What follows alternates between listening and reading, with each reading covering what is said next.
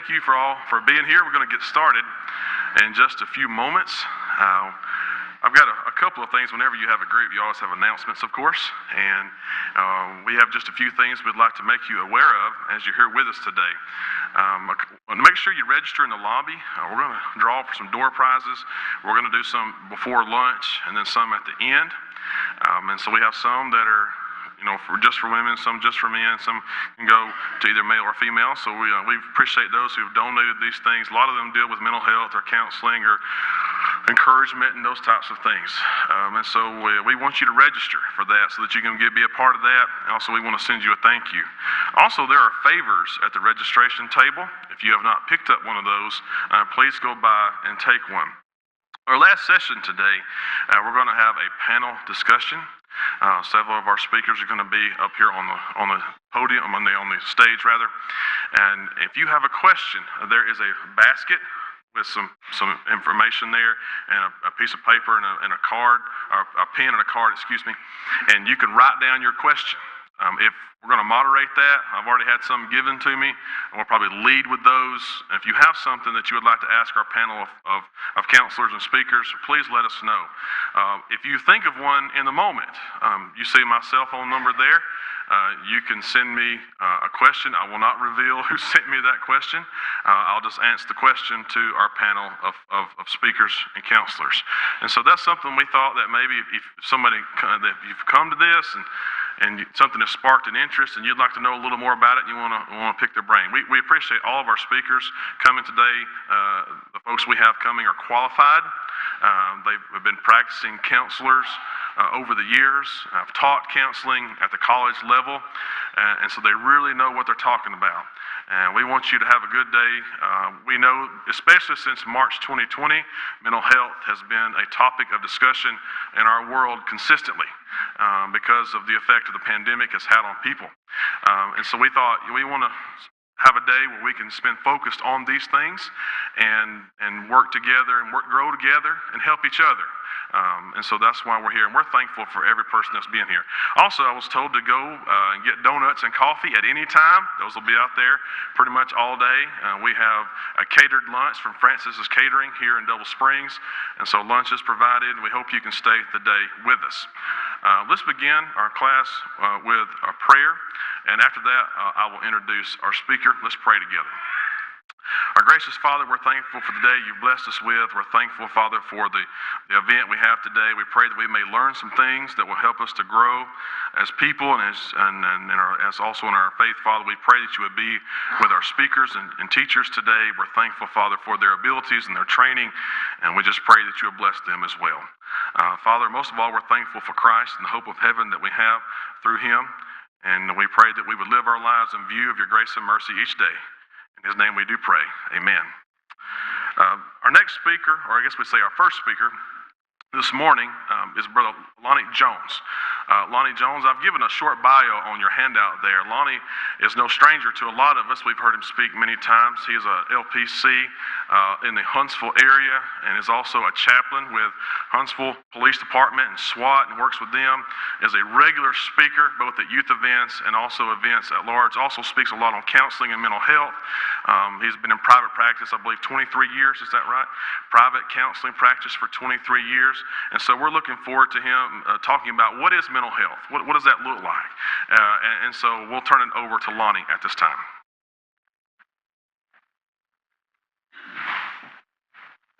Good morning. As in the introduction, well, we better talk about the elephant in the room. I tore my tricep in my right arm.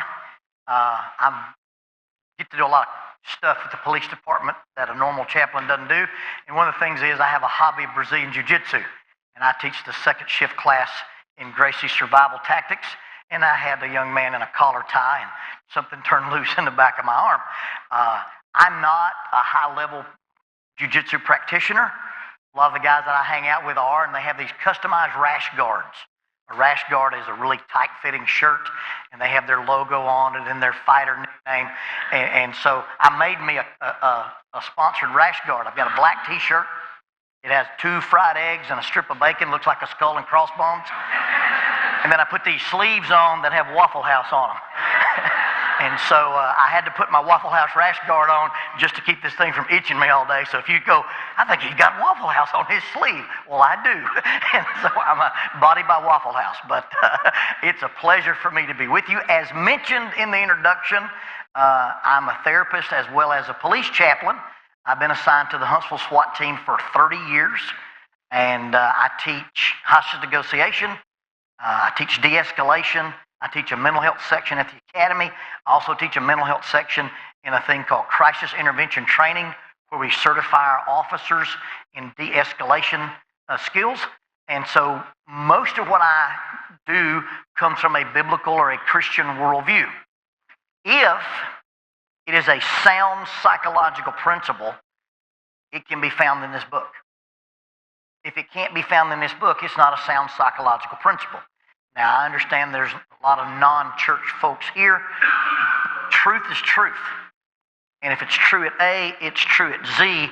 That's what makes it true. So if I make biblical references and that's not your worldview, I encourage you to look at other sources and realize that truth is truth and the biblical truths are there. So when you start talking about mental and emotional health, the first thing you got to talk about is how can we define, or how will we define mental illness?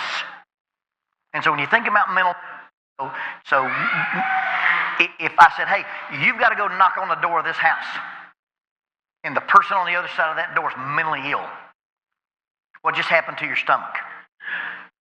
What words came to your mind? Unpredictable, scary, out of control, some things that would probably not be politically correct. Okay? Psycho, cuckoo, right?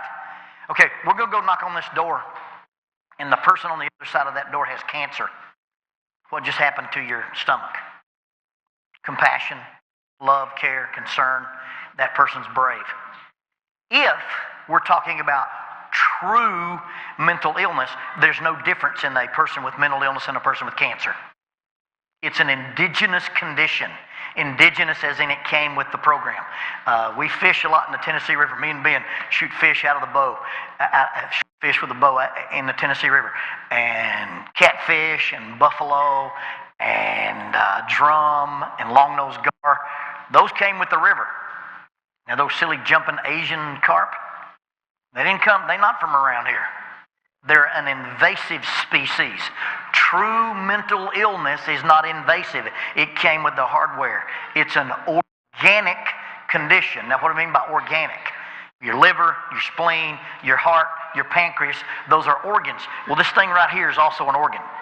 And you can have an organic condition, something wrong with your brain that produces mental illness.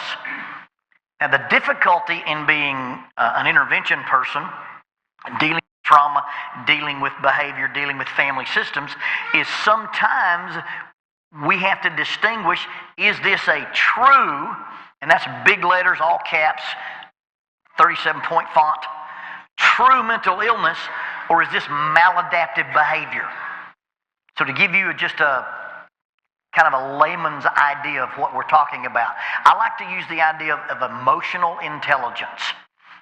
Good resource for emotional intelligence is Daniel Goleman's book, Emotional Intelligence. He'll refer to things about the human brain evolving.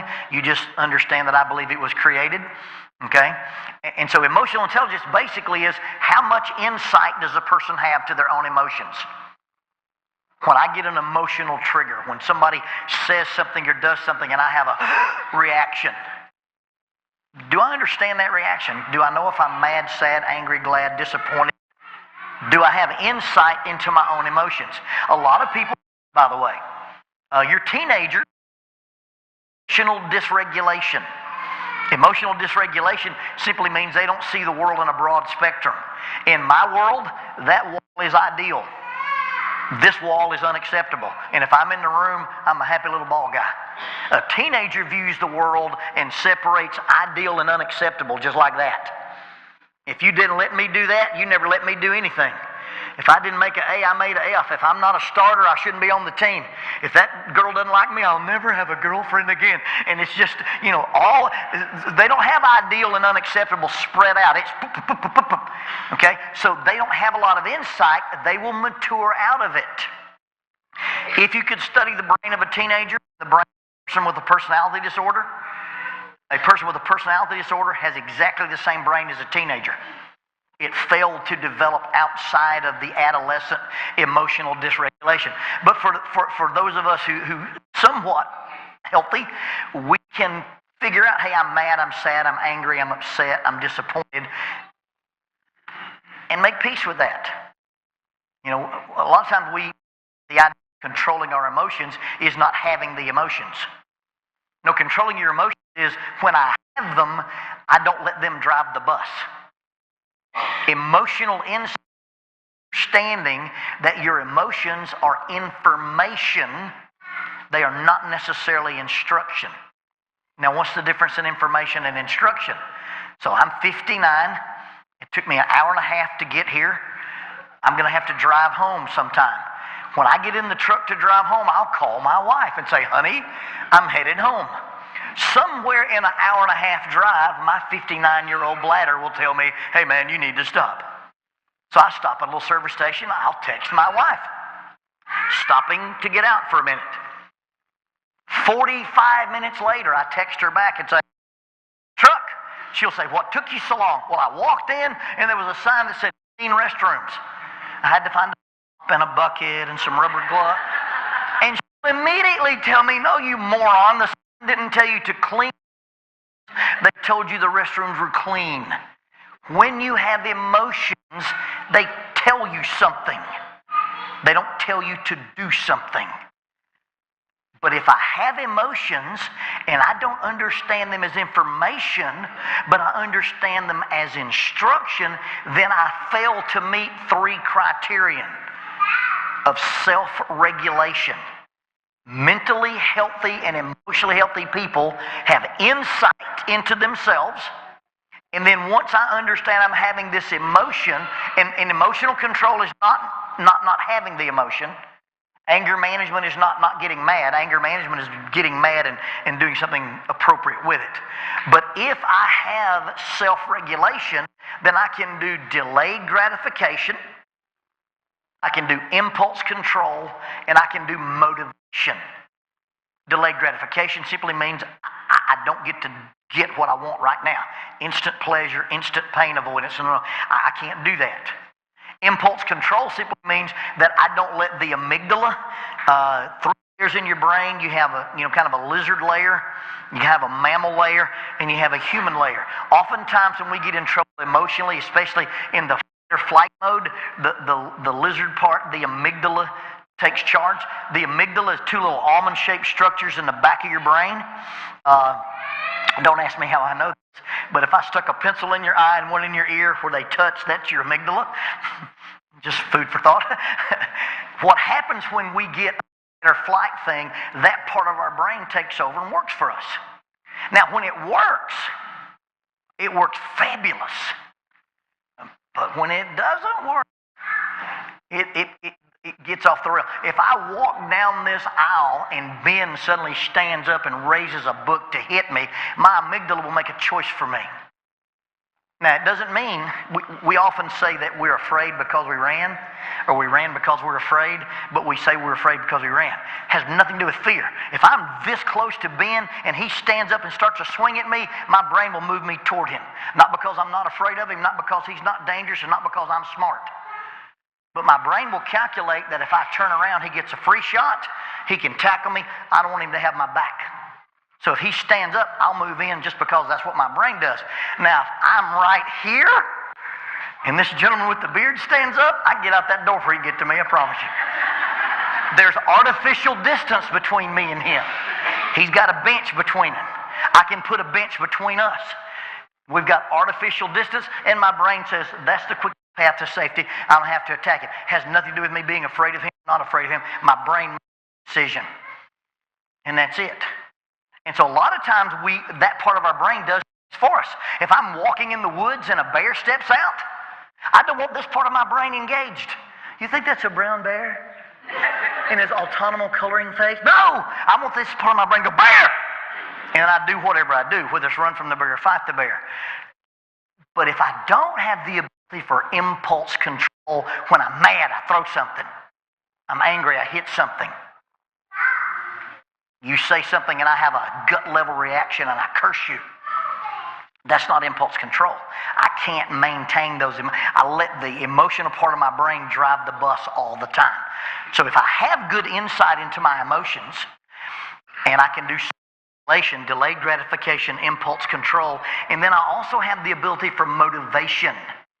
Motivation is kind of impulse control and delayed gratification married, because I can make some choices about long-term deep satisfaction. Okay? So that's where you put in the hard work and where you're able to delay what you want right now in order to earn, get, prove, or what you want most. See, I get mad every time you disappoint me, and I can change relationships. Or I can be a person who says love is the intentional and, if necessary, personally costly investment into the good of another. I'm not really worried about what you can do for me, and it doesn't require that you deserve being loved. It's a choice that I make. Well, if I make that choice, then instead of having 37 girlfriends, I can kiss Miss Jones goodnight after being married to her 37 years. But it's all about self-regulation and motivation. It's the ability to put in hard work, deal with intentional discomfort to get something that's a long-term thing. Does that make sense? Now, if I possess those things, I have good insight into how I feel, and I can do self-regulation, delayed gratification, impulse control, motivation, I can probably pick up those signals in you. I often tell my wife's name is Jackie. I tell her I speak Jackinese. I know what she means, but she says, well, go ahead and buy it if you want to. I know what that means, all right? And so learning to recognize your emotions and responding to your emotions with empathy. Now, people who can't do that, they do not possess the capacity for those things. Those people are mentally ill. People who have a deficit, either they choose not to, they've learned not to, or they're not mature enough to, we call that maladaptive behavior. Now, although they look very, very similar, one gets a pass and the other needs consequences and behaviors and boundaries. Now, if I could tell you the difference between who is emotionally ill and who is maladaptive, we'd get on my helicopter and go have ice cream, because I'd be a wealthy little dude. That's the problem with law enforcement interfacing with mentally ill people. That's the problem with spouses who think they may be involved in a person who's mentally ill. That's in regulating our children's behavior. That's in putting limits on our extended family. That's dealing with toxic people at work. Because one of them is truly an illness. And one of them either it's maladaptive. And by maladaptive, I don't want you to think there's something nefarious going on there. Okay? I do what I do the way I do it because it works for me at some level. You know, I'm picking on Ben because he's one of the dudes I know. Does Ben have maladaptive behaviors? Yeah, he does. Why? Well, he got 9 kids or something like that. He's got to do something. 5's the count. Okay? Now, does Ben's maladaptive behavior work? Yeah, he's still here. Proof of concept. He's sitting on this pew and he's breathing. The things that I've done that are maladaptive worked up to some point. Why? I'm standing right here. I made it this far, right? The problem is that when I use something in this system and it helped me survive, but I use it in this system and I shouldn't be using those skill sets. For instance, and this will be disturbing, a young lady who's being sexually molested by a stepfather or an uncle. At some point, she can choose to redefine her gender. She can choose to redefine her sexual orientation. Or she can say, I can weaponize my sexuality. And if I cooperate a little bit, this guy's not going to hurt me. This guy's not going to beat me. This guy's not going to threaten me. And she survives the hands of this monster. She survives the hands of this pervert. But now she's 18 years old and wants to get an internship at college. Well, the same thing she used to survive Uncle Monster, she can use to talk to this college professor. She can weaponize that to get a job, to get a good deal on a car. She survived a situation that none of us could imagine. But that skill set, she weaponized her sexuality. She now uses, and you've seen those girls that are 17 years old and have the eyes of a 45-year-old. It's maladaptive behavior. So when you talk about maladaptive, we're not talking about people who are manipulative. We're not talking about people who are trying to control you and get one. They've just reached a place where their behavior lacks insight, lacks self-control, lacks self-regulation, and they're doing the best they can to get where they're at. I have a universal assumption of trauma. We do what we do in response to things that have happened to us. So when somebody's misbehaving, I never ask, what's wrong with you? My question is always, hey, what happened to you? And understanding a person's story will give you some insights into their behavior. So it's difficult to tell the difference, okay? And maybe we can flesh that out a little bit. But want you to understand there is a completely different understanding that this person can't and this person either doesn't, okay? Capacity versus deficit. Now, if I've got the ability to recognize those emotions in you, and respond to you with empathy, I'm a pretty healthy person. That means I get along with me and I get along with you. Two criterion for getting along, for being a successful person, is how we do interpersonally and how we do intrapersonally. How we get along with us and how we get along with the other people that aren't us. By the way, Jesus said, love your neighbor as yourself. As you would that men would do to you, do ye therefore unto them. Jesus defined emotional intelligence in 2 sentences. He says, you look at the you that's you, and you stand here looking at somebody else, and you put yourself in their position and decide, if I were looking at the world from this perspective, how would I want it to look? And you change your behavior to match that perspective, you're a healthy person. By the way, you're a spiritually healthy person too. People who don't possess empathy, the ability to look at other people from their perspective, are unhealthy people. That's what we teach when we teach crisis intervention to the cops. And our police officers should be responding to mental health calls. Okay? That's not what they're trained for. In the academy, we train a young police officer. Ask, tell, make. And if you didn't want a guy to use force, why did you use a guy who uses force when you got in trouble? But at 2:30 in the morning, if you've got a mentally ill person in your house and they're in crisis, Ben, if I called you at 2:30 in the morning, what's your private practice rate going to charge me for that visit? If you leave your beautiful wife and your 5 kids and you drive across town at 2:30 in the morning to deal with somebody who's not been in therapy, who's not med compliant, but now they're in a crisis, is that an expensive phone call? And the church said amen. All right? You know what it costs to dial 911? Not a dime. I've got a combative, mentally ill or maladaptive person in my house, and I dial 911. 911 has 3 options. They can send me a kid with a fire hose, they can send me a kid with a box of Band-Aids, or they can send me a young person with a badge and a gun. Guess who gets sent there? And why did they dispatch the badge and the gun? Because there is already implied force there.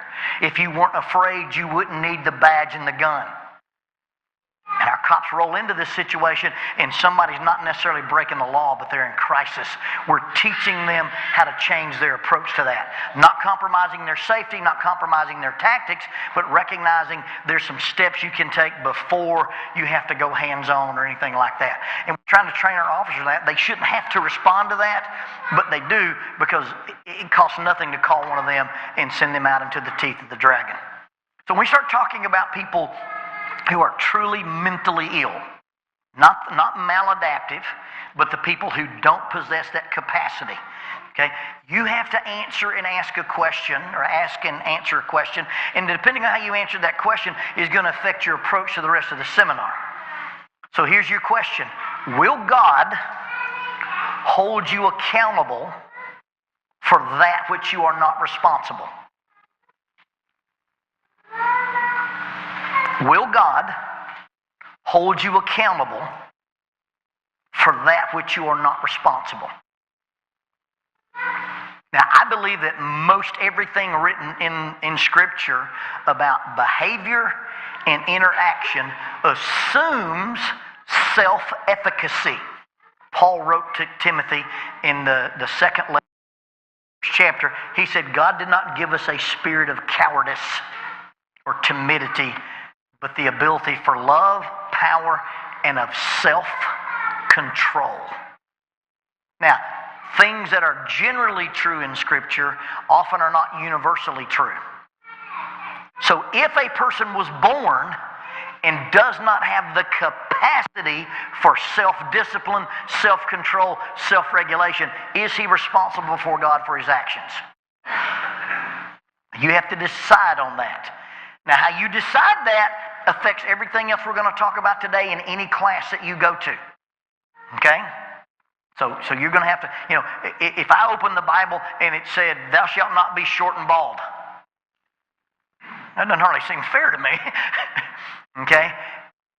But if it said, thou shalt not shave your head bald, there's a difference in being born bald, and it doesn't say that, I'm using an example. There's a difference in having an indigenous condition and a solar-powered brain versus I choose to violate and do this to myself. You guys now see the difference between capacity versus deficit? I lose anybody? So, in general terms, how do we define mental illness? I like to talk about 4 broad categories and then some substrata that fall into the mental health world. Number 1, we talk about mood disorders. Okay? And the key word for all these things is going to be the word relationship. Okay? Persons who suffer from mood disorders have difficulty having relationships with their own emotions. So if I wake up and I've got indigenous depression, rather than realizing that my brain is telling me I feel bad, and when in actuality I don't feel bad, I don't know how to regulate my emotions. Now, when we talk about depression, if you got fired, drove home, wrecked your car, and as you pulled in to your driveway with your wrecked car, you ran over your dog, and you called me and said, hey, Lonnie, I had a bad day today. I think I'm depressed. Congratulations. If those things don't affect you, you're a sociopath. Okay? So you've had things that happen, grief, loss, stress, pressure, conflict, anything like that can cause a person to not feel optimal. That's not clinical depression. We call that situational or cognitive depression. But a person who makes $800,000 a year, he's married to the love of his life, and she's an angel on earth, and he wakes up and doesn't feel like getting out of bed and doesn't want to go to his job. He doesn't want to go sit on the deck by the pool, and he doesn't want to interact with his wife. There's nothing going on in his life, but his brain chemistry says, hey, you feel miserable. That's indigenous depression. That's clinical depression. Okay? So people with mood disorders don't have good relationships with their own emotions. If you're suffering from grief or stress or loss, and by the way, loss is defined as when life doesn't turn out like I expect it to, I suffer loss. And humans grieve all losses. Loss doesn't have to be just a death. Loss can be, hey, I thought I was going to have a Division I scholarship and I blew out my knee. That's a loss. I thought we were going to have this job promotion. I didn't get it. That's a loss. I thought my kids were going to live next door to us and they moved to Montana. That's a loss. I thought I was going to be 6'5", have black curly hair. That's a loss. You got to adjust to all that stuff. So that's humans grieve all losses. And when I experience a loss, it's okay to feel bad about it. If you didn't feel bad about it, you wouldn't be healthy. Okay? So mood disorders. People don't have a good relationship with their own emotions. Personality disorders. These are people who don't have good relationships with relationships. The word person is hidden in personalities. Okay? People with personality disorders have a history of failed relationships. And I don't want you to think I'm being cavalier or being unkind. I'm just trying to get this out as quickly as we can. If you look at a person with a personality disorder and you look at their life from 10,000 feet, it looked like an F5 tornado went right through their life. Every relationship they've ever touched is off the rails. I just simply, somebody comes into the office and they talk about how they're not getting along with this and they're not getting along with that. I go, do you have any sustainable relationship that you had 5 years ago? No. Everybody I know is a jerk and a loser. We has found the enemy, and they is us. Okay? I mean, that's just the thing. And so you start talking to somebody and say, well, tell me who your best friend is. It's Susie. How long has she been your best friend? 3 weeks. Who was your best friend before Susie? Martha. How long did that last? 4 days. How many best friends have you had? 97. How many jobs have you had? 15. All of that. Where you go to church? Well, I've been to church at every congregation between here and the state line. Wow. Personality disorders have a difficulty getting along with other people. Now, there's all kind of personality disorders.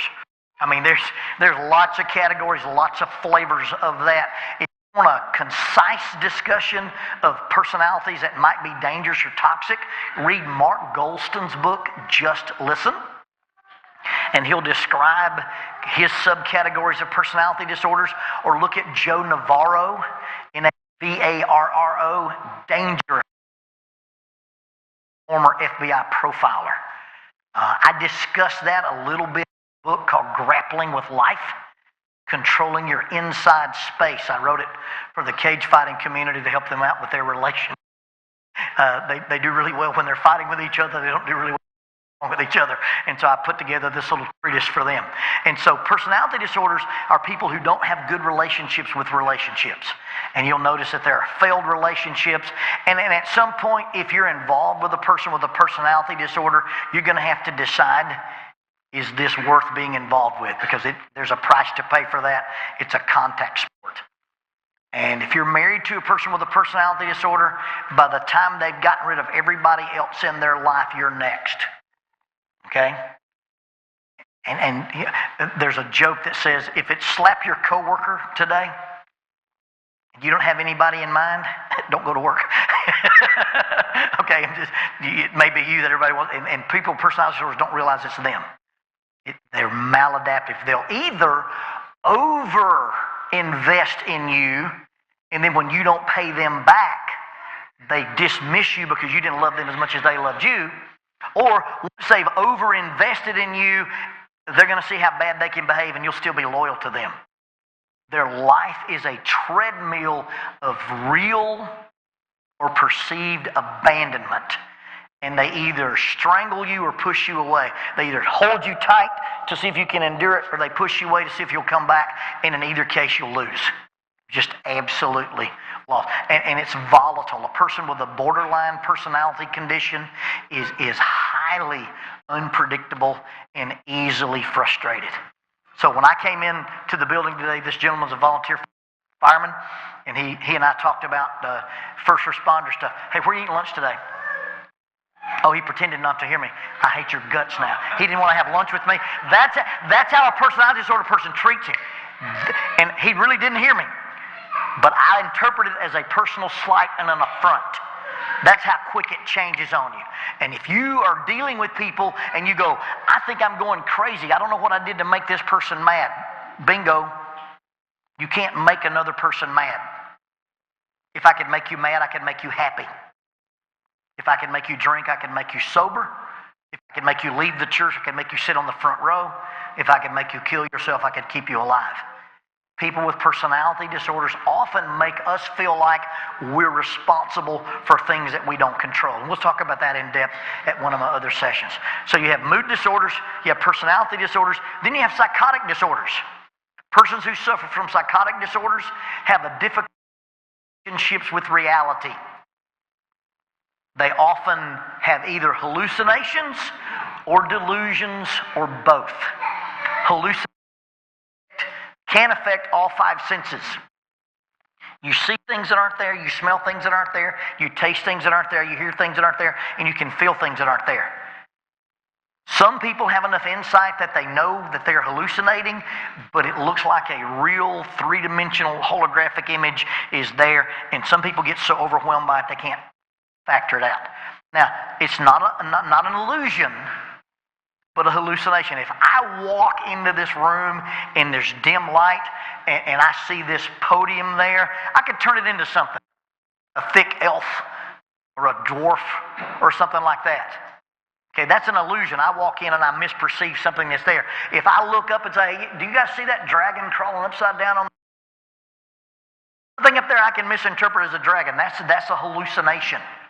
And hallucinations, you can feel things on you that aren't there. You can see things in the ground that aren't there. You can smell things that don't exist. I've got a police officer I'm working with was involved in a shoot situation, and everybody around him was shooting, and he didn't have a shot. And for whatever reason, something clicked in his brain. He is hearing shapes and tasting colors. It's called synesthesia, or a conversion reaction. And his brain overloaded in this life and death situation, and he's now hallucinating things. Okay? A delusion is a fixed, firm belief that it's not real. And there's no amount of discussion that I can do to you factually to prove to you it's not real. Okay? My first day as an intern, so I'm a shiny little grad student, and in order to get my degree, I have to do 18 weeks at Marshall Jackson Mental Health Center. So I go down there with my tie and my little dress shoes and my little nice shirt, and I'm sitting in the room with an 82-year-old psychiatrist who's interviewing this dude. He comes in, sits down, he sits like he's in a straitjacket. I don't believe you can get a pair of handcuffs on his wrist. He's a thick dude. I mean, and he tells us that he's a 400-year-old FBI agent. I'm a bright, shiny new grad student. This is a walk in the park. No, excuse me, sir, the country's only been here 200 years. You can't be a 400-year-old FBI agent. To which he calmly responded, no. I said I was 400 years old. And an FBI agent, try to pay better attention, take better notes. I just get told I'm the crazy one in the room. Now, the fun part of this, first day one, intern, graduate school. Somewhere about 20 minutes into this interview, this guy leaps out of his chair, lands on top of this 82-year-old psychiatrist, and starts raining the thunder. I put him in the corner, put an arm lock on him. So I've probably been kicked out of grad. I think, yep, there it is. You put hands on the patient, and they're going to kick you out. So end of the day, I get to meet with the director. I go in, stand in his office like a good little grad student. He says, so, Mr. Jones, I understand you bring a skill set to our facility. I thought, no, wait a minute. I've just got this little hobby I do. He goes, don't feel compelled to wear a tie and wear sensible shoes. We have work for you. So for 18 weeks, I got to deal with every combative, every intermittent explosive disorder, every oppositional defiant disorder that was there. I earned my master's degree being the bouncer at the mental health center. It was pretty fun. Anyway, but I got to deal with all that kind of stuff. So a person with a psychotic disorder will either see things that aren't there or believe things that aren't real. They'll often have ideas of reference that you can't track a conversation with them. Hey, I read today that President Biden was going to Camp David. David was the second king in Israel. And when the Messiah returns, he will ascend to the throne of David. The President of the United States, the most powerful country in the world, is going to Camp David and we're at war with Ukraine. The apocalypse is upon us. No, I heard the President going to go play some golf. Okay, but those reference ideas, they'll take things, especially things from Scripture, and they'll misinterpret. And that's the danger of reading Scripture without context. They'll pull stuff out. Okay? And so you can have the hallucinations or you can have the delusions. So mood disorders, personality disorders, psychotic disorders, and then we talk about neurodevelopmental disorders. And kind of a layman's term discussion of neurodevelopmental disorders is you've got a brain that did not reach milestones. You've got a human brain that as it began to develop missed the markers. And so you've got people with an IQ functionally below 75. You've got people who may be in the autism spectrum disorder. You've got people whose brains just didn't mature at the rate it should mature. So, you may have a 25-year-old body, but the functional brain of an 8-year-old. Okay? Now, a 25-year-old body that went through puberty, that has hormones, but has the pleasure-pain control of an 8-year-old, that's going to be a problem sexually. That's going to be a problem with self-control to pornography and masturbation. Is that person going to hell because of what they do? Will God hold you accountable for that which you are not responsible? I call them evil innocents. If a person is truly psychotic and does not possess the brain material for self-insight, self-regulation, delayed gratification, and empathy, you've got a class of people who can do some horrendous things that probably the father says, I know this is a broken child before I dealt with it. I don't know how to tell the difference in that. And I don't know how to respond to that. And this will sound, there's no way to make it sound good. My wife has a Spanish water dog named Oreo. We love Oreo. Oreo is a very intelligent dog. If you're not familiar with Spanish water dogs, it's like having a 4-year-old and a velociraptor living at your house. This dog can do some cool stuff. If Oreo gets rabies, she will not be aware that she's sick. She will still try to come around us, and there's only one way to respond to her. I've got to put limits and distance between us. It's not her fault, but she still requires some boundaries. Does that make any kind of sense and sound somewhat compassionate? So you have a brain that didn't grow up, and also in neurodevelopmental, you have a brain that's been on the planet so long, it's just starting to lose some parts. Alzheimer's, dementia, brain trauma. Anybody 55 and older can have a psychotic episode just because of a urinary tract infection. Lots of things that can produce dementia. When your grandmother and then dementia is a symptom, it's not a diagnosis. But when your grandmother starts manifesting signs of dementia and she's violent or cursing or telling lies, she's not responsible for what she's doing. You've got an 85-year-old child at your house. God will not hold you accountable for that which you are not responsible. So the 4 main categories I deal with is going to be mood disorders, personality disorders, psychotic disorders, and neurodevelopmental disorders. Underneath that are some things of compulsion, different things. I don't consider substance abuse disorders as a mental illness.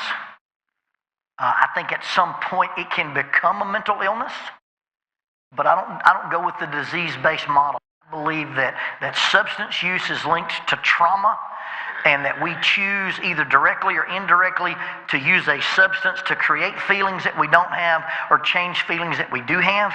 And then as we go through life, any situation that seems similar, we treat as the same. That's how trauma works, by the way. And so if I smoked marijuana as a kid to deal with my abusive uncle, when I go to work and my boss acts somewhat abusive, that mechanism in my brain that dealt with uncle will go, hey, I know how to fix that. And I think you can trace all substance abuse to some kind of root trauma. In religious circles, in treating substance abuse, we treat the fruit. Don't do these behaviors. Well, I got blueberry bushes at my house. Guess what happens when I pluck a blueberry? Another blueberry grows back. So if I can get you to quit drinking, you may start smoking. I get you to quit smoking, you may start gambling. I keep you to quit gambling, you may start shopping. It's amazing that in recovery situations, addictions manifest themselves across the board. Now, there's some brain chemical stuff involved there, but they're not the cause. They're a complication of it all.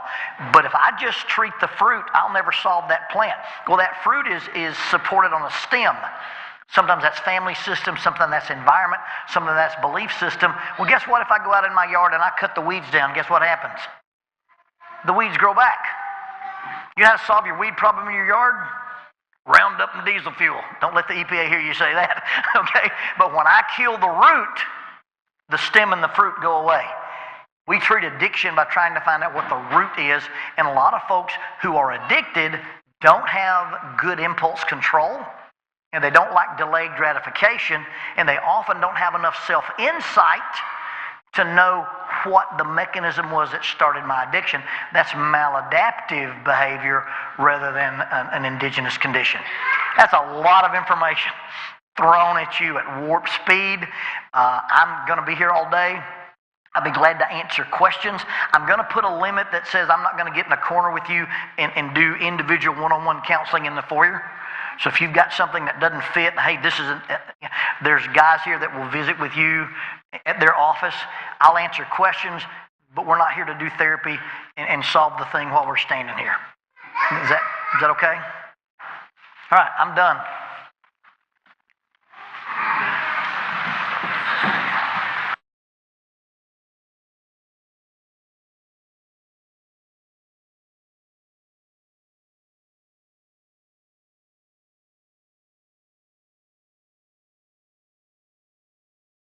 and capacities. So our next sessions will begin, they're age-based. And so parents of the class with Lonnie will be in here. And then the teenagers, if I have any teenagers here, Ben Hayes is going to be with them. They're going to be in our upstairs classroom. So some of our folks, some of our teenagers, you can kind of guide people that direction. If you have a question, you can let me know. Ted Burleson will be speaking to our empty nesters. And then Brother Ron Williams will be speaking to widows and widowers. And so we have classes for each one on your schedule. You have where those classes are located. Also, throughout the building, you will see signs pointing you the direction that you need to go. Following our session, speakers, if you want to just dismiss them or whoever's introducing those people, we'll just go right to lunch following your session. And so what we'll try to do is a little bit before 1 o'clock, before the 1 o'clock session, we'll start in here and try to dismiss and let folks know where everything is. I'm sorry, what? Oh, well, let me say this. I just realized something. I see bags sitting here. After the next session, let's come back in here. Before lunch, we'll offer thanks for food. I've got door prizes, and we're going to do a drawing before lunch, and then we'll do another one at the end of the day. So after the next session, we'll have age-based sessions. Let's all come back in here. Okay, sorry for that confusion. So the next session will be age-based. If you have any questions about where you need to go, you can see any of us, and we can point you in the right direction. Don, you got something? Okay. If there's nothing further, we'll dismiss to our next sessions.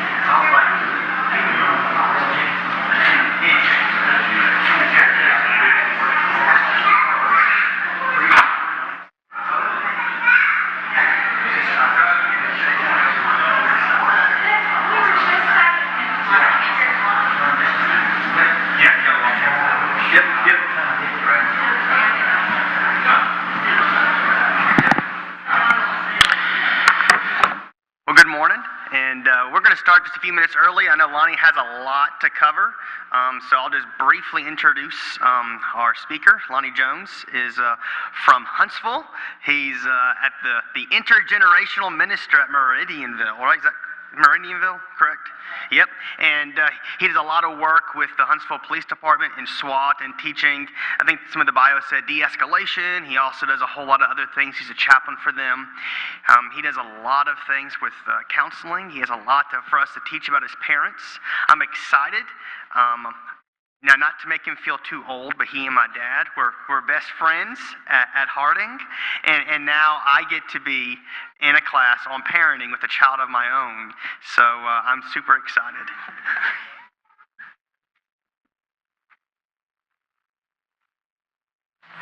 Well, I'm glad to spend another session with you. I'm going to start down a path, and since it's kind of a small group, if I get into a lane, you go, that's not what we came for, raise your hand and say, yeah, but I got a question about this. Is that cool? And it won't shock me if you raise your hand or anything like that. So I started out in ministry in the spring of 1980, and I did a full contingent from 1980 until 1998 when I went into private practice as a therapist. And then as a therapist, I was a part-time youth minister with the Maysville congregation, was their youth and family minister for another 14 years. So I've done youth ministry for a long time, and I'd say 60 to 70% of the speaking I do is still involved in youth and family or parenting or youth rallies or stuff like that. And so, you know, dealing with young people and kiddos is near and dear to my heart. And what I have noticed is if you go do a youth rally, and so you speak, and they do breakout classes, and they say, and while all the kids are in breakout classes, the adults stay in the auditorium and talk to Lonnie. What happens there is what I get asked about in the majority of my adult classes is, hey, how do we help our kids with anxiety? Is that I see some heads nodding. So we'll talk a little bit about anxiety. And after we talk a little bit about anxiety, if there's other things that you want me to address, we will.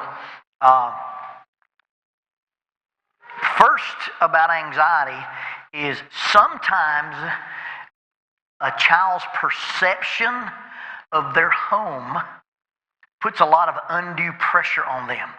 You realize your children are egocentric. And because they're egocentric, you know, watch a teenager walk into a room. He walks into a room hearing theme music nobody else can hear. Da, da, da. You know, he's that guy. Well, if you're that centered on yourself, and that's normal, that's what they're doing right now. They're making peace with them before they can start branching out and being at peace with other people. But if I'm egocentric, then everything that happens in the world is my fault. Mom and dad divorced, that's my fault. That dude picked on me, it's my fault. These people don't like me, it's my fault. This person sexually molested me, I must have done something wrong. So they're egocentric into the point that they misinterpret a lot of things. So what I find, particularly in the church, when you talk about some of the things that produce maladaptive behavior and sometimes even anxiety, is going to be found in a little chart that we call an EPAC chart.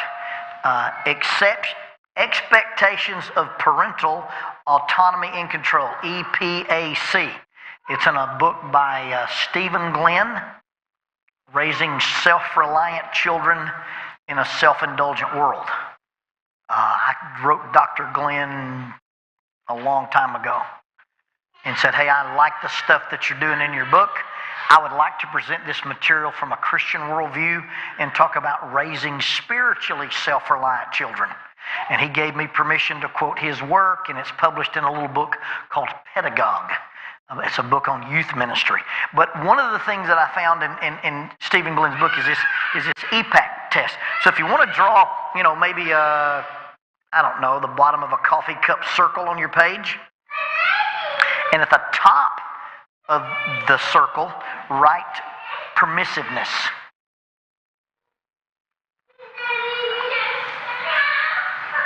And at the bottom of your circle, at the 6 o'clock position outside the circle, write control. At the 9 o'clock position, write hostility.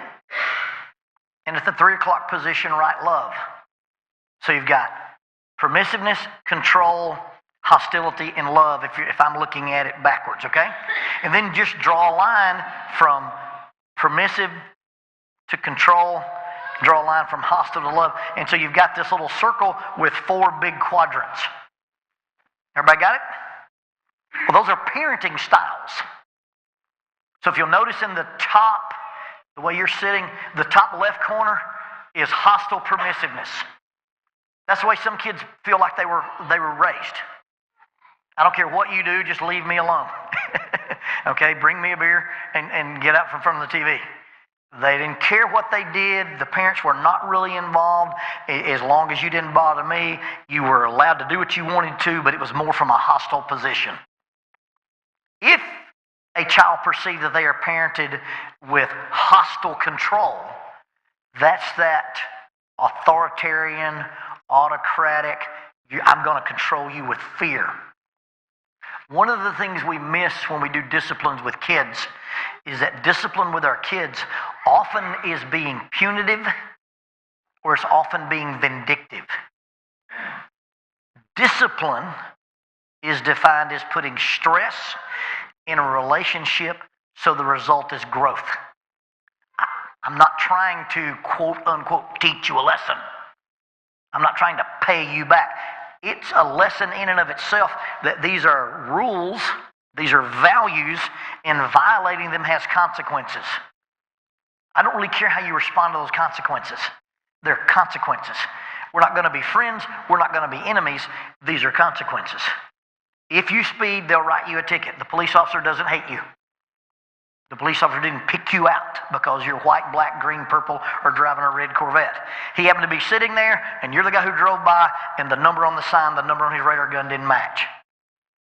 But now if I hunt you down and follow you till you speed, I'm being vindictive or I'm being punitive. The reasons corporal punishment doesn't work is often we spank our kids because we're angry. And what we teach our kids is, hey, I'm the biggest, I'm the strongest, and I win. When they get big enough and strong enough, they'll win. Okay, so discipline can't be punitive or vindictive. It's just got to be a simple, logical consequence. But students who are raised with hostile control, it's that I'm the biggest, I'm the baddest, I'm the alpha dog. That doesn't work. Then you have students who believe that they were parented with permissive love. I don't want you to be hurt. I don't want you to be scared. I don't want you to be disappointed. I just want you to be happy. It's when the hippies had babies, okay? And so they're never going to disappoint their kids. They're more worried about their kids being happy. They're going to just not try to have their kids involved in any kind of harm. And then you have children who believe they were parented with loving control.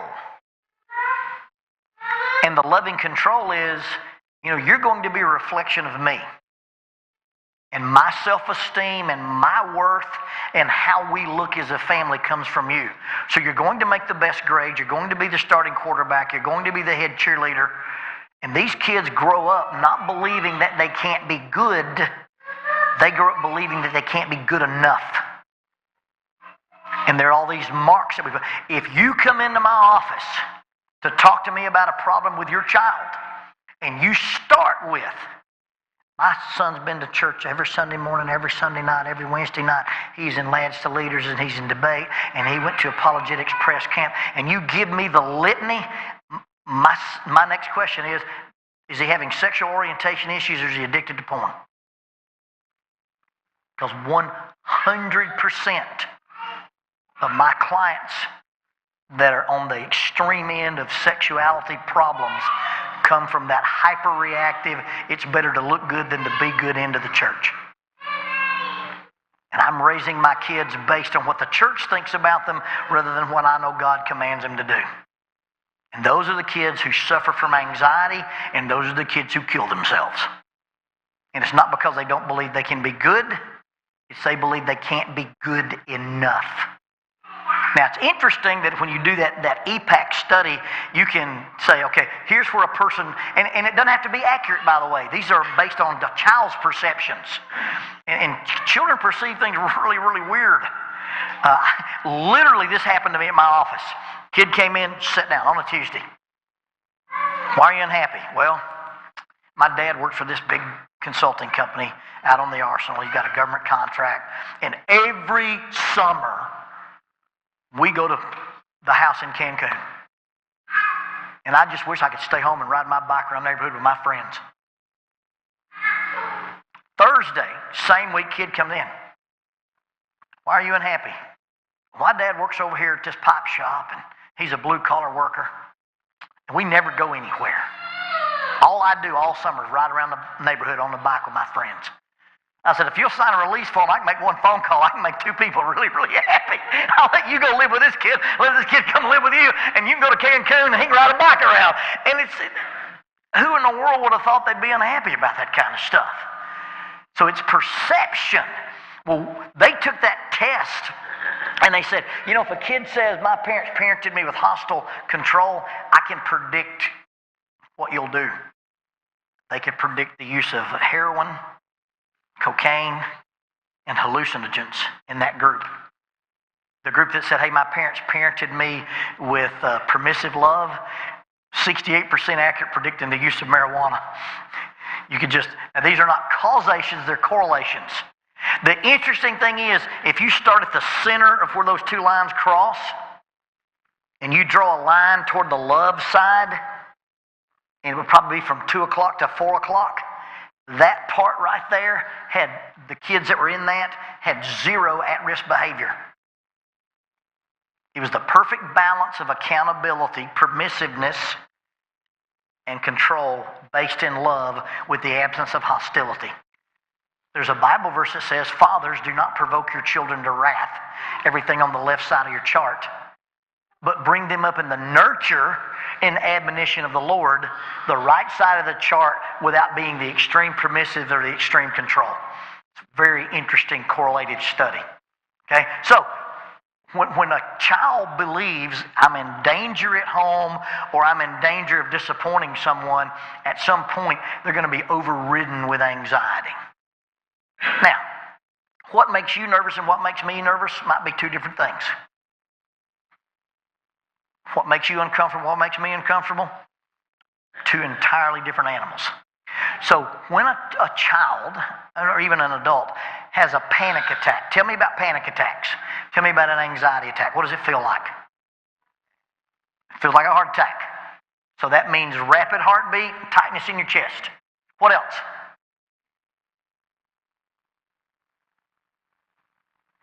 Changing your breathing, right?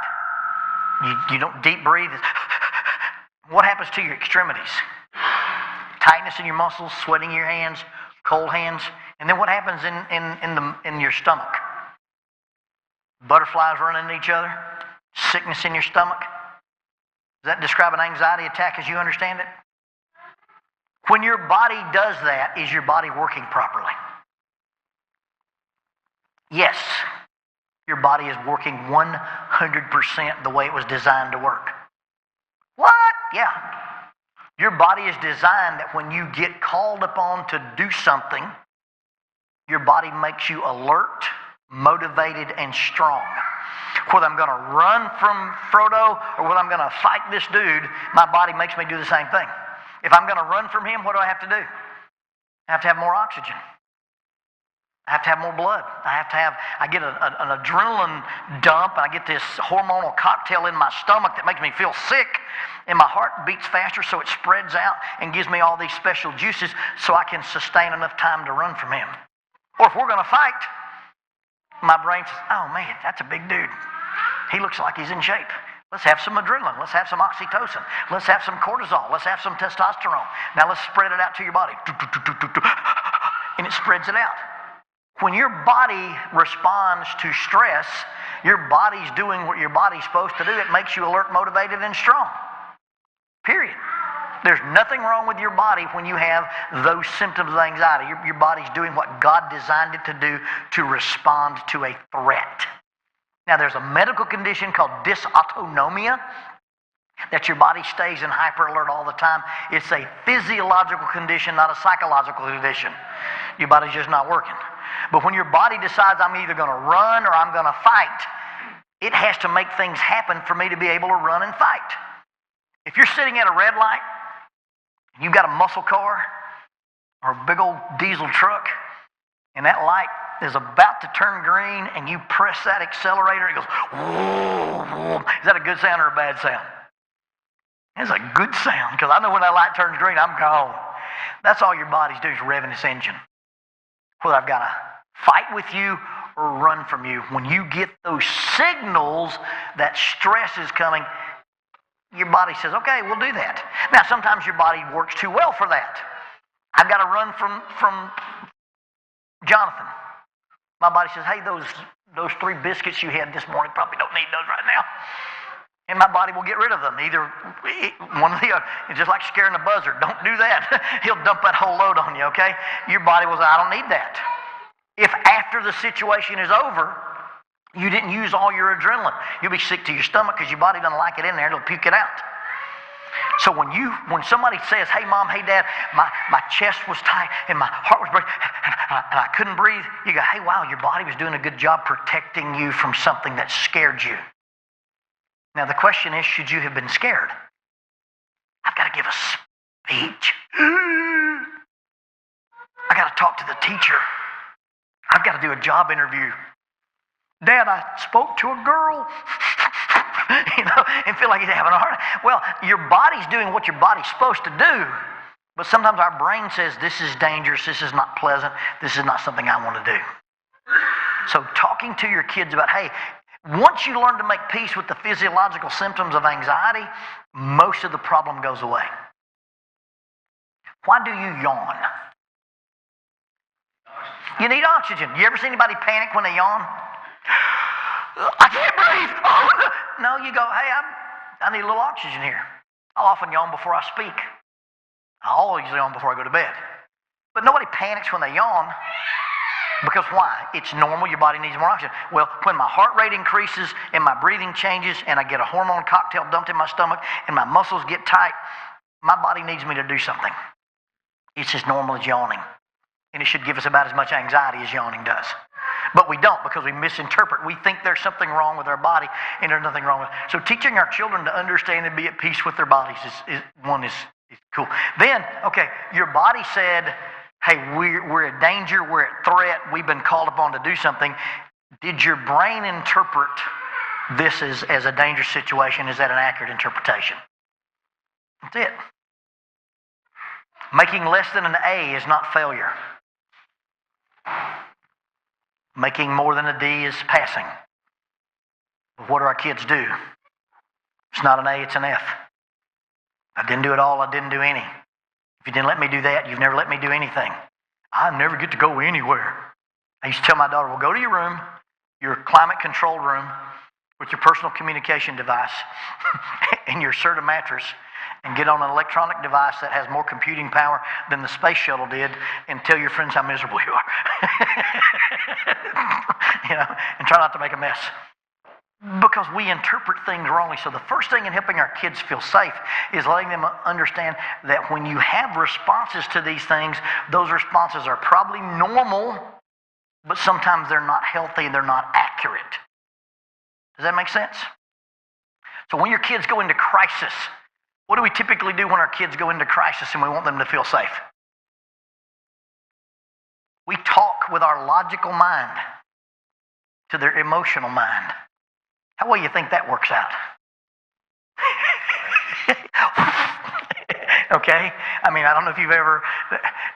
This is terrible. I shouldn't tell it, but Sam was a security guard. It led the security at one of the big local hospitals, and I used to do some work with his group when they would go through their training, and he ended up having to use a taser on a guy. And I don't know if you've ever been tased. It's 5 seconds of the most fun you can have. Anyway, so he tased this guy. Well, the guy that he tased was hearing impaired. Couldn't hear anything. And so he's in front of the review board, and God bless him, God love him. They said, why did you tase the man? And Sam's response was, well, he wasn't listening. Well, he couldn't listen, you moron. Okay, guess what happens when your kids are in crisis and they're emotional and you're logical? You're not listening. 70% of our attempts to communicate on an emotional level are unheard, misunderstood, and rejected. Your job as a parent, when your kids go into crisis, is to let them know that they were heard, they were understood, and they were accepted. Now, that doesn't mean I think what you're doing is rational. That doesn't mean what I think you're doing is reasonable. That doesn't even mean I agree with it. But what I'm doing is I'm changing the dynamic of our communication from this to this. So you think that because they didn't pick you for the volleyball team, you shouldn't play a sport at all. Well, Dad, there was only 15 people that tried out, and they picked 8, and I was one of the 7 they got rid of. Well, I don't agree with that, but I can see how the way you do the math, I would feel like I would never want to play again. What just happened to that conversation? We went from me telling her how she should feel, being emotion dismissing or emotion disapproving, go, oh, the emotions you're having are fine. And all of a sudden, I'm not arguing with you, I'm listening to you. In Goldstone's book, Just Listen, he uses an empathy bomb. You walk up to somebody in crisis, I bet you think nobody else understands how much pressure you're under. I know he's a full-time youth minister, so I know he's under pressure. Did you notice what he did? He smiled and nodded his head. We just became friends because I know what he's going through. Now, I can't fix it. I can't solve it. But just the fact that somebody has said, this is how you should feel, this is how you shouldn't feel, it's, oh, I can see that from your perspective. And once you see it from somebody else's perspective, they don't feel like they're alone. They're in a place where they go, oh, wow, my mom gets it, my dad gets it. But what do we typically try to tell people? This is how you could do it better, this is how you could do it different. And when I'm in an emotional shape, I don't want solutions, I want to vent that emotion, I want to be understood. And so my job in talking to my teenager in crisis is I want you to feel heard, understood, and accepted. I do a thing I call the event meaning emotion paradigm. For every event that takes place, you have a byproduct that's emotion. Now, what do we already know about our emotions? They're all healthy. They all came from God. If you use your emotions properly, they lead you to balance and harmony. Godly sorrow, guilt, works repentance that leads to salvation, not to be regretted. If you feel guilty about something, it should change your behavior. But if I feel guilty about something and I become self-destructive, or I run away, or I isolate myself, guilt's not what guilt's supposed to do. Be angry. Do not sin. Do not let the sun go down upon your wrath. It doesn't say don't be angry. I can be angry, just don't let anger drive the bus. But we tend to be emotion dismissing or emotion disapproving. So when anything happens or any event, you have an emotional byproduct. Now, when I look at somebody's emotions and their emotions lead them to balance and harmony, I go, wow, those emotions are working perfectly.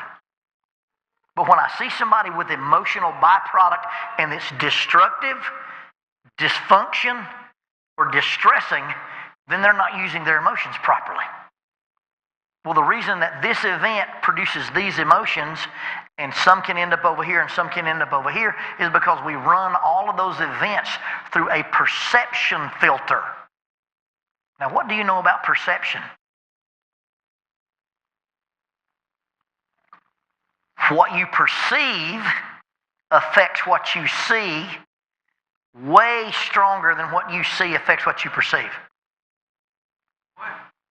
What you perceive affects what you see. Stronger than what you see affects what you perceive. For instance, I don't believe in Bigfoot. I'm sitting in a tree stand and I see something moving through the woods. Because of my perception, my worldview, there is no large arthropod on the North American continent, or it would be on the hood of somebody's truck. I go, that's a guy in a ghillie suit. That's a guy in a gorilla suit. That's a bear. It's my wife's mother. Be all kind of things that could be roaming into the woods that I don't think is Bigfoot, because my perception, my worldview says there's no Bigfoot. So it doesn't matter what I see in the woods, that's not the conclusion I'm coming up with. Versus a guy who believes in Bigfoot. He can see anything in the dark, and guess what he's seen? Bigfoot. I walk into a room and think we're friends, and you smile. He likes me. I walk into a room and think we're enemies, and you smile. He's making fun of me. Perception is the... Now, our perceptions can get skewed because of our worldview, because of nurture, nature, all kind of things. But when somebody says, hey, this happened to me, their perception gives that event a contextual meaning. Valid meanings yield valid emotions. Invalid meanings yield invalid emotions. So when I see somebody with an emotional output that leads to distress, dysfunction, or destruction, their emotions aren't broken, their perception is broken, or at least misinterpreted. Does that make sense? So cognitive distortions in your kids, all or nothing thinking. Not the best, I'm the worst. If I didn't do this, you won't let me do anything. Number 2, trying to be responsible for things you can't control. These people picked on me at school. It must be my fault. I must be a loser. This boy broke up with me. I must be unlikable. This girl won't go out with me. I must be ugly. Well, if I could make you not like me, I could make you like me. But we take on responsibility for things that we don't control. Sometimes we think that our approval comes from our output. If I'm not a starting quarterback, if I'm not the pitcher, if I don't make all A's. You don't have an A student at your house. You don't have a B student at your house. You have a student at your house. They make A's, B's, or C's. But when we give them those identities, then their perception filter says my worth is my grades. My athletic achievement is my worth. My spirituality is my worth.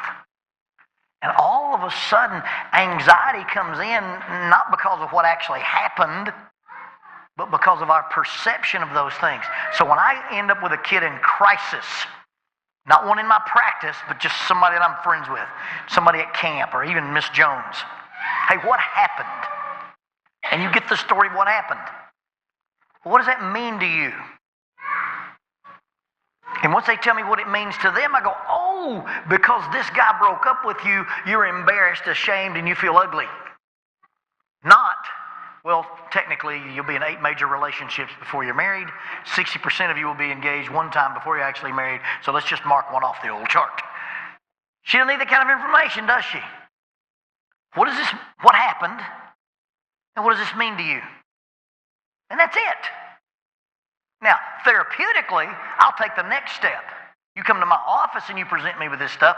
Hey, what happened? What does it mean to you? Does it mean what you think it means? What do you feel versus what do you know? And how well is that? You don't even have to take that step as a parent. You're wanting them to be heard, understood, and accepted. Our team lost the ball game. We're a bunch of pathetic losers. So you think the Major League Scouts are there today? No, are you disappointed or mad because you lost the game?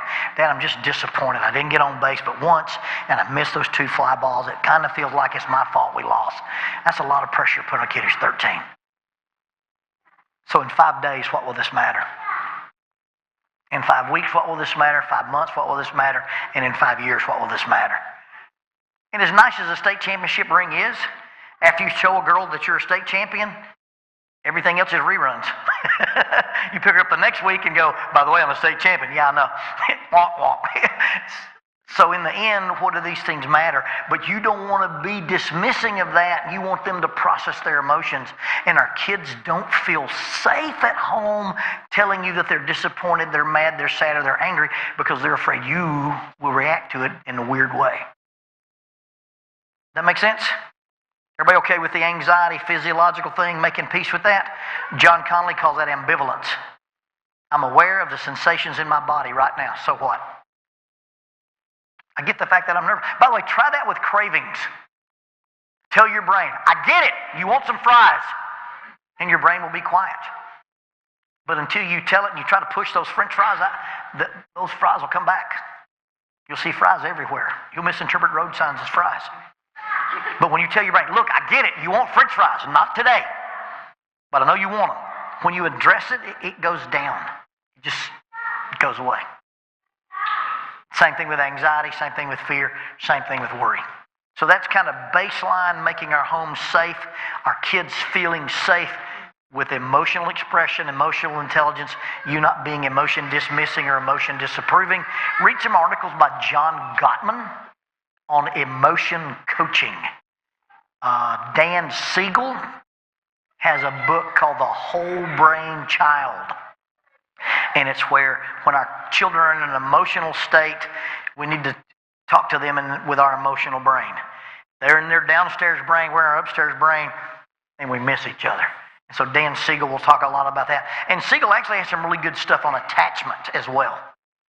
So that's kind of my supposition on why you would attend a class on how to keep our children safe or how to keep our home safe. Maybe I missed what you wanted to talk about. So I'll hush and let you redirect me. The Whole Brain Child. W-H-O-L-E, Brain Child by Dan Siegel. And Dan's a much better speaker than he is a writer. If you get him on a podcast or listen to him on TED Talks, much more entertaining than how he writes. But that's just me. Gottman has some articles on emotion coaching. And just about anything he writes about parenting, the relationship cure, 7 principles that make marriages work, may talk a little bit about that. He's mostly a marriage therapist, but he delved into the parenting thing with the relationship cure. And he'll talk about 7 emotional command systems that are in our brain based on Jack Panskeep's work at the University of Kentucky on primate brains and the emotional command systems. And a lot of times you're in this mode, I'm in this mode, in those 2 modes. It's the technical version of love languages. Love language is kind of the chicken soup for the soul version of a lot of this stuff. But your kids have a love language too. And sometimes we miss that. All right, other question. Yes, sir. Mentioned hearing, let them know they're heard, let them know they're understood, let them know they're accepted. Yes.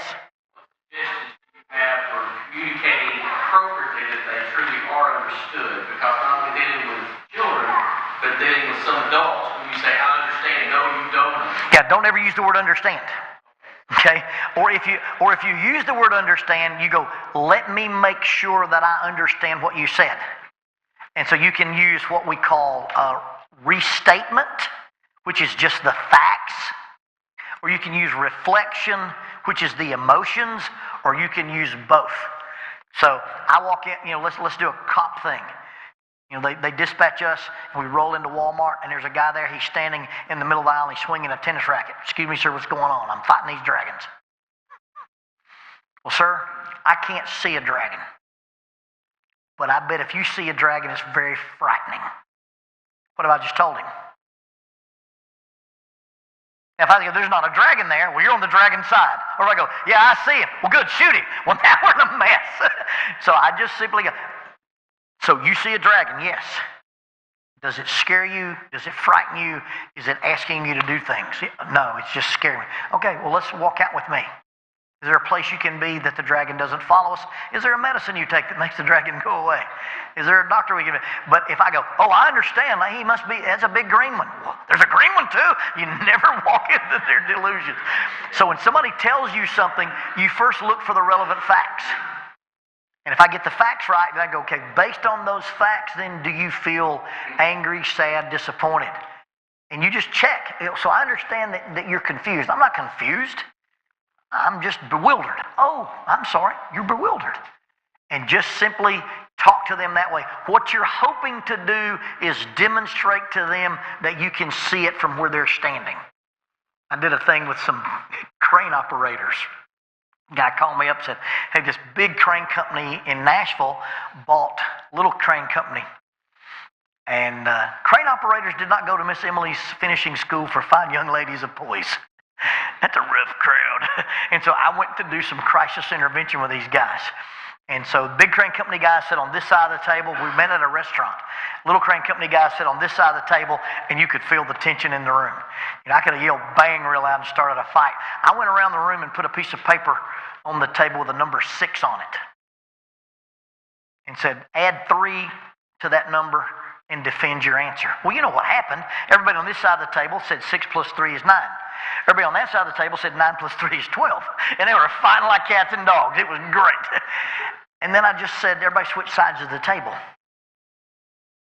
And one guy said, well, I know it's a 6, but if I was stupid enough to think it was a 9, I can see how he'd see it's a 12. Well, probably not the best technique, but guess what he demonstrated to the guy? I can see it from your standpoint. I know why you said 12, why I said 9. That's all you're doing with people, is saying, I can see this from your perspective. And we use this hand motion a lot. Instead of this, it turns into this. And love is not staring deeply into somebody's eyes. It's standing side by side with them, looking out into the darkness at the danger that they see. That's real love. Did I answer your question, sir? Super. Yes? I know you mentioned, I think it was under the control love part, especially with high expectations, especially in school, you mentioned a lot. And I know in youth ministry, I hear a lot of expectations that parents have. We have a child that's 16 months old, so that doesn't really apply to us just yet.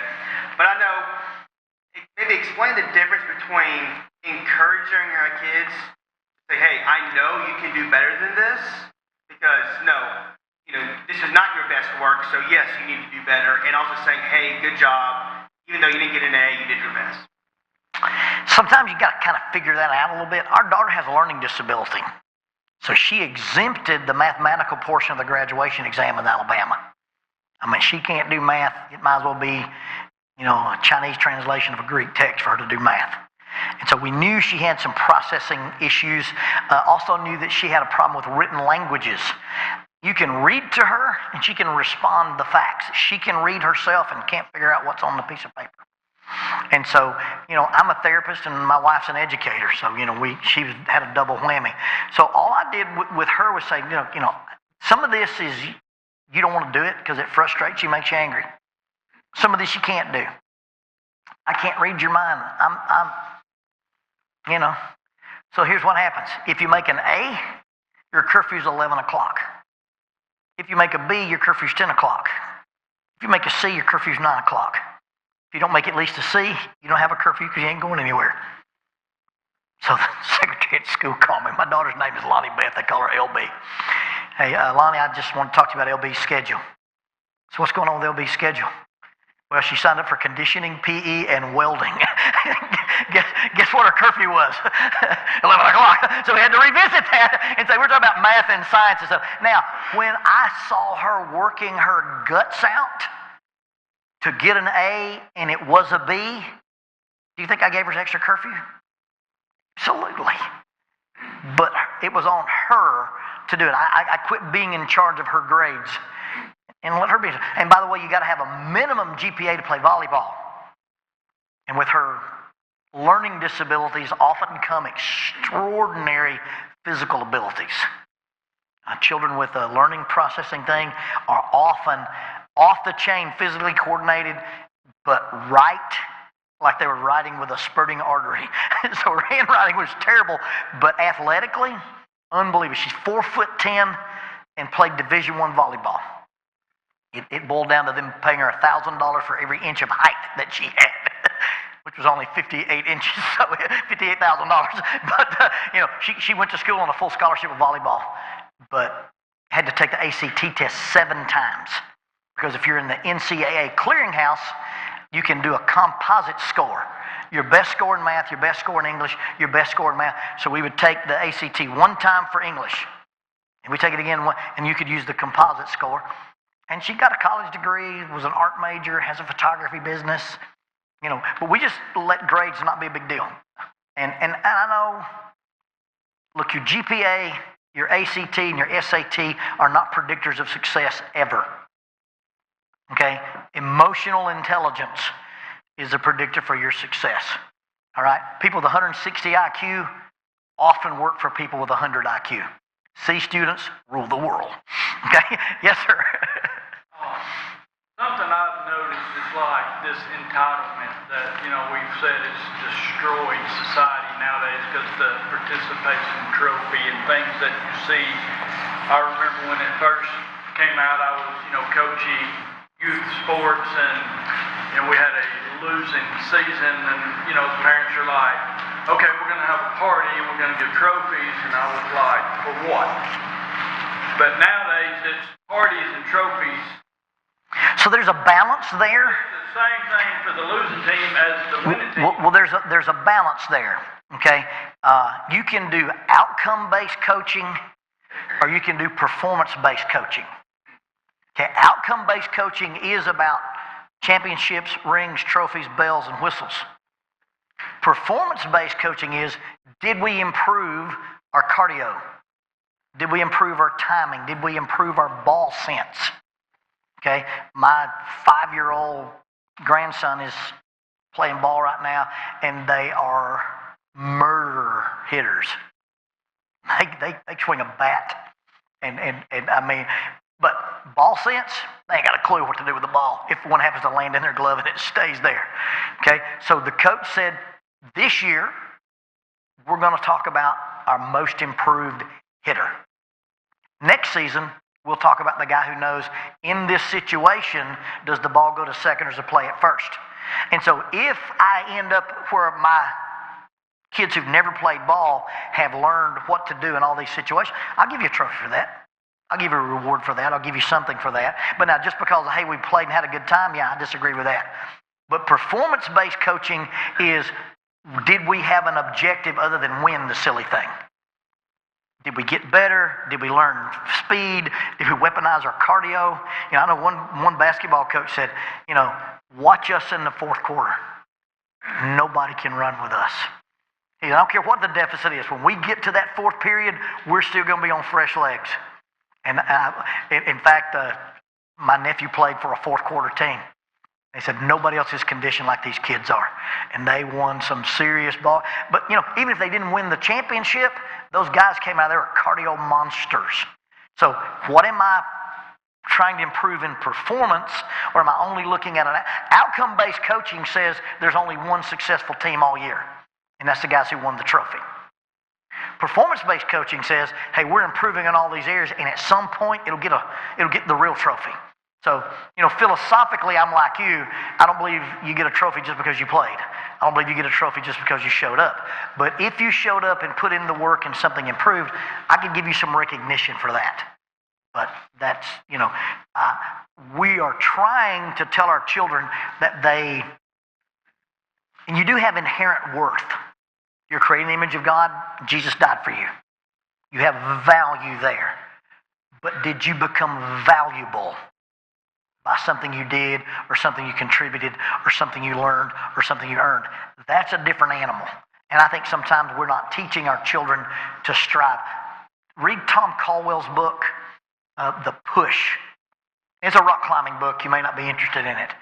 Tommy Caldwell is a professional rock climber, and he cut one of his fingers off in a table saw, and then him and a kid named Jorgensen free climbed, not solo climb, but free climbed the Dawn Wall. Probably the hardest climb on the face of the planet. 29 days they lived on the vertical face of El Capitan. Now, when you talk about free climbing, did you connect from this point to that point and go from here to there without taking a fall, or without putting your weight on your rope? Okay? If you climb it and you fell on the rope and had to reclimb, but they connected this multi-level climb, one of the hardest climbs in the world, and he wrote a book on some of his adventures, and he did the hardest climb in the world with 9 fingers. And there's some stuff on El Cap, you wouldn't, just unbelievable what's on the side of El Cap. But in his philosophy about this stuff, he said, my dad did not prepare the path for his children. He prepared his children for the path. And I believe our children need to experience some intentional adversity. I think it's good for them to be on a low budget. I think it's good for them to drive beat-up cars that they have to change the tires and change oil on. I think it's good to eat ramen noodles. I think that makes us who we are. If you read the book, The Talent Code, the people who are achieving greatness in sports are practicing tennis in a Quonset hut on a dirt floor with no air conditioning. If I'm a 14-year-old girl and I'm in an air-conditioned lounge with Gatorade on tap, what am I working for? I'm 14 years old and already have all this stuff. There's no need to work hard. If you want to train in the big room, get out here in the dirt court and do some stuff.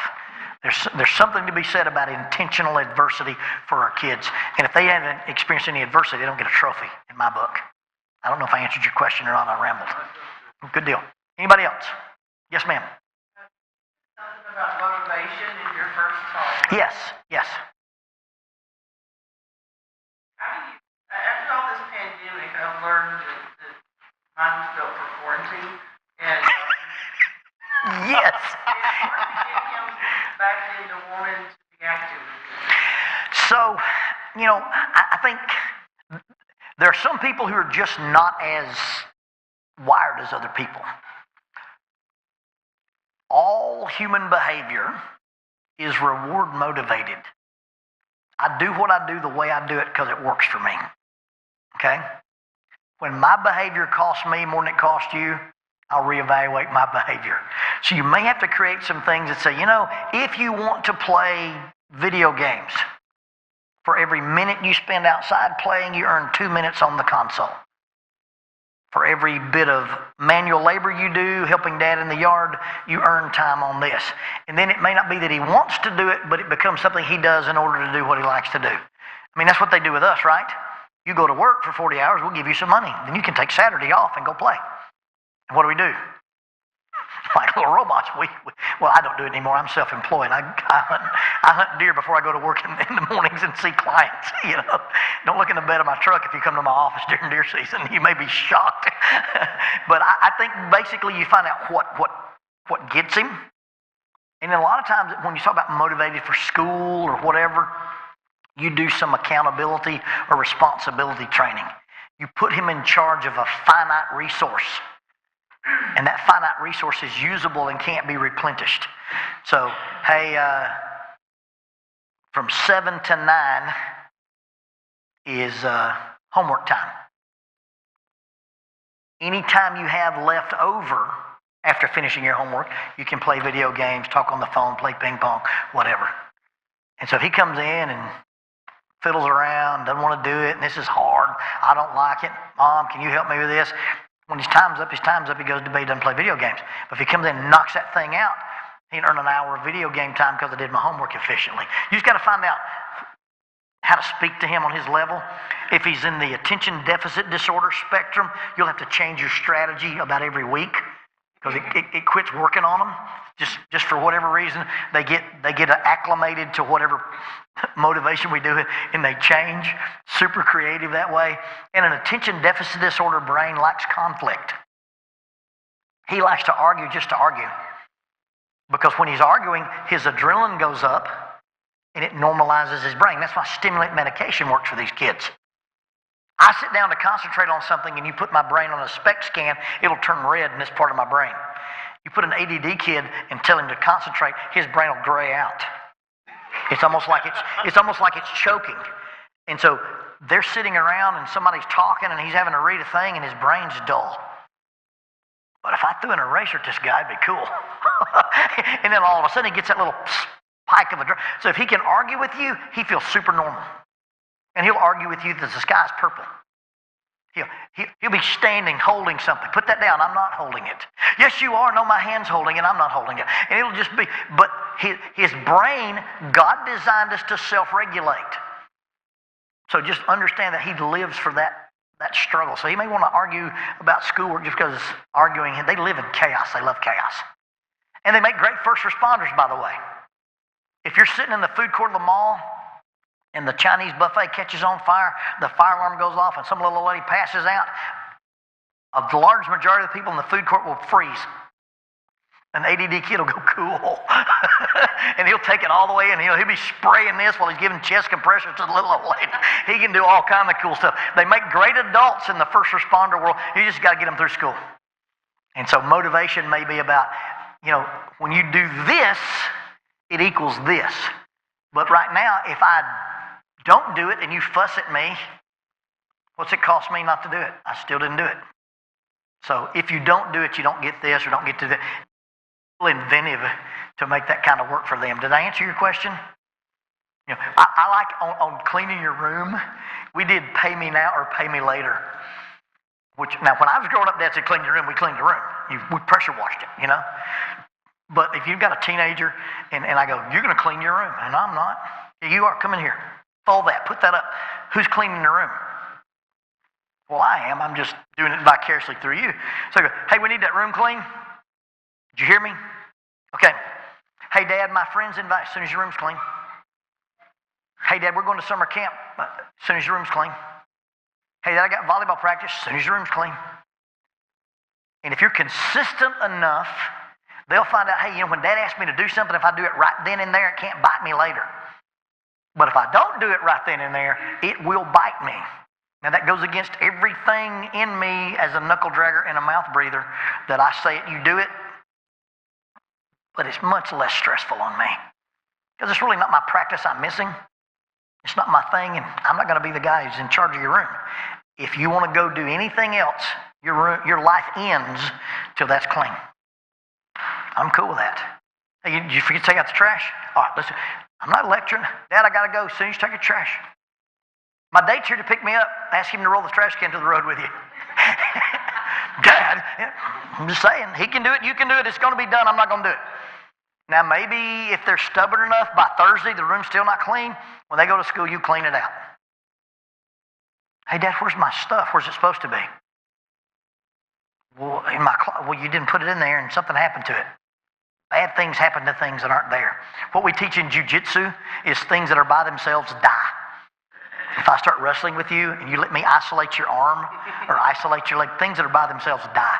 Stuff left on the floor, bad things happen to them. It's cool stuff. So you can. Human behavior is reward motivated. When my behavior costs me more than it costs you, I'll reevaluate my behavior. Some of you live with psychological warfare experts. You have to be super, super creative. But you can't let it make you angry.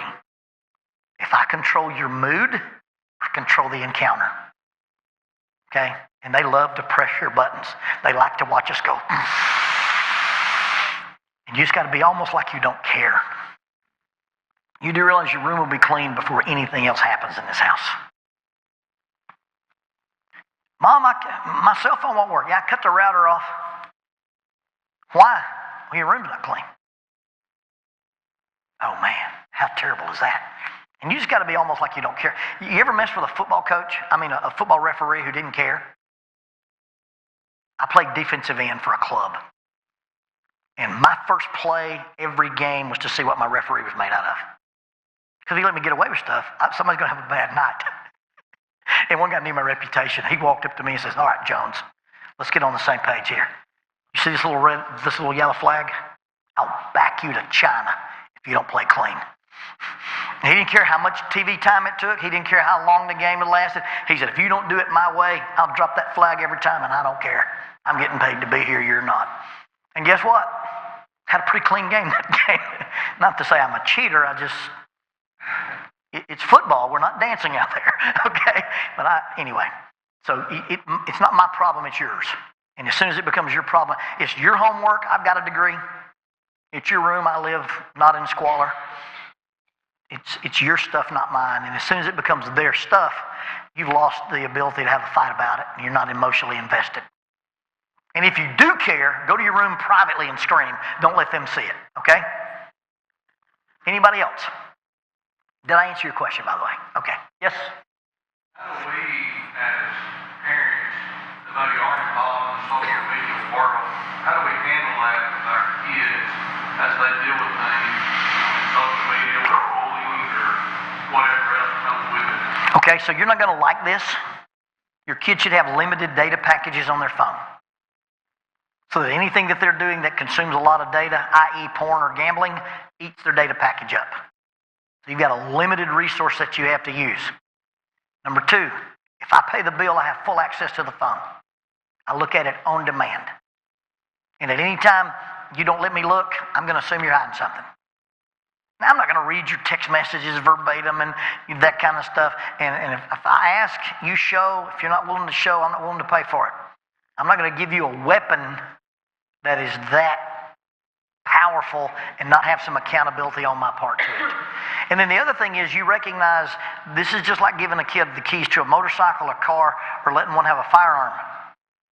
This can hurt you and this can hurt everybody else. And it can hurt you in ways that you can't perceive. And so I probably have a one-strike policy.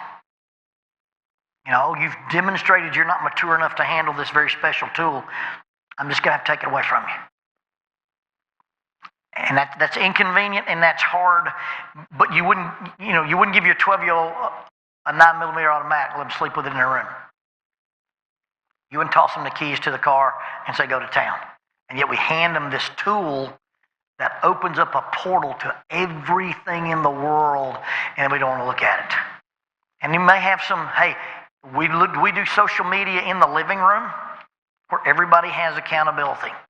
And if you've got a teenager in your home and they have private access to an iPad, a laptop, or a phone with an unlimited data package, and they use it unsupervised, they've been exposed to porn. Period. Now, they may not have sought it out, but it seeks them out. Because if I can get you exposed to it, I can get you addicted to it. I get you addicted to it, you'll pursue it. And a certain percentage of people who pursue it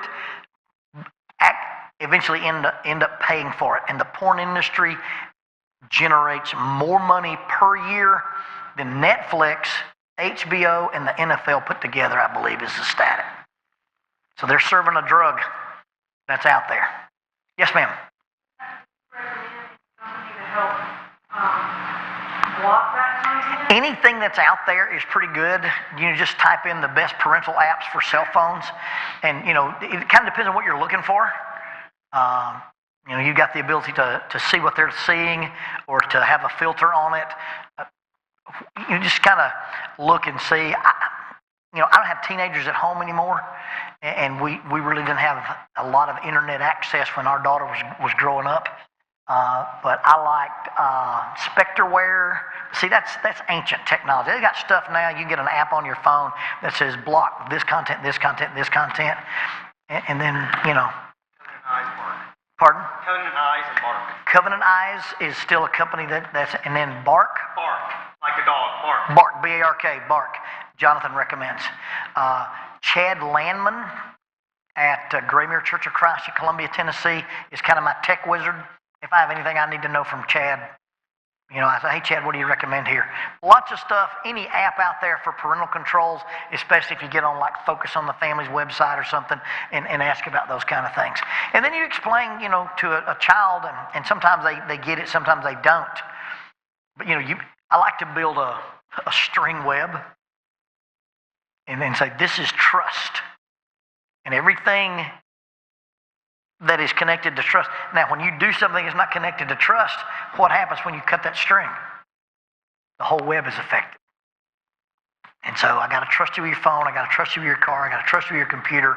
And I know it's difficult to have a student now without a computer. It's not my problem. Your problem to be honest about it. And let me go ahead and talk a tiny little bit about porn. If you've got a teenage boy and he's interested in naked girls, praise God. Okay, at least he's interested in naked girls. All right? And so they're going to look. They're interested in those girls. God created them and created the girls, and it's like, I did a wedding yesterday, and the bridal party on the bride's side was Mississippi State's cheerleaders. And those poor little groomsmen couldn't concentrate to save their lives. A bunch of single guys standing up there in tuxes, and you just, during the ceremony, they're just looking. hey, boys, we're trying to have a wedding here. It was just fabulous to watch that thing that God created work. When your teenage son is looking at that kind of stuff, number one, he wants information. Hey, what is this sex everybody's talking about? I don't know anything about it. I'm scared to ask you about it. So he's looking.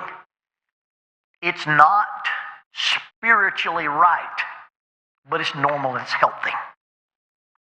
When your teenage boy starts looking at porn because he's bored, stressed, hungry, angry, lonely, or tired, he's now using porn as a mood changer.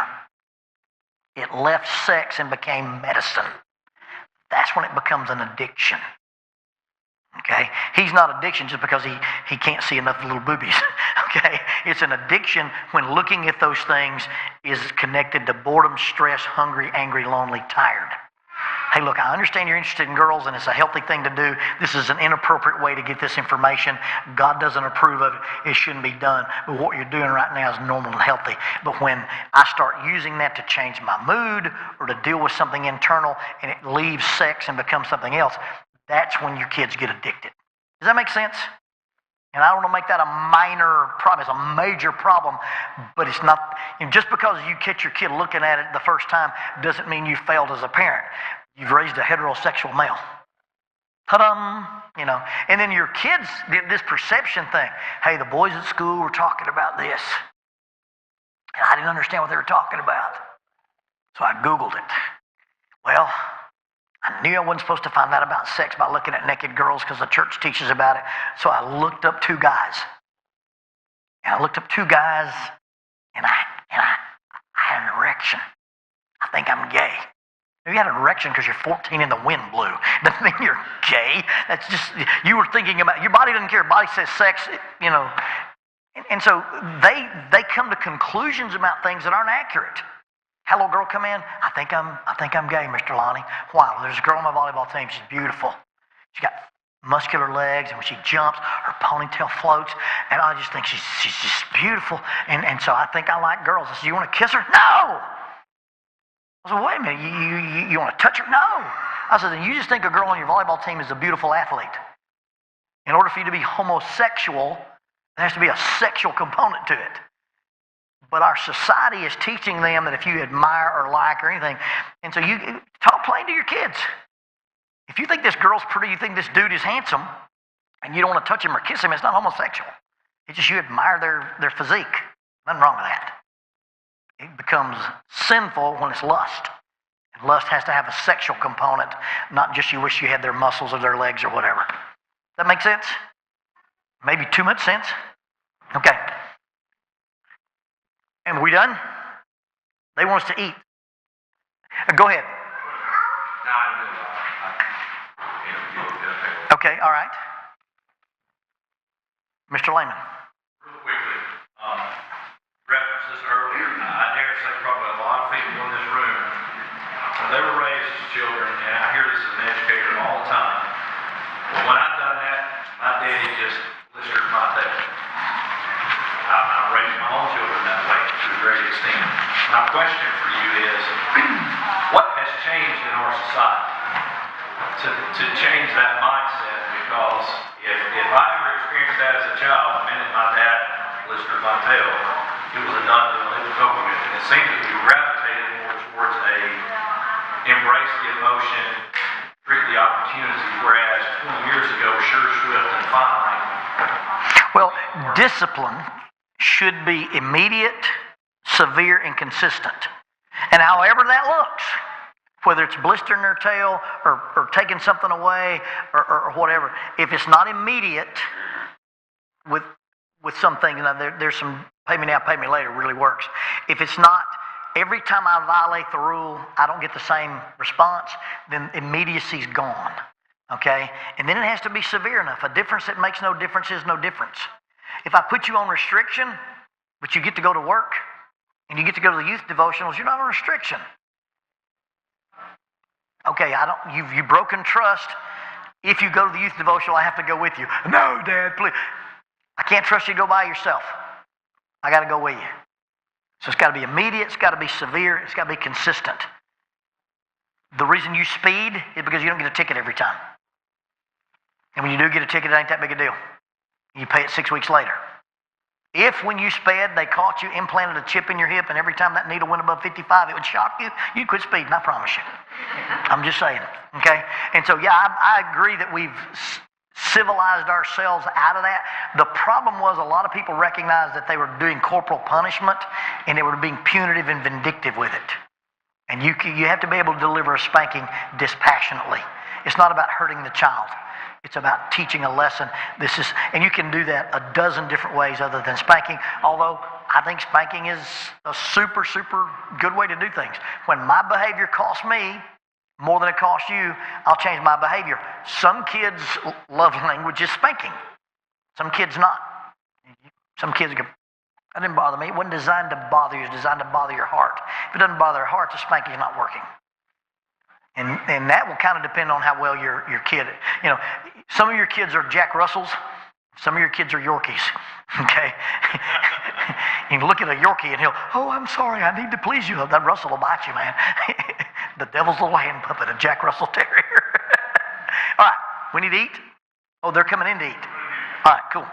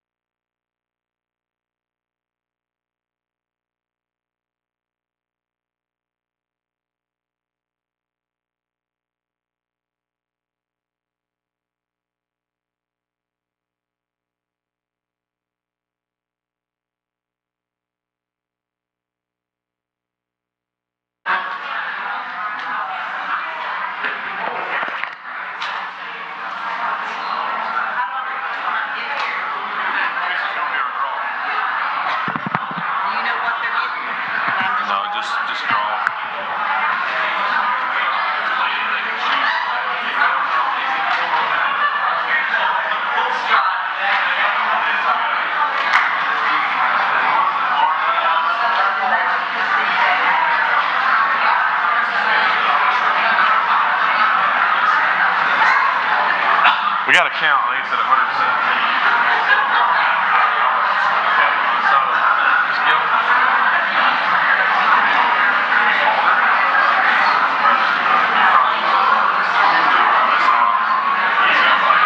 I'll do what I can. How would she not?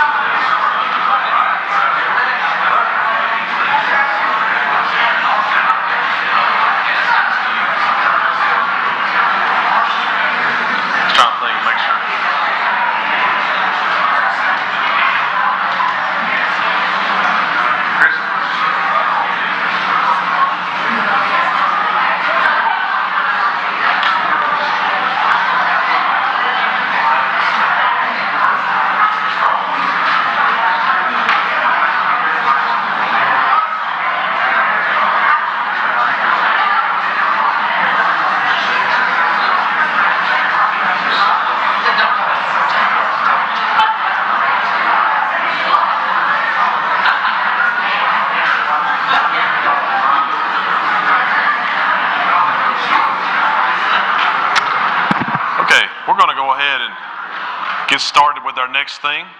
We appreciate, again, everybody being here. We have some door prizes. We're going to draw for those in just a moment. We're waiting on our caterer to get here. So she's supposed to be here. She's just right there. So, I mean, in Devil Springs, you're 3 minutes from everything, so it's okay. A lot of our speakers have been talking about resources, and that's been very helpful. I've compiled, just in 2 sessions, some really good resources I plan to buy. One book that I read recently, or am reading right now actually, is by a man named John Lonnie. If you're familiar with the Ramsey Network stuff, or Dave Ramsey Network stuff, John Lonnie, he has actually 2 PhDs, one in clinical counseling and I think psychology as well. This book was released about a month ago. It's called On Your Past, Change Your Future.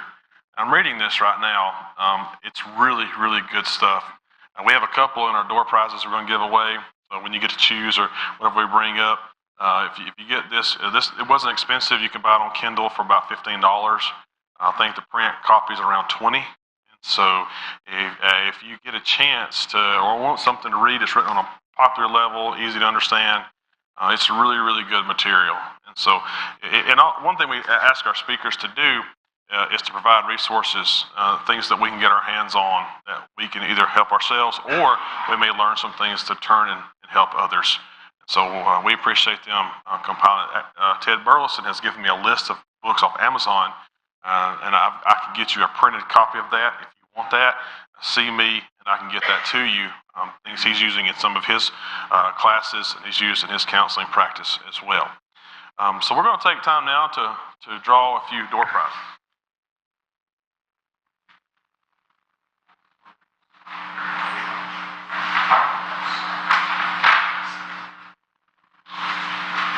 Okay. Shelby Reynolds. Shelby, come on.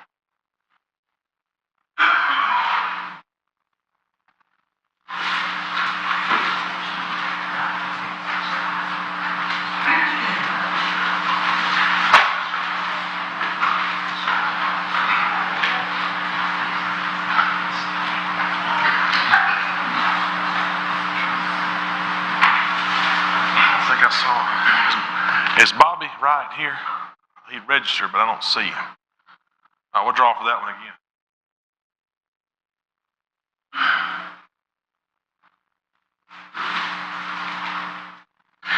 Vicky Schultz. Vicky, all right.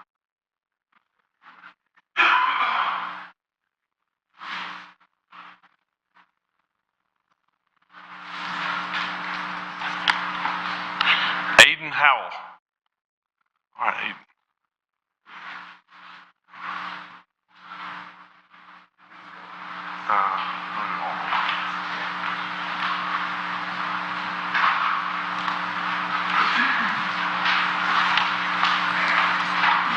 Thyra Guin. And here it will not be pronounced Gwen. Okay? So,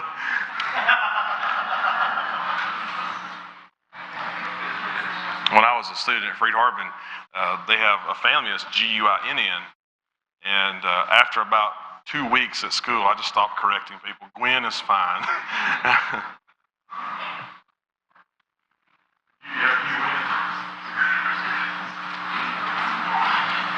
Scott Baggett. There's one right there.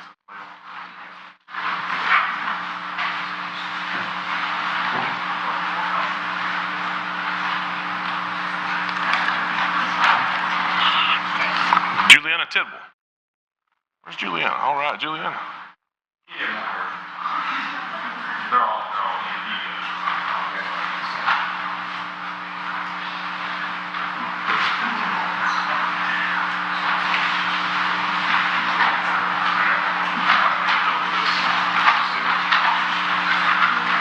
Next, Tennyson Gilbreth.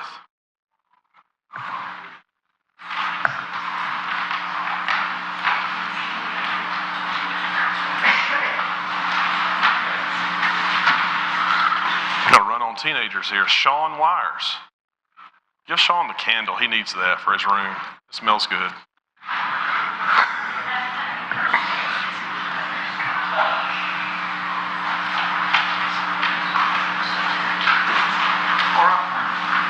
More Eldridge folks? Cindy Hall.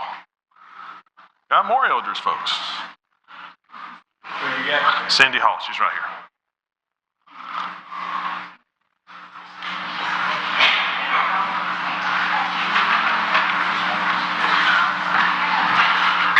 Alicia Carmichael.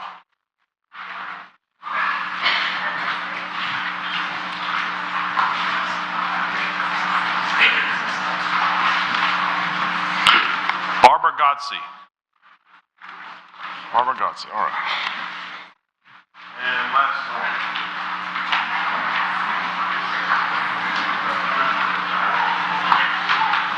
And Jason Moore. Where's Jason? There's Jason. All right. If you see Chris and Marsha Posey, they provided our door prizes today. If you see them, tell them we appreciate them doing that. Just to add a little extra little benefit of being here today. We've got at least that many more to do this afternoon, and so we appreciate them taking care of that. Where's Vance in here? Vance. Okay, Vance, will you come lead us in a prayer just a minute for the food?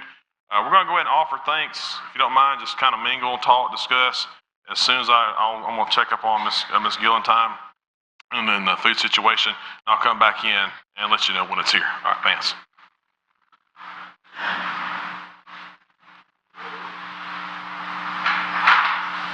Let's pray. Our Father in heaven, we're so thankful for today, thankful for the beautiful weather that's made it possible for all to be here who desired. We're so grateful, Father, for the help that we've already received. Help us, Father, to be a blessing to the people around us, and we pray that our lives can be made better because we've been here today. Thank you, Father, for each speaker. Thank you for each person and their motives that they've come today. Father, we're so grateful for the opportunity to share in the blessings that you provide, especially spiritually. But now we think about the food that's been prepared and provided for us. Thank you for this gift. Father, we thank you for the hands that have prepared it. May it nourish our bodies, and may we use lives this day that will glorify thee and thy Son. Continue to bless us and forgive us and grant us wisdom. In Jesus' name, amen. One more thing. After lunch, we won't meet back in here, so after lunch, we'll just go directly to our classes. So if you have any questions where those are, please let us know. We'll direct you where you need to go. You may have figured this out already. We have restrooms there in the lobby. We have another set of restrooms if you go through the glassway towards our fellowship hall. Be there on your left. I'll get an update on our food situation. You're welcome to mingle and visit in just a few minutes.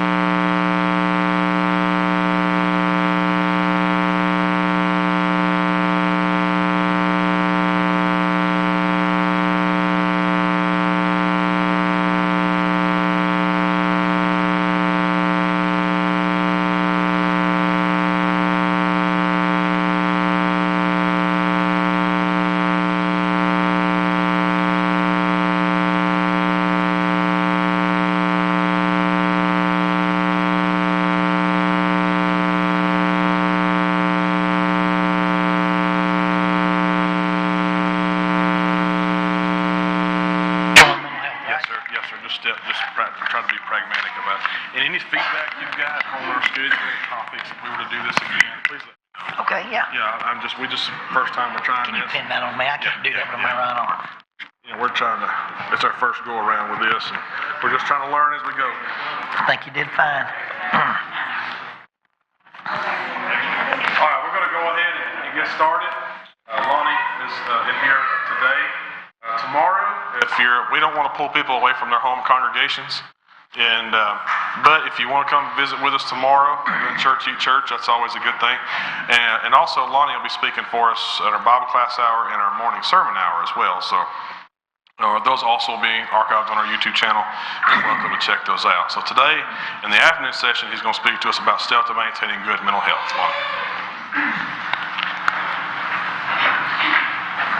So I'll do a little bit of a commercial. Most of the material that I'm going to talk about is from the book Grappling with Life, Controlling Your Inside Space. It's a little book that I put together for the jiu-jitsu community, and it has a lot of jiu-jitsu references in it, so I'll be making some of those. If you understand the principles of mental wellness, thinking about yourself, thinking about how you interact with other people. So in Stephen Glenn's book, Raising Self-Reliant Children in a Self-Indulgent World, he talks about interpersonal skills, intrapersonal skills, systemic skills, and judgmental skills. Well, if you read Romans chapter 12, that describes a spiritually and mentally healthy person. If you read through that and go, I do that, I do that, I do that, I do that, I don't do that, I don't do that, I don't do that, then you're probably spiritually and mentally healthy from a biblical standpoint. Romans 12 talks about how people who are saved by grace interact with other people. Romans chapter 13 talks about how a spiritually, mentally healthy person interacts with civil government. Romans chapter 14, how people who are spiritually and mentally healthy interact with people who have different value systems or religious traditions than they do. And it's a pretty good just exegesis. If you understood, hey, this is how you see yourself. This is how you operate in a system. This is how you deal with difficult people. You don't manipulate people with your emotions. Let love be without hypocrisy. Pretty good outline on that. And I'll probably actually do that tomorrow. But the thing that I do with the Controlling Your Inside Space book is basically based on the idea from Romans 12, where it says, as much as possible, as much as it depends on you, live at peace with all men. Now, when I used to read that as a kid, it scared me to death. As a young minister, it scared me to death. I don't know if you guys know who Brian Regan is. Brian Regan's a weird comedian. He says, you're 8 years old. You're sitting in your living room. You're playing with Lego blocks. Cartoons are on in the background. Smokey Bear shows up. Says, only you can prevent forest fires. He goes, I'm 8 years old. That's a lot of pressure. He says, then you're driving down the road and you see smoke coming out of the forest and Smokey appears in your brain and goes, good job, Brian. Because it's all on me. Well, I used to read that Romans 12 thing, as much as possible, as much as it depends on you, live at peace with all. Me? I'm 29 years old. I'm a young minister. That's a lot of pressure. And then as I studied more about limit setting and boundaries and really came to believe that the majority of the things written in the New Testament assumes the bell curve of normalcy. All the things that Peter talks about in marriage. I don't believe he's talking about if you're married to a person who's a narcissist or a sociopath or a psychopath or a predator. I believe Jesus didn't have the time to say, but here's the exceptions. If you assume that you have two healthy people in the relationship, those rules apply. But if you've got a person who is toxic or dysfunctional, I don't think that applies. Well, you can't prove that. As much as possible, as much as it depends on you, that intimates sometimes it might not be possible, and sometimes it might not depend on me. And now maybe I'm wrong on that, but there's some examples where the Apostle Paul will say, hey, you can't treat me this way, I'm a Roman citizen. He's going to be interrogated under bondage, and he says, can you do this? I'm a Roman citizen. Hey, we put you in jail and embarrassed you in public and flogged you publicly. We're going to sneak you out the back door in Philippi. I go, no, I'm a Roman citizen. They beat me without trial. I want them to come get me and show that I'm not the bad guy. Hey, we're going to transfer your case from Caesarea back to Jerusalem. Paul goes, no, I'm not going to go to Jerusalem again. I've got a card here that says I can see the Caesar. I believe those may be principal examples, probably not the reason they were written for us, but even a Holy Spirit-inspired apostle who would suffer for the kingdom drew some lines that said, I'm not going to do this. The Apostle Paul will say, you mark those who cause division. Of all the things the Bible tells us to solve, if you end up with somebody in the church who is an instigator of controversy and division, Paul says you mark those who cause division. So I believe there's some principles at least implied that there are some things where Christians can set limits and have some boundaries. You don't have to agree with that. You may talk to your elders and they say, we don't agree with him either, which is cool. You're not going to hurt my family. I'm not buying or selling anything. These are some things that in order to be consistent with what I think the Bible requires us to do with what we're able to do. There's no temptation overtaking you except which is common to man, and God will provide a way of escape. I think the escape route sometimes is putting healthy limits on people and saying you can't have access to me. Does that make sense? Now, difficult people are difficult people. I get the fact that we are all imperfect people. And what should my response be when an imperfect person lives up to his potential and acts imperfectly? I should bear with you. I should be humble. I should be gentle. Ephesians chapter 4 talks about lowliness and meekness, endeavoring to keep the unity of the Spirit. I believe, again, that assumes that we both have self-efficacy and we can do things. Is that okay, kind of as a caveat? So if, and this is weird, if we were to start to wrestle, if one of these guys up here were to come grab me, what I'm going to do is keep him out of my inside space.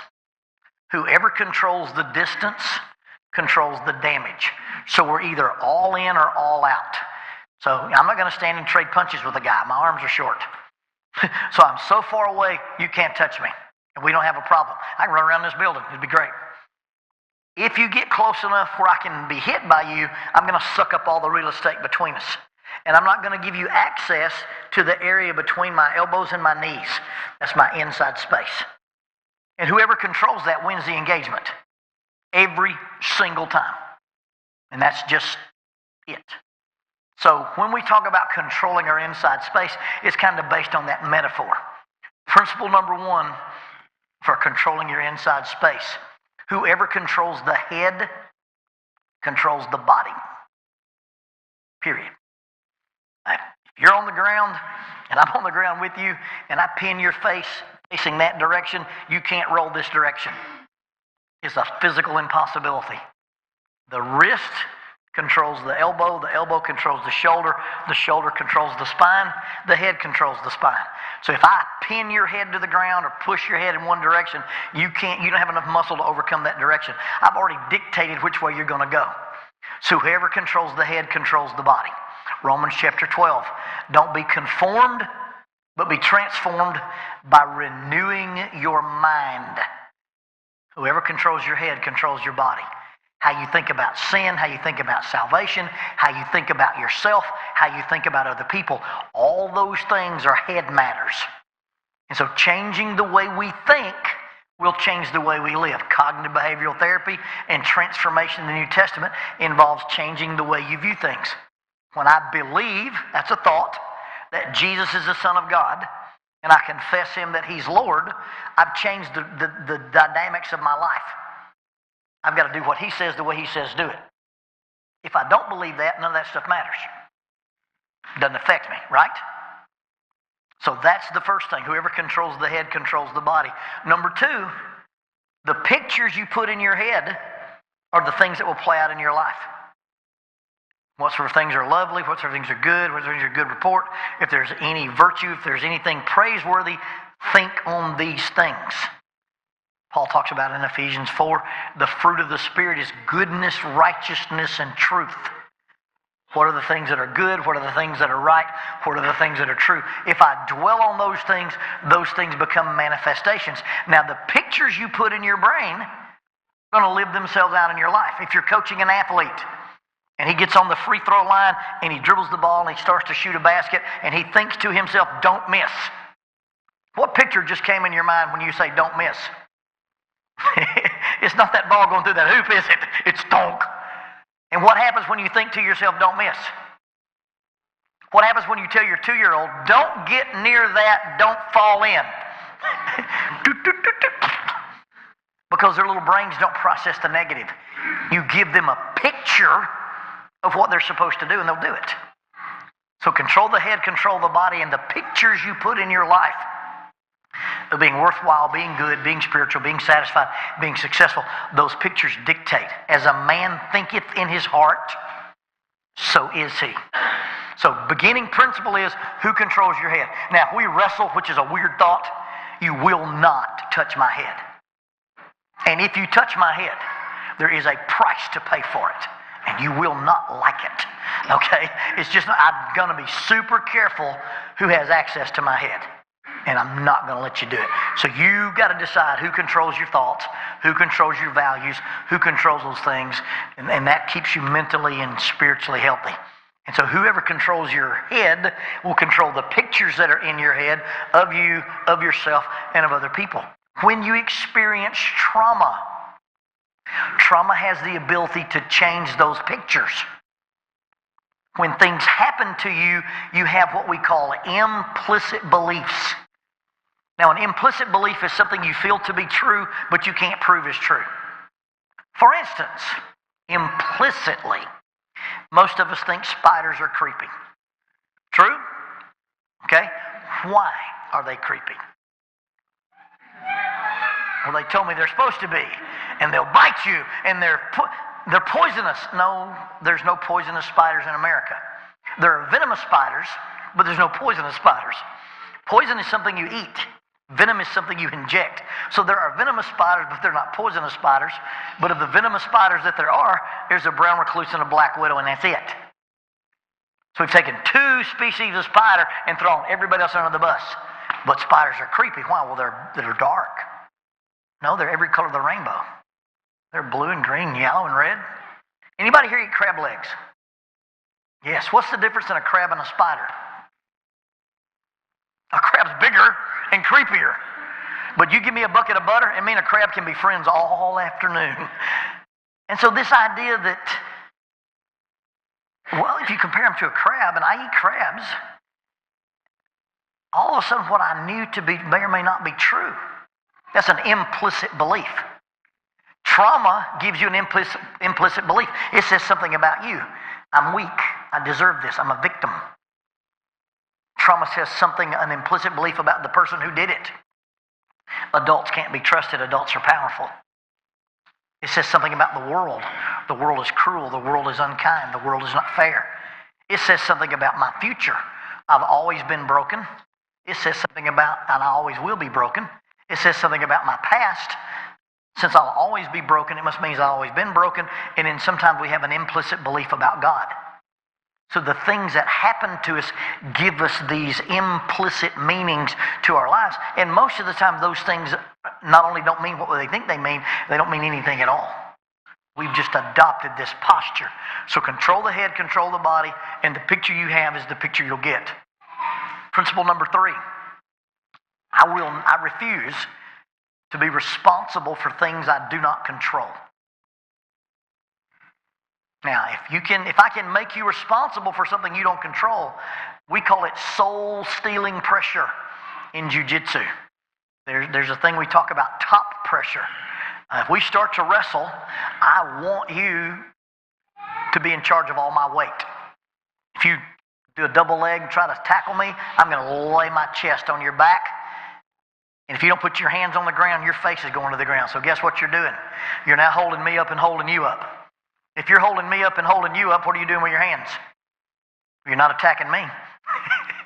Now, at some point, you can only hold me and you up for so long, you're going to go to the ground. And when you go to the ground, I can take my 185 pounds and make you think I weigh 400 pounds. And we call it top pressure. We call it soul-stealing pressure. What we teach at the police academy is 100 seconds. If I can get on top of you, and give you top pressure for about 100 seconds, you'll lose your will to fight. If you take a man's soul, he'll give you his arm. Okay? And I've had a lot of guys tap to my top pressure. So if I make you respond, it's your fault that I'm not happy. It's your fault that I'm mad. It's your fault that I left church. It's because of you that I drink. It's because of you I lost my temper. Well, if I can make you responsible for all these things that you really don't control, what do I have to do in life? I get to run around and blame people. And if you take ownership of if I don't, we can't make Lonnie mad. Who's in control of my temper, me or you? We can't make Lonnie get in the mood. Who's controlling Lonnie's emotions, me or you? If I can make you be responsible for something you don't control, I can drive you crazy and take your soul. If I could make you angry, I could make you happy. If I can make you drink, I can make you sober. If I can make you cheat, I can make you faithful. If I can make you quit, make you stay. If I can make you kill yourself, I can keep you alive. So I refuse to be responsible for things I don't control. I've got a responsibility to you in a lot of ways, but I don't have a responsibility for you. Galatians 6 says, bear one another's burdens. And then he says, each man will bear his own burden. There's some idea that the burden used there, one of those burdens sort of represents a backpack, and one of those burdens sort of represents a boulder. I help you with your boulders. I don't carry your backpack. There's some individual responsibility that you have. So I'm not going to be responsible for things I don't control. That's your mood, that's your spirituality, that's your addiction, and it's definitely, I'm not going to be in charge of your temper. So I'm not going to be around anybody I got to walk on light bulbs to be around. I'm going to let you choose. Now, if you choose to lose your temper all the time, I'm going to limit how much time we spend together. Okay? Principle number 4. I'm not going to let you control something that doesn't belong to you. So if we were to engage here in a little something friendly and I shook your hand, nothing wrong with me shaking your hand. But if you let me keep a hold of your hand and I can control your wrist or control your elbow or control your knee or control your ankle, not only can I control you, but I can cripple you. Because if you let me control something that doesn't belong to you, I've got all the power. That doesn't belong to me. I've got all the power in your life. So if you let me control your happiness, your satisfaction, your competency, your spirituality, your success, I've got the ability to ruin your life. And not only ruin your life, but to cripple you. Does that make sense? There's a really neat little move called an inside heel hook, which I'm a heel hook guy. I like that. By the time you feel the pain to know to tap, you're having ACL surgery. It's a violent leg lock. And what we call that is a leg entanglement. The Japanese word is ashigorami. It means a leg entanglement. So the 5th principle is, I'm not going to be responsible for things I don't control. I'm not going to let you control things that don't belong to you. And I'm going to manage the quality and the duration of our connections. I'm going to let the fact that we're connected become an entanglement. Because if it becomes an entanglement, then you have the ability to not just control me, but also cripple me. So we've got to manage the quality and manage the duration of our connections. And being connected to people without being entangled to people is super, super important. Especially if one of you is healthy and one of you is not. Now, 2 healthy people can have a very close, intimate relationship because that's partnership. Bible teaches that 2 become 1. It doesn't teach that 2 halves become a whole. And if I've got to have you to be happy, I'm a fixer-upper. But if you're happy and I'm happy, you're mature and I'm mature, and we combine our happiness and our maturity, we have a pretty good marriage. But ladies, if you're, I don't know if there's any single ladies in the room, but if you're a single lady and you're looking for something to pet and nurture, get a puppy. That's not a man, that's not a husband. Okay, get a puppy. Because what you want is 2 become 1, not 1 + 1 = 2, not 2 halves equal a whole. So I got to be careful to manage the quality and the duration of my connections. And if I recognize that it becomes controlling, manipulative, or abusive, I'm going to put some distance between us. I'm going to manage that distance. Whoever manages the distance manages the damage. And I think there are places, as much as possible, as much as it depends on you, where you go, you know what? This ain't possible, and if it depends on me, we're going to have less to do with each other. And I think those are healthy limits to keep you emotionally and mentally healthy. Sixth principle is avoid all or nothing thinking. Don't get into the place where your definition between ideal and unacceptable is razor thin. You got, okay, this is ideal, this is unacceptable, but this is field expedient. I recognize it in dealing with the church and dealing with my spouse and dealing with my children, my spouse dealing with me, is that I'm not a perfect dude. But there's some behaviors that are out of bounds. So as long as I'm not out of bounds and I'm closer to ideal, then I don't have to do all or nothing. People who don't maintain good mental health often judge other people and just are quick to cut people off. I'm an imperfect person. I married an imperfect person. We had a daughter when she got old enough, she became an imperfect person.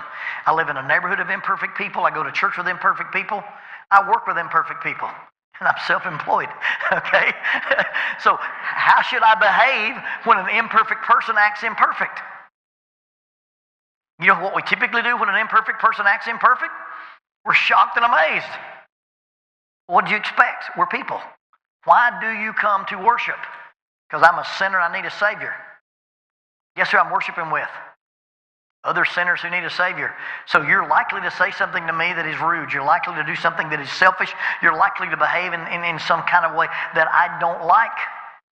Well, I don't give you one strike and you're out. I balance that, assuming you're healthy and trying, and I'm healthy and trying. I'm not going to do this all or nothing thinking and only allow myself to be perfect or fail.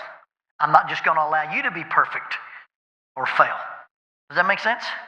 Now, as far as avoid all or nothing thinking, you've got to understand that you can't overreact or overcommit to anything, which is just a really kind of a strange thing. If I'm standing like this, you can't push me backwards. Just not going to happen. I've got all my weight on my back foot. I'm connected to the ground, and I'm almost immovable unless you're smart enough to pick my leg up. Because if this leg is heavy, this leg is light. And all you got to do is wrestle with a person enough to feel where their weight is and the other side's light. Everything you say yes to is something else you say no to. Life's about choices. So I'm not going to overcommit or overreact. I'm not going to put all my eggs in one basket. I'm not going to say this is the only way to be happy. This is the only way to be successful. I'm going to realize that I have to have a balanced life. Because when you overcommit into one direction or the other, I can take advantage of that. And so many times we invest everything we have into work or a hobby or a pursuit or a goal when really life's about balance. We've got to be well balanced. So everything you say yes to is something else you say no to. And everything you say yes to invites friends to the party. There are some things when you say, hey, I'm going to do this, you've also invited some other things into your life. So be aware that in controlling the quality and the duration of our connections, I also don't want to overcommit or overreact, and I got to be careful to manage that response to things, because if I can get you to move between extremes, I can keep you in flux all the time. That's what the church typically does. We overreact to things. I remember when we didn't talk anything about grace. And then all of a sudden it was cheap grace. What does the Bible teach about grace? Grace is accessed by faith. Faith without works is dead, being alone. It's not this, it's not either or, it's both and. The same thing about the Holy Spirit. When I was growing up, you read a passage about the Holy Spirit, people go, who? Because we didn't talk about the Spirit. Well, read Romans chapter 8. The Spirit's kind of there, okay? The fruit of the Spirit. Galatians 6, Ephesians 5. And so, but we went, oh, there's no such thing. And then it was charismatic gifts. Well, the truth is right here. And so be careful what you say yes to. Be careful what you say no to. Don't overcommit and don't overreact. The next principle in maintaining some mental health is be careful that you don't judge your insides by comparing them to somebody else's outsides. Don't compare what you know about you to only what you see about me. That's a tough way to keep score. And we tend to know ourselves intimately, and I don't know very much about you. I drive to church with a car full of kids, and I'm threatening everybody's lives. And then this other family pulls up, and they get out, and they're smiling and holding hands. And you think, I'm a loser. No, they were threatening their kids, too, on the way to church. I swear, if somebody doesn't find their shoe right now, I'm going to pull this car. And then they get, and we think, I'm a loser. I remember when my daughter played volleyball, Coach Clemens, I'd sit on the bench and watch the other team. Have you ever seen a volleyball team warm up? Somebody stands at the net and tosses a ball. And this girl who can jump navel height on the net hammers it like 4, it slams, and I go, man, they look good. Coach Clemens always said, everybody looks good in warm up. Anybody can hit a volleyball, nobody's blocking. I knew a kid could kick a 60-yard field goal if he didn't have a linebacker coming at him. Okay? I get tickled, and I don't want to offend anybody, but I speak a lot of places, and you walk in, there's a dude with an earbud in his ear and a squirrely. The deacon in charge of gunfire. Everybody can shoot. I teach a monkey to shoot. How well do you shoot when somebody shoots back? Okay? Everybody looks good on paper. Everybody's good. But what I know about me should not be compared to what I can only see about you, because it's super easy to make those evaluations. And we get wrapped up in a lot of superficiality. And so if I'm judging my success or my happiness by what you show on Facebook, that's a fool's errand. I don't post pictures about the big deer I missed. I only pose with the ones I kill. Sitting out there, here I am in the middle of the field. Failed at hunting today. Nobody wants to see that on Facebook. But you got to understand it's not real. But when I start saying this is spirituality, and we have guys in the brotherhood that are elitist, and they want you to think if you don't dot the I's and cross the T's like they do, then you're not Christian. I don't find it anywhere in the New Testament. A self-selected criteria for self-approval will drive you neurotic. So what you got to do is say, hey, I'm comparing myself to what God says. It's not why I'm different than you. It makes me more like Christ. It's not about being better than you. It's just me being better. And we got to quit comparing ourselves to each other. So you got to be careful not to judge your insides with somebody else's outsides. Another way to be mentally and emotionally healthy is control the controllables and do the doables. Similar to don't be responsible for things you can't control and don't let somebody else control the things that don't belong to them. But I just got to figure out what I actually control. And I'm going to control what I control, and I'm going to do what I can do. And that's it. We're the only animal on this planet who has the emotions we have. We're the only animal on this planet who has emotions about our emotions. It's not enough that we get mad, but then we worry about why we got mad. You know, a coyote walking down the field, jumps a quail, doesn't spend the rest of the day beating himself up because he can't fly. He goes eats a chipmunk. We spend the day wondering why we couldn't fly. Okay? So be very, very careful about those comparisons. And okay, so in this situation, what can I control? In this situation, what can I do? And controlling the controllables and doing the doables is a major thing. I can't be any taller. That may shock you. That's a biblical principle. Which one of you, by worrying, can add a cubit to his stature? Not going to happen. So in the wrestling world, your size is your size. I don't control what you bring to the table. I can't be any taller. I can control my posture. And when I control my posture, I'm almost unbendable. And it really doesn't matter how big you are. It doesn't matter how tall you are. I can't get any faster. I'm 59. I'm losing the myelin sheathing on my nerves. These young men back here, every time he dribbles a basketball, every time he pitches a baseball, his myelin sheathing adds a layer. Adds a layer and adds a layer. And he'll only get better and faster and stronger until he's about my age.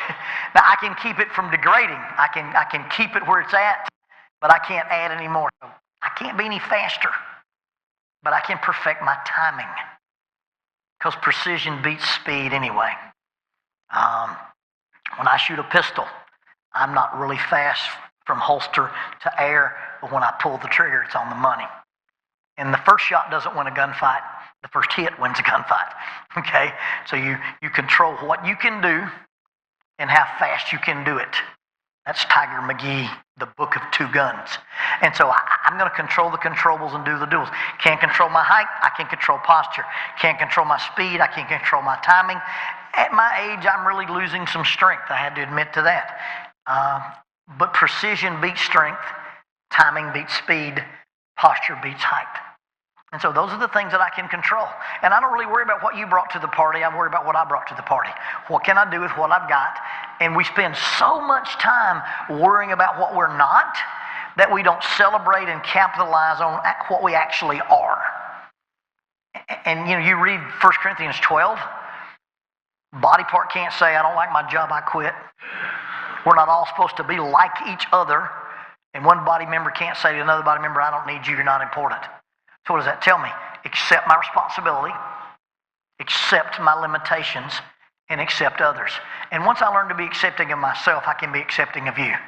And so what do I control in this situation? And so if you feel guilty about something, if you feel inadequate about something, ask yourself, what was really in my power? And could I control that? Yes. Did I do it? Yes. Give yourself a check and move on. Because really you can only control what you can control, and you can only do what you do. I tell this story all the time, but in one of my rock climbing classes, we had a kid with one arm. And we were teaching a thing called belaying. If you were to open up your ceiling and let me throw a rope over that rafter right there and tie that rope to somebody, as they climb up, I pull in their slack by pulling the rope through a friction break. And then if you fell, that friction would hold you off the ground. We call it top roping. You don't have any dynamic falls. Amateur climbers top rope. What Troy and I do when we climb is as we climb, we take the rope with us and add pieces of protection as we go. But we were teaching these kids to climb and to belay each other. And they had to belay one of their friends, and then the fourth class, they had to belay one of their parents. It's a really big deal to get your belay certificate. It kind of means you've gone from a kid taking a class to a kid who could climb on their own if they had their own gear. And this little kid in my class only had one arm, a kid named Chris. And we were teaching kids to belay, and we had some exercises set up, and it was really important. Everybody was going to, try to belay one of their parents. And this kid tugs on my harness. Mr. Lonnie, I need to learn to belay. I turn around, it's the one-armed kid. I go, Chris, typically people use two hands to belay. And Chris said, well, typically I just have one. And then he said, the little 7th grade kid looked me dead in the eye. He said, don't tell me what people with two hands can do. Tell me what I can do with the one hand I've got. And learning to just live with what I got. Control the controllables and do the doables. That leads to a lot of mentally healthy feelings and a lot of mentally health state. And then the last thing in the idea of mental health and emotional health is controlling your heart. If you hang out with first responders, cops, firemen, paramedics, sometimes the things we talk about are not table appropriate. So we're all sitting around the table and come off a scene, and one of the people on the scene had not survived. And somebody said, well, how did he die? And the paramedic said, well, his heart quit beating. And when his heart quit beating, he quit getting oxygen to his brain. His brain died, everything else followed. Well, duh, that's how everybody dies. Okay? Sometimes it's from blunt force trauma, sometimes it's exsanguination, but you die when your brain quits working because your heart quit working and everything else follows. Well, guess what? That's the way a chokehold works.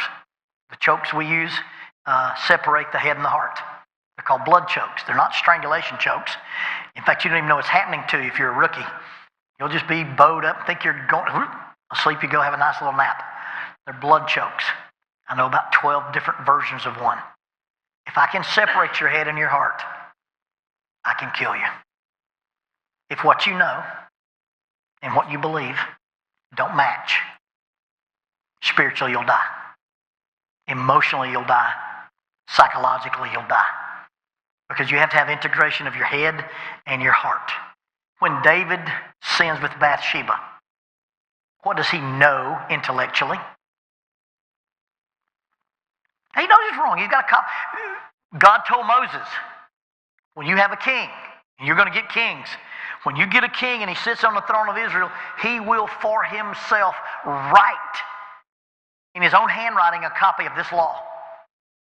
Assuming that David obeyed the commandments of Moses, David had a handwritten copy of the law sitting by his throne that he read every day. Thou shalt not commit adultery. Now, actually, that's not what it says in Hebrew. In Hebrew, it says no adultery. They didn't call it the 10 Commandments. They called it the 10 words. No murder, no steal, no covet, no adultery. Simple language. David knew that intellectually. David says, hey, who's that lady over there? Is she not the wife of Uriah the Hittite? If I'm on my roof and I see you on your roof, guess what I know about our roofs? They're not the same roof. What does David know intellectually about what he's doing? When she ends up with a baby on the way, he brings Uriah home in order to cover it up. Intellectually, what do you know he's doing? Hey, David has all these. I've got to commit treason and murder to cover up this thing that I did. Well, why are you having to cover it up if it's wrong, David? Instinctively, we know what's right and what's wrong. Do we not? David doesn't do anything until an old prophet comes and tells him a sheep story. And how does David react to the sheep story? His heart gets involved.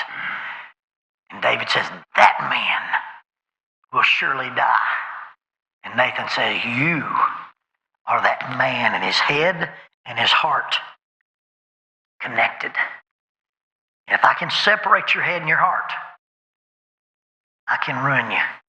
Above all things, guard your heart. It is the wellspring of life. So I was working in North Georgia with a football team out of Cobb County. It was a really neat group of guys. We worked with the defense in the mornings and the offense in the afternoons. We're doing the high ropes obstacle course with them. And a group of guys out of Cobb County, their t-shirts said dedicated, physical, relentless. It's July in North Georgia, hot, 100 degrees in the shade. There's this kid on the team named Logan Slogger. He's an outside line. Isn't that not the best name for an outside linebacker? Logan Slogger. And so we've been there, 4 or 5 days. And these guys are squared away. If you're standing out there in the Georgia heat and one of those kids leaned up against a tree, one of his buddies would say, hey, what, you taking a vacation? And he'd drop and do 25 push-ups. They get together at night and the coach would say, how many, boys? Well, coach, I heard you say, and for every cuss word those kids heard that coach say, he'd give 25 push-ups. They held each other accountable. We're standing there the last day, watching some guys up in the trees, and I'm standing by Slogger. I said, you got to help me out here, bro. I said, your mascot is the Greyhounds. And I said, I just don't get it. I said, I was a Yellow Jacket from Oxford.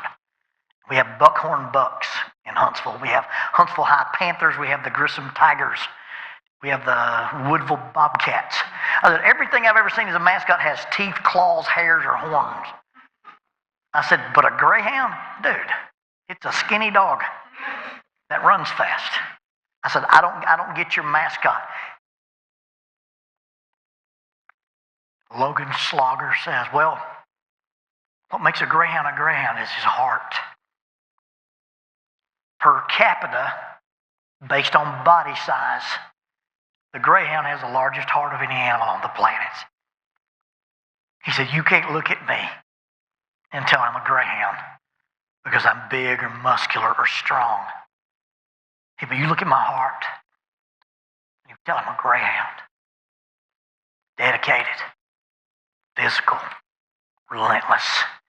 If you're going to be healthy mentally and emotionally, you got to decide who controls access to that heart. And your heart and your head have to connect, because whoever controls your head controls your body. But if the head and the heart don't connect, if I separate them, I put you to sleep. I'll kill you. God bless you.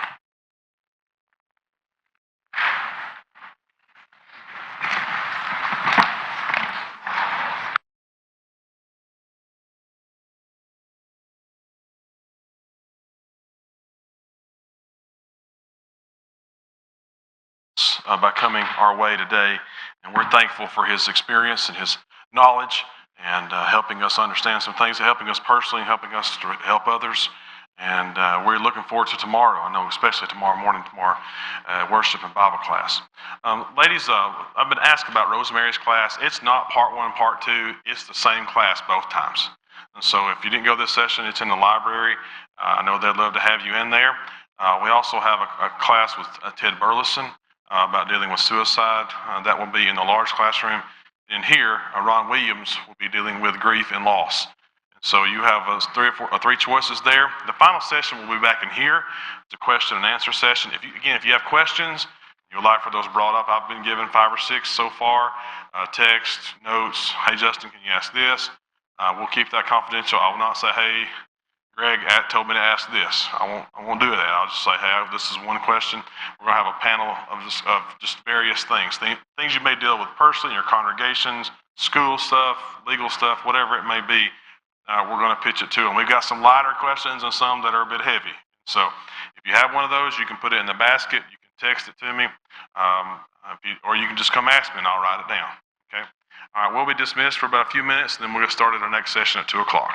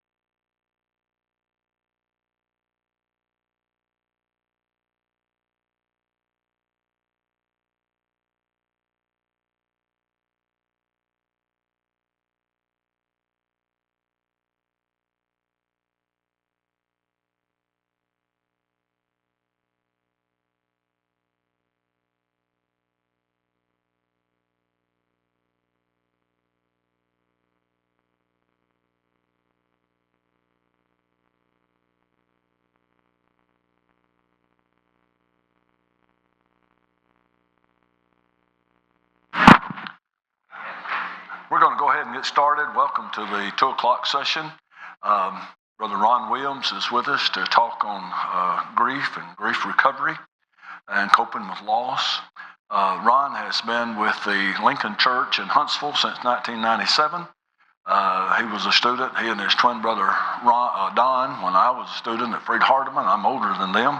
But just great set of twin brothers, and I've known their sister, and I knew their mom and dad, Joe and Dot Williams, and just a great family. I think there's 3 generations of preachers in this family, 4, I guess now. And but Ron is with us for this hour. He has authored a book with his brother entitled "Walking with Those Who Weep." They have some tracts. I know I have gotten several of these tracts, and I have given them out at times when people have had funerals or whatever. There is a bibliography on grief, and he's leaving us a copy of this. And I didn't know there's that many books that have to do with grief, but we'll have that as a reference source too. But thank you for coming to this hour. Ron will probably make this where it will be kind of interaction from you. And if you have something that you would like to offer to the class, we would certainly encourage you to do that. Don, if you would stand and lead us in a brief prayer, and then we'll let Ron begin.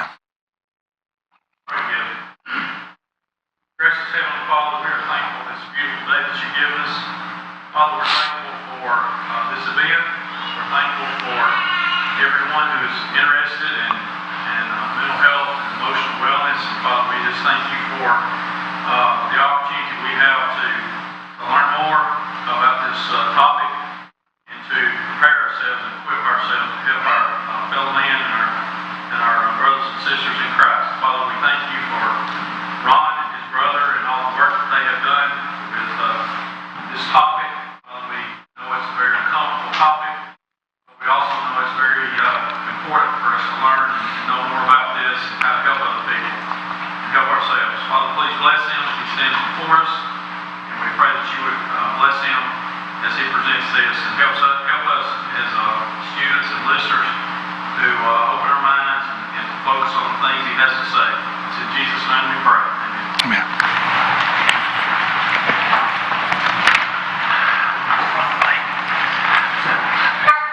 I want to say how grateful that all of us who are been asked to come and speak, how honored we are to be a part of such a wonderful program.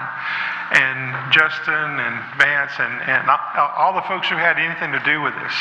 I know it's hard for you to pat yourself on the back, is what Tom Holland said. God made us in such a way it's hard to pat yourself on the back and also kick yourself in the back end. But you're certainly to be commended for such a wonderful program. And I think several of us are going to play copycat and try to do these at other places because this is such a needed program. And we're very appreciative of that. They tell you in lawyer school, even though I've never been a lawyer, nor will be one, that when you're asking a question in a court case, that you better be sure that you know what the answer is before you ask the question. So I think I'm pretty sure about this when I ask this question. Is there anyone in this audience that has never dealt with grief? Perhaps except for that little child right there. The rest of us, and that one right there, the rest of us would say, yes, in one way or the other, we have dealt with grief. Grief is universal. Either we will grieve over something or someone significant in our life that we've lost, that we have to suffer with, or someone will grieve over our loss. So this is something that's a universal experience. And yet the problem is so often that many individuals want to avoid talking about grief, wanting to deal with grief because they think that somehow, some way, they're going to escape it. And that just can't happen. It's just not that way. You know, Job said, a man's born of woman is full of eggs and full of trouble. And that's true. And so we got to remember that we're dealing with something that's universal. Almost 40 years ago, our firstborn was born. I know I don't look that old, but I am. And my wife's much younger, even though she's a little bit older than I am. But the point of the matter is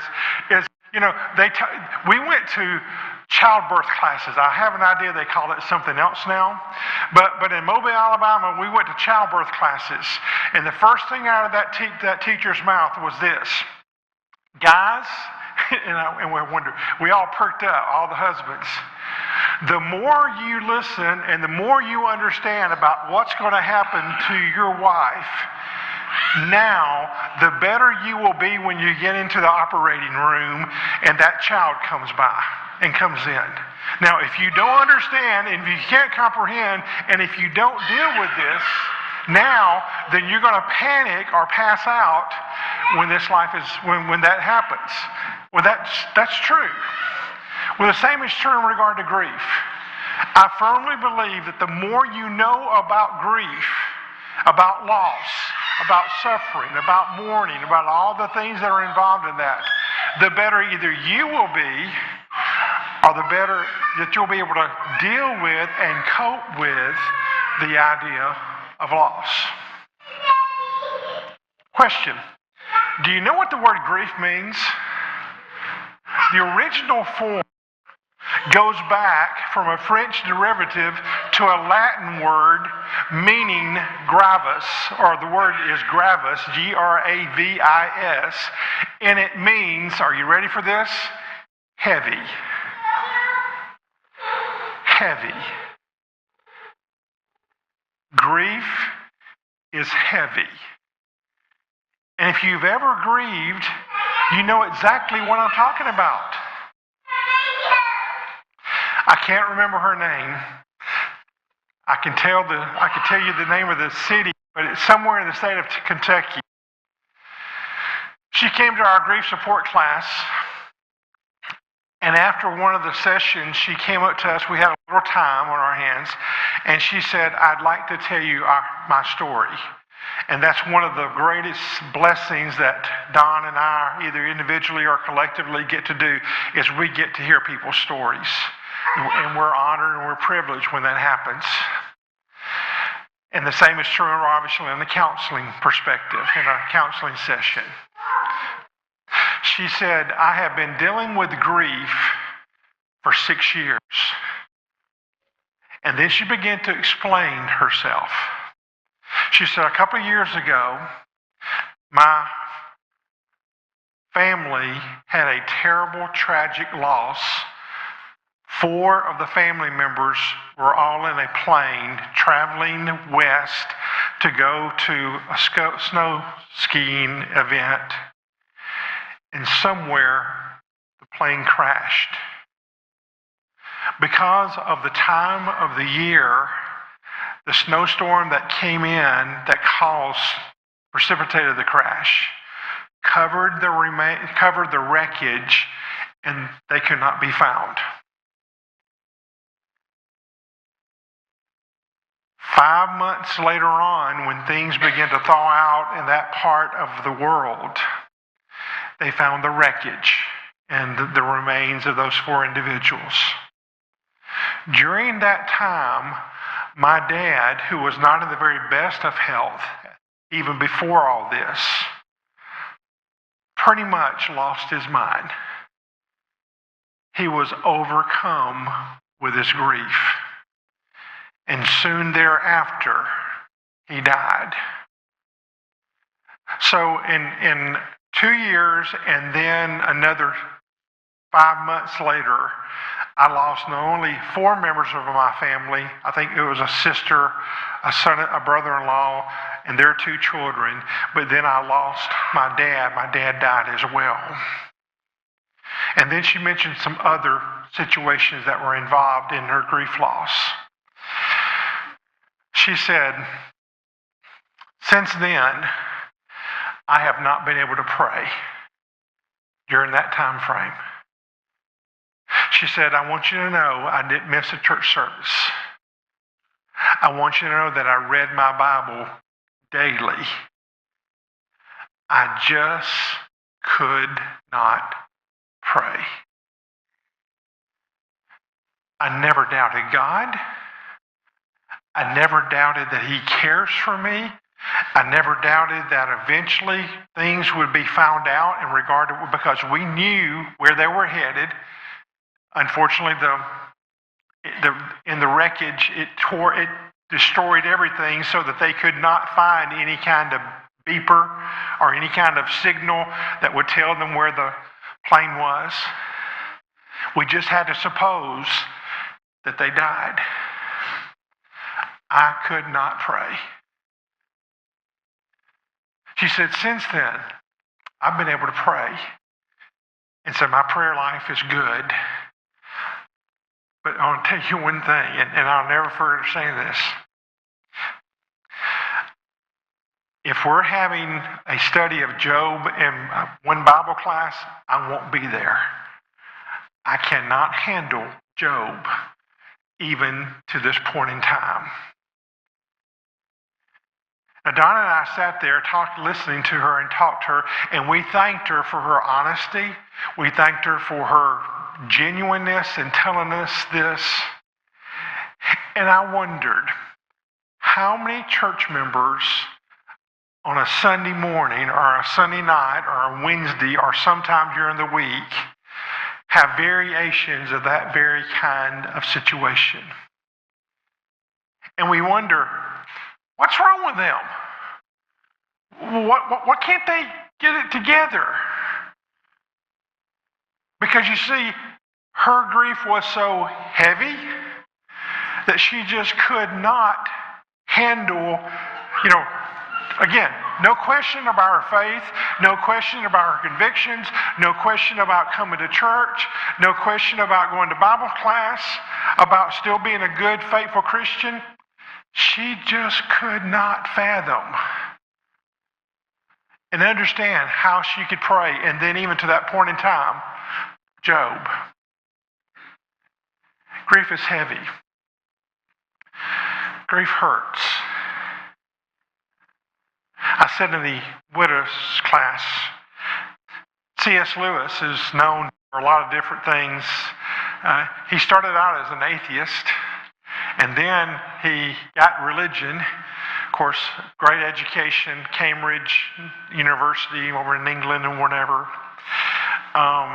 Wrote children's programs, The Lion, the Witch, The Wardrobe, Chronicles of Narnia, all those kind of things. And then he fell in love one day. He had been a bachelor all of his life. And when he fell in love, he realized the completeness of what relationships were all about, and marriage particularly. Unfortunately, his wife, after a period of time, developed a terminal illness. And he had to deal with that reality of losing someone that he loved with all of his heart. He wrote a little book a year or two after her death, entitled A Grief Observed. And it's written from a British perspective, an English perspective. That's an old English perspective. But he makes the point in the book. He said, I never knew how much grief was like fear. And he goes on to say, he said, the way we are treated in grieving today in our world is that they ought to just take us and put us over in a leper colony somewhere. He said, because that's the way we're treated. As if we're sort of contagious. I call it sometimes the Jonah syndrome. We don't have anything to do with Jonah. Let's just throw him off and get away from him. And I made the point in the widow's class that oftentimes we, without really meaning to do so, do the same thing to those who have lost loved ones or have suffered some kind of terrible tragedy. We just, after going through a checklist in our brain of things that we know that we ought to do, what do? We forget about them. We leave them alone. And sometimes we superstitiously think, well, I don't want to be around them because, they've had a lot of bad luck, karma. They've had a lot of terrible things that have happened. And I've actually heard people say, you don't want to be around them because bad things happen. Can you just imagine hearing that from a church member, a fellow church member? Think about that. So let's just talk about, and we're going to just do interaction for just a few moments. What kind of challenges does anyone who is dealing with any kind of grief face in our world today? What kind of challenges? Loneliness. Because either the loss is someone that we loved, that we cared for, that was a part of our hearts, a part of our lives. Maybe we had children with that husband, and they're no longer there.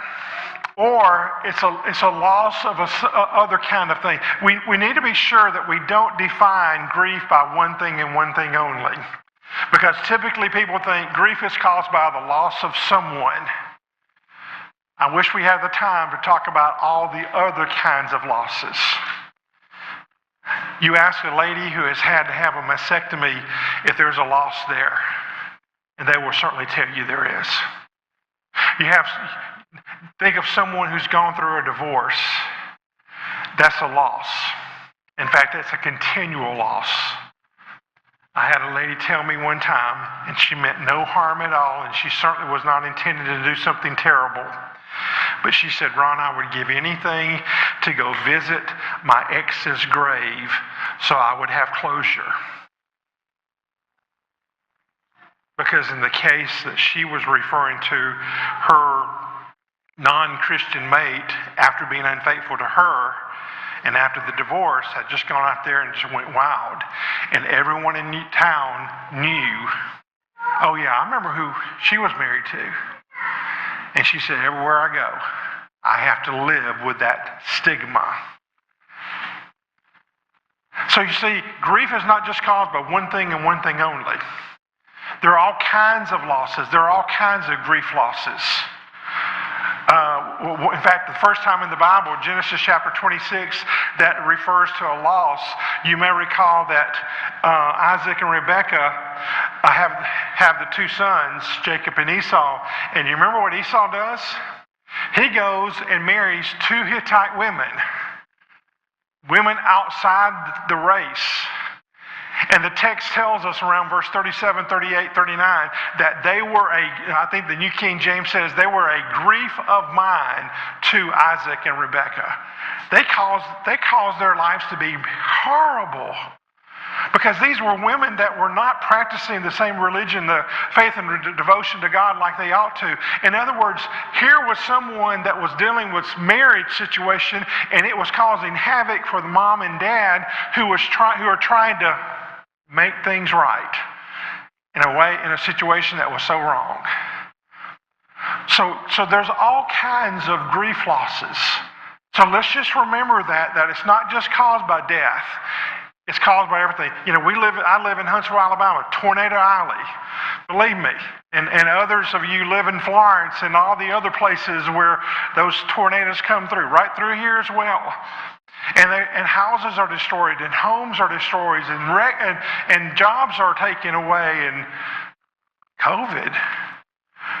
Think about COVID and all the losses that we've all dealt with. Not just death losses, but other kinds of losses as well. Challenges. Someone's mentioned loneliness. What else? I think why, the reason. Yeah. And a lot of times when we ask that question, guess what? There's no good answer. How many times have we heard of terrible situations of people being destroyed, being killed, and unfortunately, they were at the right place at the wrong time? There was an occasion when I think it's Luke chapter 13, when the Tower of Siloam falls on the people there. And Lord, were these worse sinners than anyone else? And you'll notice that the Lord did not answer that. He said, I just tell you now, unless you repent, you're also likewise perish. In other words, they were just at the right place at the wrong time when that happened, or when Pilate killed certain ones and sacrificed and mingled their blood with sacrifices that were just terrible, innocent victims. Now, I know, I guess I'm dating myself. 9/11? Were those folks worse off than anybody else? No. They just happened to be at a terrible place at the wrong time for evil people to do what they did. Was that God's fault? Not at all. Let's blame whom we should blame, the devil and those who follow after him. So, yeah, the question why? Why did this happen? And sometimes there are answers and sometimes they're not. And sometimes the answers produce even more grief. Because you go back and look at the fault of other individuals and you look at the situation and all the bad decisions that were made that precipitated where we got to that point in time. We interject ourselves. If I'd only done this, and then that's terrible too. Exactly. Well, we give ourselves more grief by saying, I should have, could have, would have. Yeah, always involved in those situations. But the point of the matter is, it's important for people to ask questions like that. Just know that sometimes you may not get answers. But if you need to ask the question, that's fine. Other challenges. Every day, like, just the financial stuff or just the stuff that comes with Exactly. spouse or parents. Yeah. Our dad died 3 months ago. So we have protected our sister and family with all the aftermath of those things. And every one of them is a reminder of a memory, of a time, of an occasion, of a situation.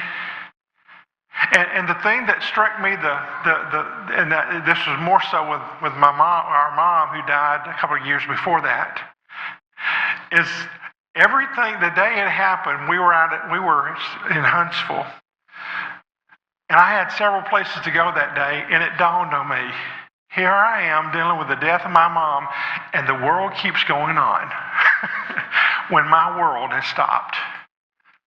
And you get reminded of that in dealing with those kind of situations, because you almost want to say, "Wait, don't you know what I'm going through?" And the world doesn't know what you're going through. So there's that challenge to have to deal with all the issues, all the things. I think I have something in one of my files. 48 things or 49 things you must deal with the worst day of your life. And dealing with all the details, all the situations, all the decisions that have to be made, all the legal parts of it, all the people you have to call. Which is where church members can come in and do a great job, maybe not with those decisions, but you sure can answer the phone for them. You sure can man the stations when people bring in food and dishes and other kind of things. You can be there to help them. You can go to the airport to go get someone flying in. You can take their clothes and be sure that they're laundried. Guys, you can go mow the yard and get the car all cleaned up that needs to be used for those situations. There are all kinds of things we can do, but a lot of times we feel like the whole world is flying around me, and I can't even function, much less think about what needs to be done. Yeah, that's a challenge. Another challenge. Mayor? Ooh, thank you for saying it. Go ahead. I had a personal experience, and a lot of people did, a couple years ago when my mom passed. But the COVID was at its highest peak, and I wasn't so much angry that she passed. She actually did test positive for COVID, but we couldn't. They had her on the COVID floor, and she laid in the hospital for 8 days before she passed, with not a single family member being able to be there. Exactly. I still have trouble not being angry and mad just because someone wasn't able to be there with her. I'm not proud of that fact, I am so sorry. That, I mean, I know there's thousands of people that deal with the same thing. but it happened to you, and that's what's in first and foremost. Whenever a grief loss occurs, it doesn't matter whatever else is going on in the world, and you can be reading about terrible. It happened to me. You see, it becomes personal, or it becomes my family situation. And COVID presented so many terrible scenarios. You know, some through ignorance, some from education, some or lack of education, some from government decisions. I mean, I don't want to get political in any kind of way, but I mean, there were all kinds of things that went on. I did a funeral about 3 weeks after it all broke loose, and I mean, I'd never received instructions from the funeral home like I did that day. And it was no ifs, ands, or buts, because he said, our hands are tied. CDC is telling us what's going to happen and what's not going to happen. And I felt for the family so much that they got cheated. But in your scenario, you weren't able to even be there or to be able to communicate. And that's a continual loss. That is. And your anger is very validated in that regard. I also I have an idea that, and Ben would probably agree with me on this one, when someone tells me they're so angry in the scenario you talked about, basically what you just told me, how much you loved your mom. Because that's what that was. The whole thing about that was I did not get to tell her one more time how much I loved her. And that's a lot of times in grief, that's one of the situations that we deal with. Another kind of challenge. Accept the reality. Dr. William Warden, in his book, Dealing with Grief Therapy Handbook, says that's one of the first things we have to do. We have to accept the reality of the loss. And when we accept the reality of the loss, that's not just the intellect doing it, it's also the emotional. And that's where it hurts. Because, intellectually I can cognitively say, yes, I know that they're no longer here, or this situation is no longer present. But to deal with the emotions, oh my word, it's just like a roller coaster. I have a picture, and you probably have seen this before. Grief, a tangled ball of emotions. Ben, what's there in the middle? Denial. It's because you see, when we accept the reality of a loss, then we realize, this is what this means, and we don't want to go there. We love not to go there, and so it's so easy to deny.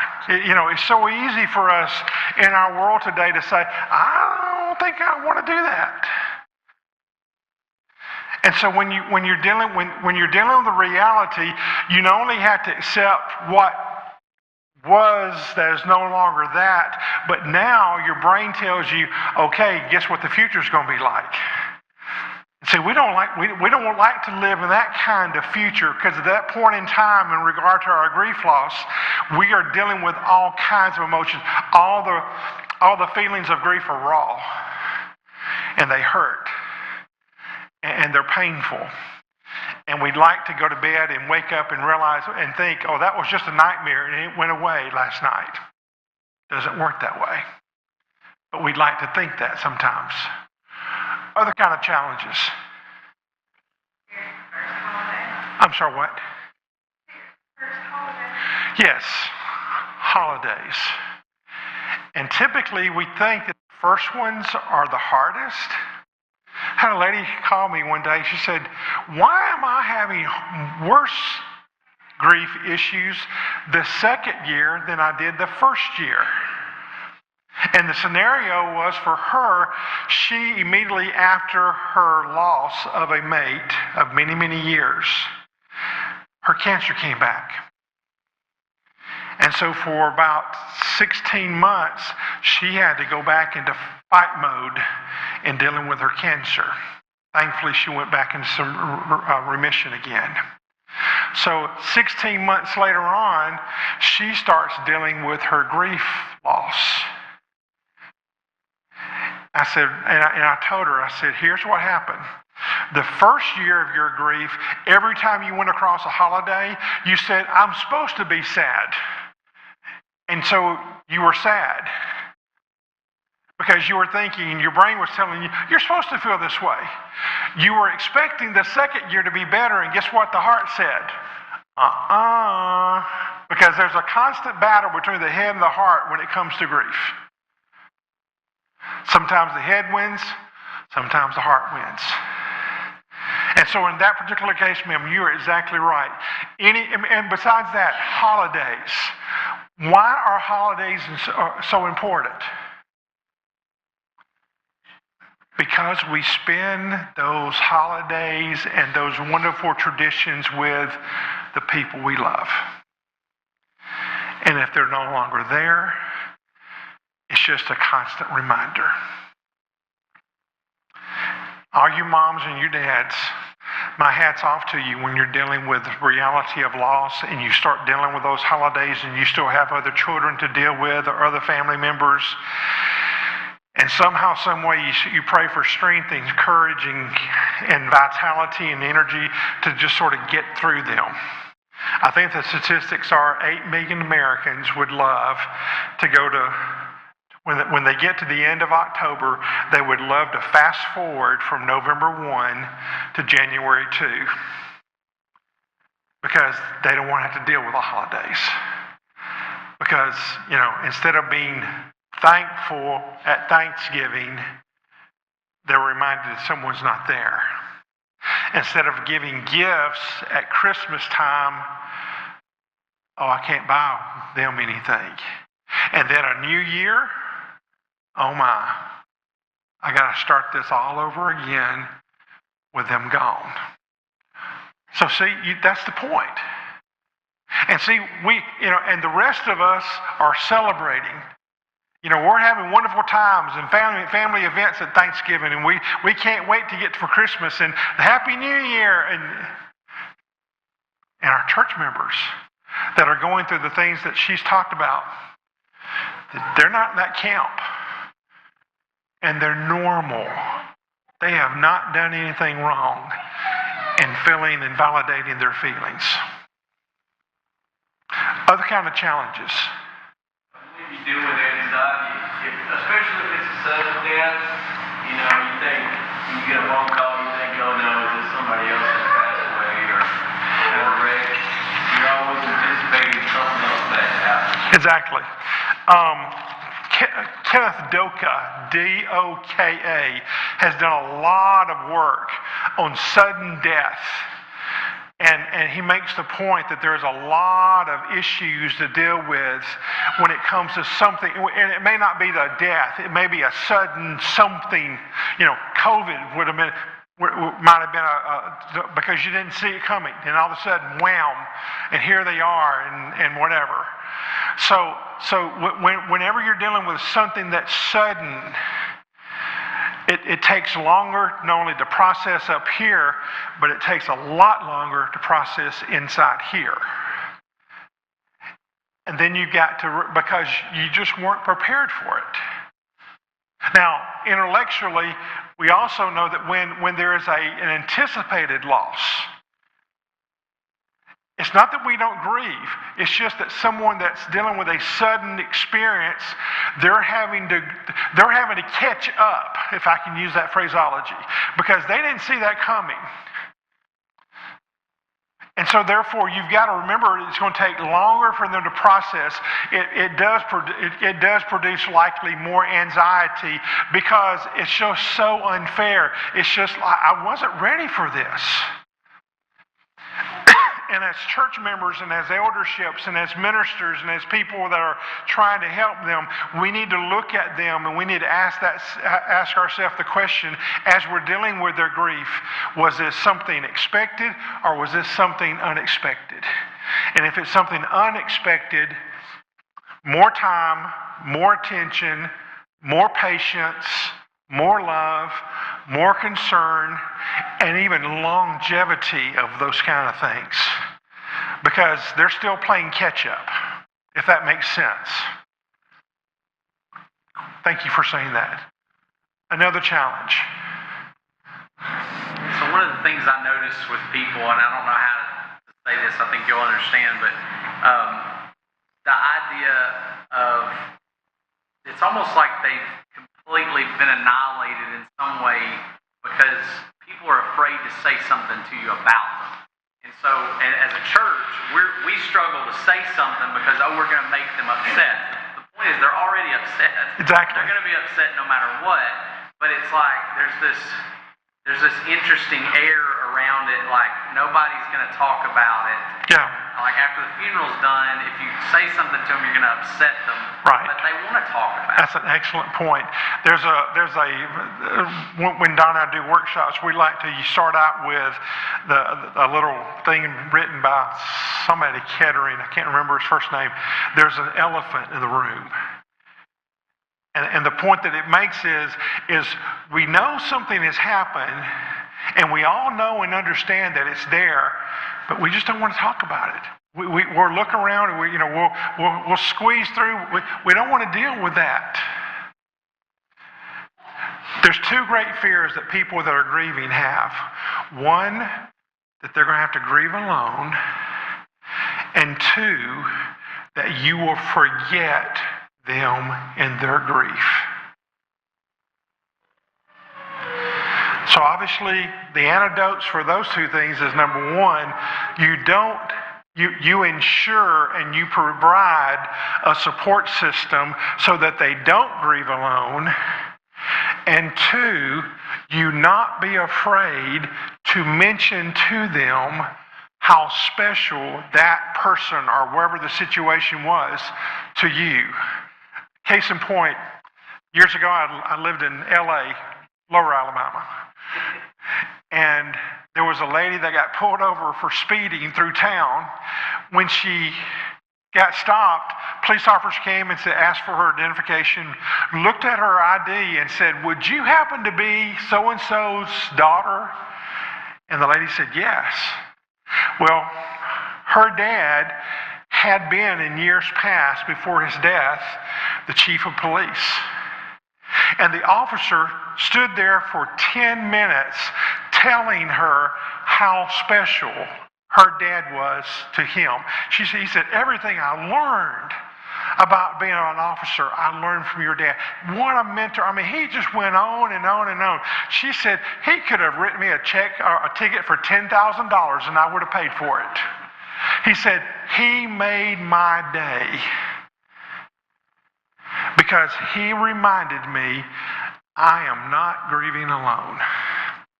And folks, that's exactly what we need to be sure and let people know, hey, I can't miss your dad or mom the way you do, but I want you to know how I miss them.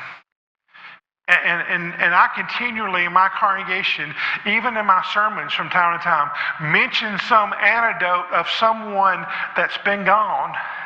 And I'm not doing it for show, and I'm not doing it for a pat on the back. I sincerely miss them. But it always, one of the family members will say, "Thank you for saying that." Folks, we want to be sure. Hebrews 11:4, I guess, I don't want to take this out of context. He being dead, Abel, still speaks. What was he saying about Abel? Abel's still alive and well. And that's sort of the context of the passage.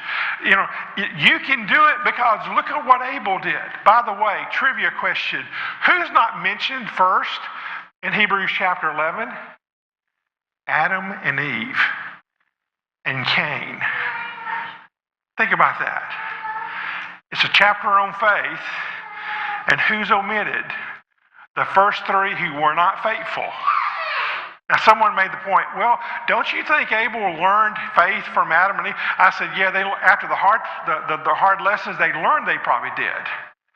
But that's where the writer of Hebrews, through inspiration of the Spirit, started with. He said, let me tell you about Abel. Well, folks, we need to remember the people that we know, the people that we knew, the folks that were just when we started out in our ministry, when we started our first congregation to wherever we are today, they were important. They were important then, and they're important today as well. And you're reminding that grieving person how important that person was, not just to them, but to you as well. Another challenge. I don't know if I'm gonna call it helplessness or guilt, but of not being able to help that other person through that moment. Not being able to help the other person through what? For our family. During COVID. My son was sitting in the hospital and he was dying babies. I couldn't do anything. As a mom, I'm supposed to make it better. Yeah, we feel helpless, don't we, sometimes? When we're dealing with a situation that's way beyond our control. And you feel guilty, and likely you feel survivor guilt. And that's very real, sir, in regard to the COVID situation you talked about. That's very real today of people that dealt with COVID and got beyond it are folks who did not have COVID, but their loved one did, and they were in the same house together. I teach cancer support classes in Huntsville, and I have a situation where they both got cancer. She survived to this day. He died 3 years later. And she's dealing with that reality every single day. Well, see, that's a grief that keeps going and keeps evolving, because every situation she deals with that without her mate who had they literally had the exact same cancer. Well, that just explains the difference in people's bodies and such things. COVID, the same way. Why did it affect someone here, but not this person here? This person that had debilitating illnesses over here, they lived through it. This person didn't. That was healthy as a horse. See, all those things produce grief. And so the point I wanted to make, I guess our time's about up, isn't it? Is grief is universal. Grief affects us all individually. Grief is something that we can do something about as a support team to them. Romans 12:15. Rejoice with those who rejoice, and, not or, and weep with those who weep. There's some books back here in the back that I mentioned that Living with a Loved One Has Died by Earl Groman. Of course, our two books, the brochure. This was written by a sister Christ at Freed Hardeman, Edna Butterfield, written from a perspective of a grandmother dealing with her granddaughter's death. Martha Biddle Clark, Are You Weeping With Me, God? A great understanding journal of how to deal with grief from her perspective. And then I mentioned two different books on suicide by Adina Robleski. Thank you so very much for your kind attention. We come back in here, we're staying in here for question and answers. Thank you so very much. God bless.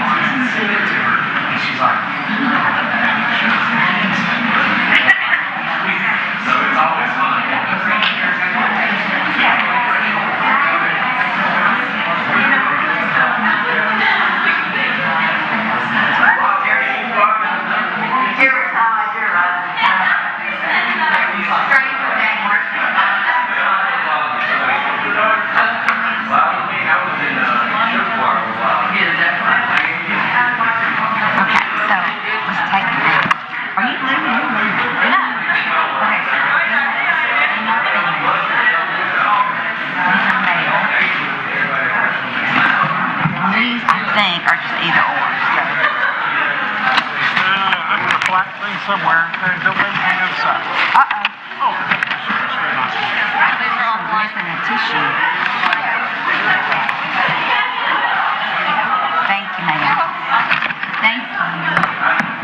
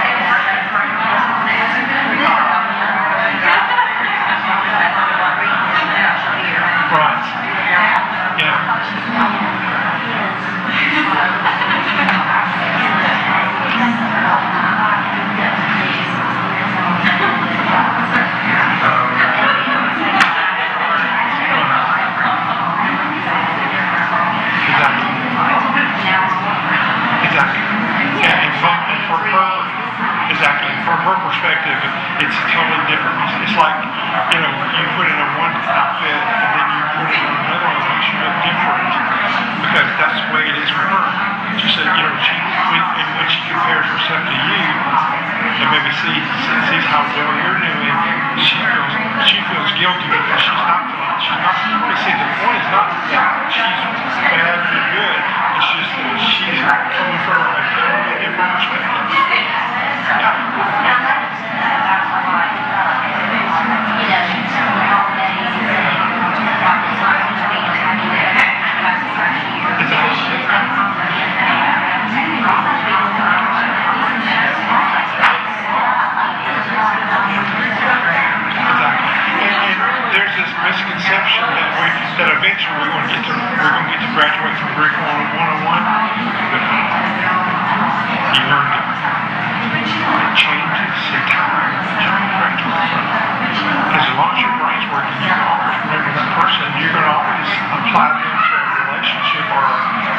something like a holiday. It doesn't change it. It lessens. But yet, you know, I mean, like I said, Mom died 2 years ago, and Dad died in January. I told my wife, I said, okay, I know you told me that your mother died really years ago. I said, now, I miss Mom more because I no longer have Dad to talk to Dad to him about Mom. Does that make sense? Yeah. And so it's just like,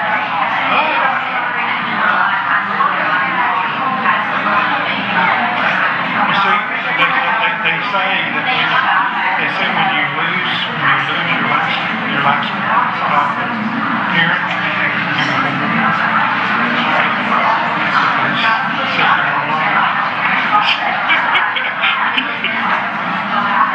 exactly.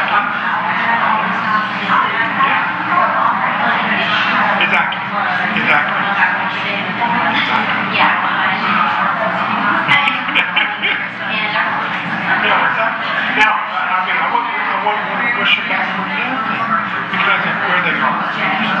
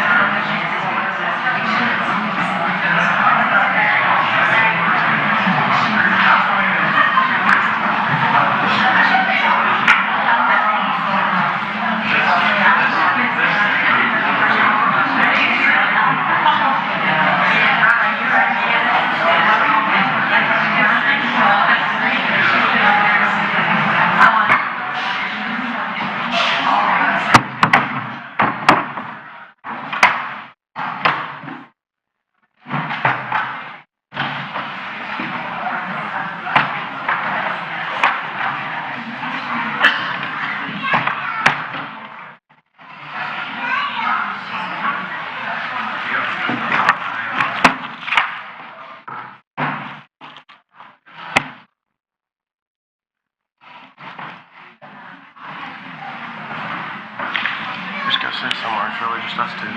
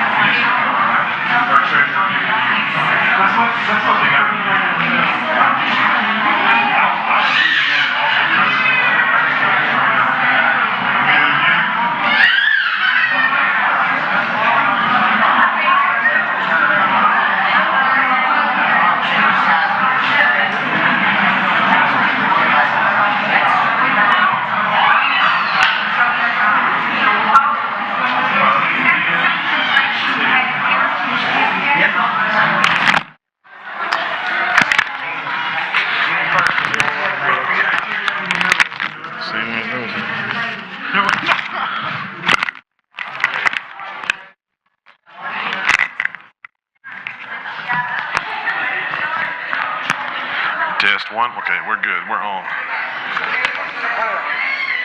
How many we got? Okay. If you would like to come in and get a seat, we'll get started. Elijah, you can put my cell number up there. We'll leave that up while we're doing this last session.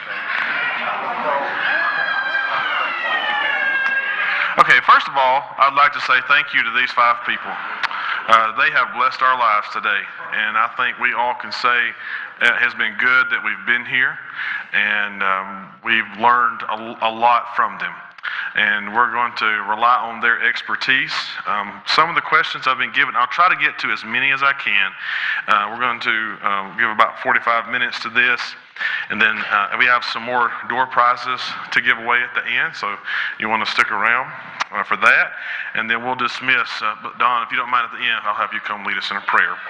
Okay, so we have some questions that have been given to me throughout the day. Some of these are lighter, some of these are a little bit heavier than others. I'll start with the lighter ones. One question was asked for me, outside the Bible, of course. If you can recommend one resource that has helped you or to give to somebody, or that you would recommend that deals with mental illness, mental health, emotional health, any of the topics we've discussed today, what would that book be? And so we've talked about providing resources for others. And so I'll start with Lonnie at the end, and we'll just take the microphone and pass it down. Feeling Good, The New Mood Therapy by Dr. David Burns. It talks about depression and the cognitive distortions that create it. And then in understanding trauma, I would do The Body Keeps Score by Bessel van der Kolk. And the Helping Healing Humor podcast with Ben and Travis.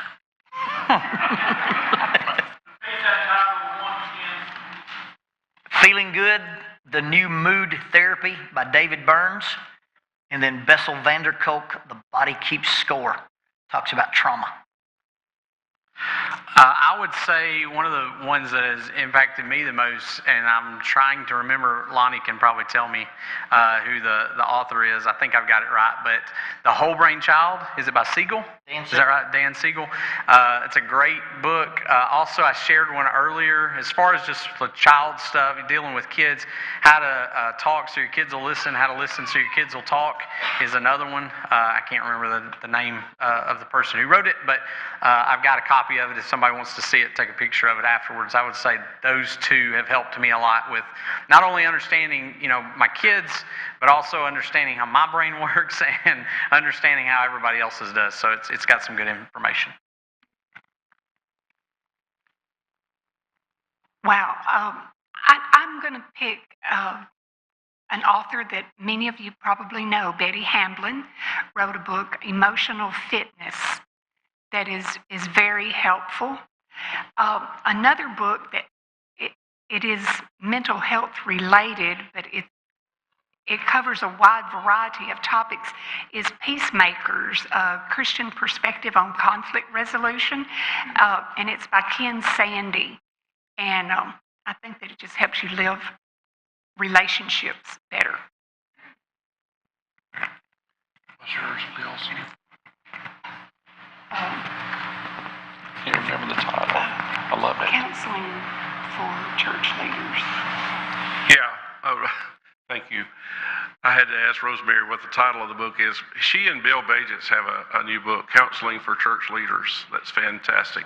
And it's not just for like elders and deacons and preachers. It's for all of us. It's published by Cypress Press. And the best resource I know of other than God's Word. A blog entitled Grief Speaks Out. Something they sign up for free of charge. Excellent material, a lot of good quotes, a lot of different resources. Grief Speaks Out. All right, thank you. Our first question comes from outside somebody put in our basket. How do you learn to let things go? And the next statement says, it sounds so simple, but it's not. So in life, how do you learn just to let things go? So we'll just continue the same order.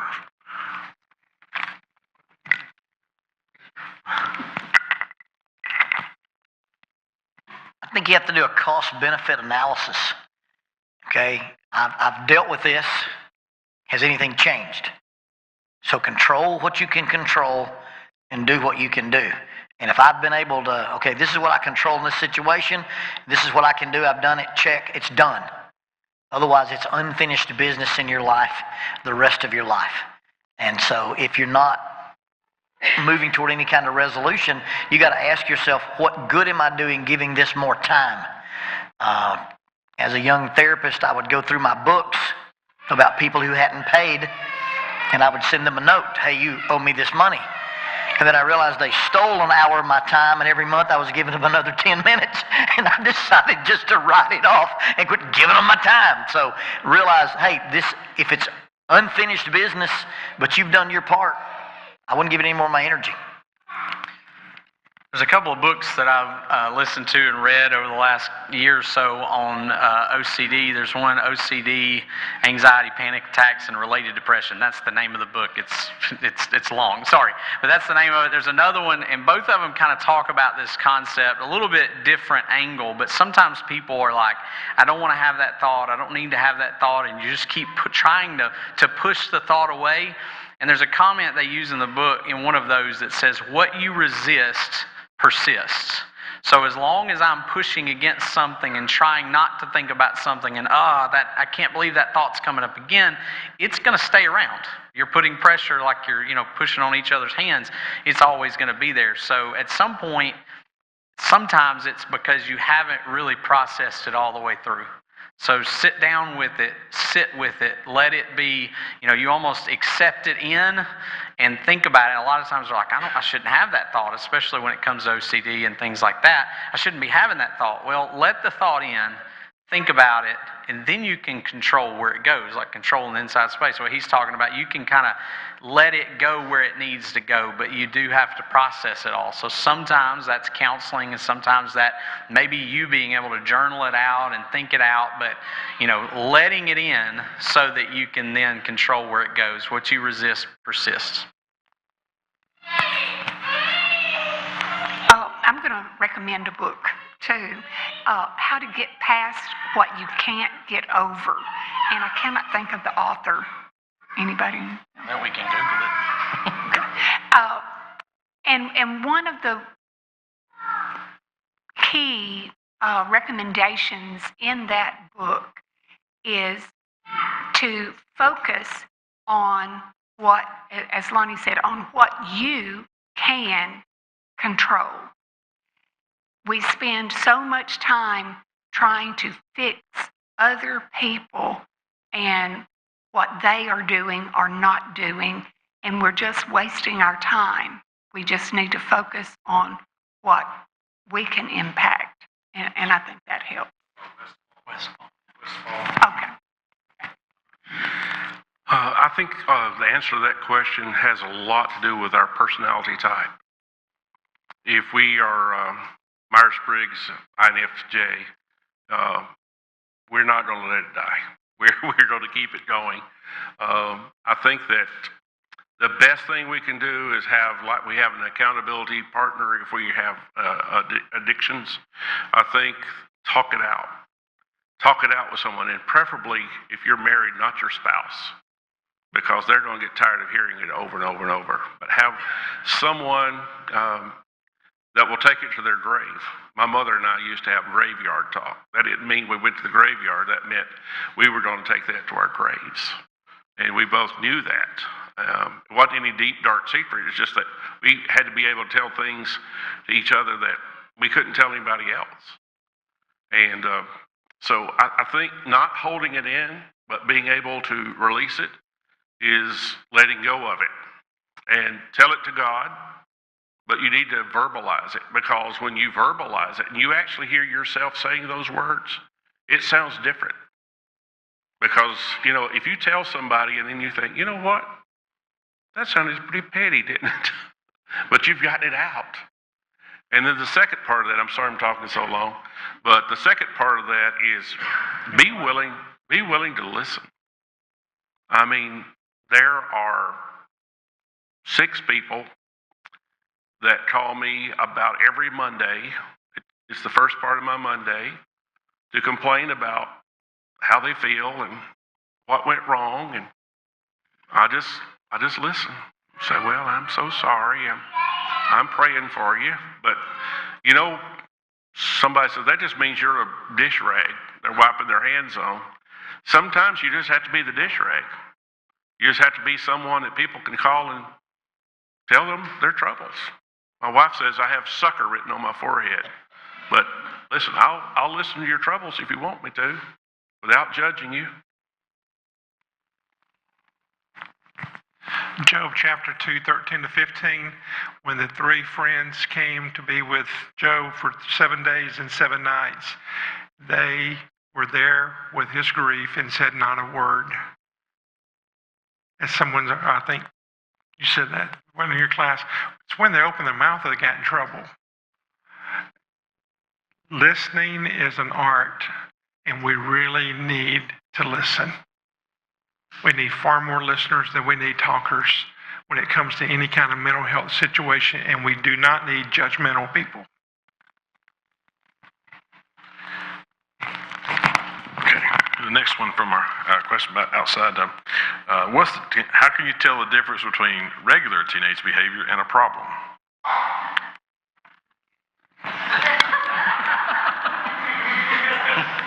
Did I say that out? Maybe I don't understand your question, but when a child does something that looks like it's through immaturity or lack of sophistication, or being stupid, that's normal teenage behavior. When it's rebellion or defiance, it's a problem. There's clean up your room, and I got distracted because I was playing with my iPad and I didn't do it. And then there's, you can't make me. One's a problem, one's not. So I think sometimes we've got to, we have so much pressure. We've created a human, and it lives at our house, and we feed it, that we think that every decision we make is a make or break thing. And that's not really true. We're pretty resilient. We don't come with a handbook. Experience is not what happens to you, but what you do with what happens to you. Give your kids a break, because this is the first time they've been a kid. And give yourself a break. It's the first time you've had a kid. So, kind of to follow up, I would agree with all that. One of the things... Let me go back. And I only have one daughter. Ben has like 5 kids. So they said if you only have one kid, it's like having a glorified pet. So I'm not an expert on any of this. There's, I refer oftentimes to people go, well, why didn't you bring your family? I said, bringing the tribe of Benjamin anywhere is like trying to go, through the wilderness. So we just don't do that usually. But one of the things I like to make sure people understand that sometimes this goes, we don't hear this. Your brain grows fastest and the most in 2 times in your life. One is when you are 2. When you're 2 and 3 years old, we call those the terrible twos. Okay, so we understand that there's things going on in the brain that they go, huh, and what. I mean, they just scream and yell at you. But teenagers, that's the other time. Your adolescence, your brain is growing the fastest that it has since that time and that it ever will. So you've got that going on, and sometimes, huh, is an appropriate answer to. They don't know, what were you thinking? Because they didn't know. They've got some receptors that have not quite developed yet. So there's a lot of things that are going on in the teenage brain as it's growing that we don't quite understand, and there is some patience that has to be had. So there are some times when they don't quite get what's going on. Sorry, teenagers, not dissing you. We all went through that. But, understanding that their brains work a little bit different. They're growing. There's going to be some issues that come up in teenage years. And that's why Lonnie said earlier, the teenage brain and the brain of someone who is really struggling with some of these things looks very similar, because it is very much reactionary. And so learning to keep your cool. When we get emotional, we don't think very well. Our thinking goes down the hill when we get emotional, which is what happens a lot of times with teenagers, but it also happens when you argue with a teenager. So you get very emotional, and then everybody kind of gets out of sorts. So kind of learning to keep calm, how to talk so your kids will listen as your kids will talk. The other book I mentioned about the whole brain child, they both deal with that a lot, about how you handle that situation.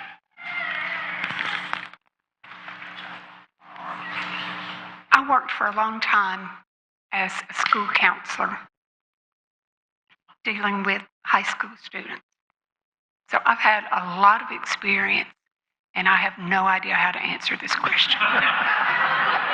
She had me as a student, so that's probably... So here's an example of the problems that I faced. Choose your battles. And, counselors, we have a duty to warn if we determine that someone is a danger to themselves or a danger to others. And I think that you kind of need to apply that in parenting teenagers. Is this behavior a danger to them, or is it a danger to someone else? Then address it. Otherwise, follow the advice I was given by a school counselor when I was doing an internship. She was talking about 8th graders. I don't want to offend any 8th graders here, but she pointed out to me on my first day there, 8th graders are not human. And she had 5 children of her own, and she said, when one enters the 8th grade, we announce, Ben is in the 8th grade this year, everybody ignore him. It's the only way to get along with an 8th grader. So I think that if we would just let some stuff roll and deal with the important things and those danger issues. I follow developmental stage theory, which is a part of, stage theory. And in particular, I like Dr. Gail Shahay's book, Passages.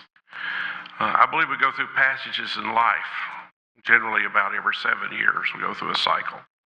So the first 7 years are early childhood. The next 7 years are, probably puberty. So everything changes at puberty.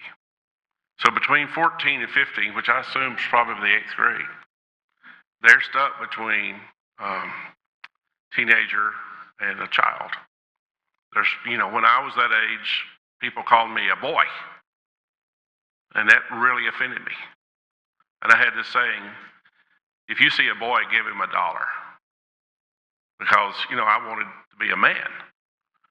And so I probably go too far with this, but I say, number one, respect them. Respect the fact that they are growing up. And how we treat them is how our grandchildren are going to be treated. Let's just remember that. So how do we know difference in abnormal behavior and regular behavior, just teenage angst? I think we look for changes, drastic changes. If all of a sudden they change their wardrobe, it's probably not just because they're going through a stage.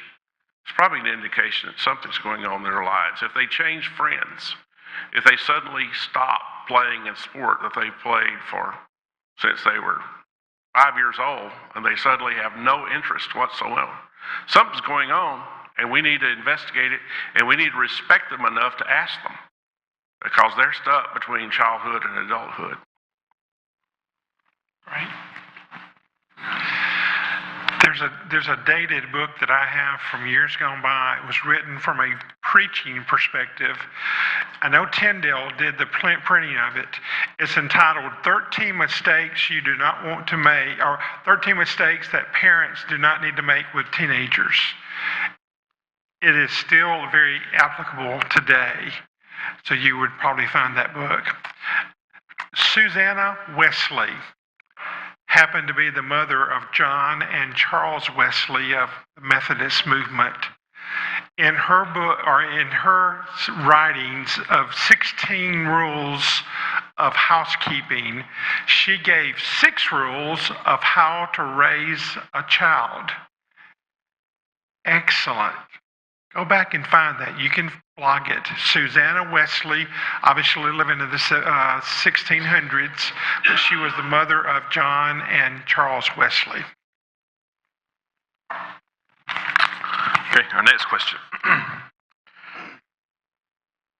What should we do with toxic extended family? Can we separate ourselves from them, or do we need to continue engaging them and praying for them to change?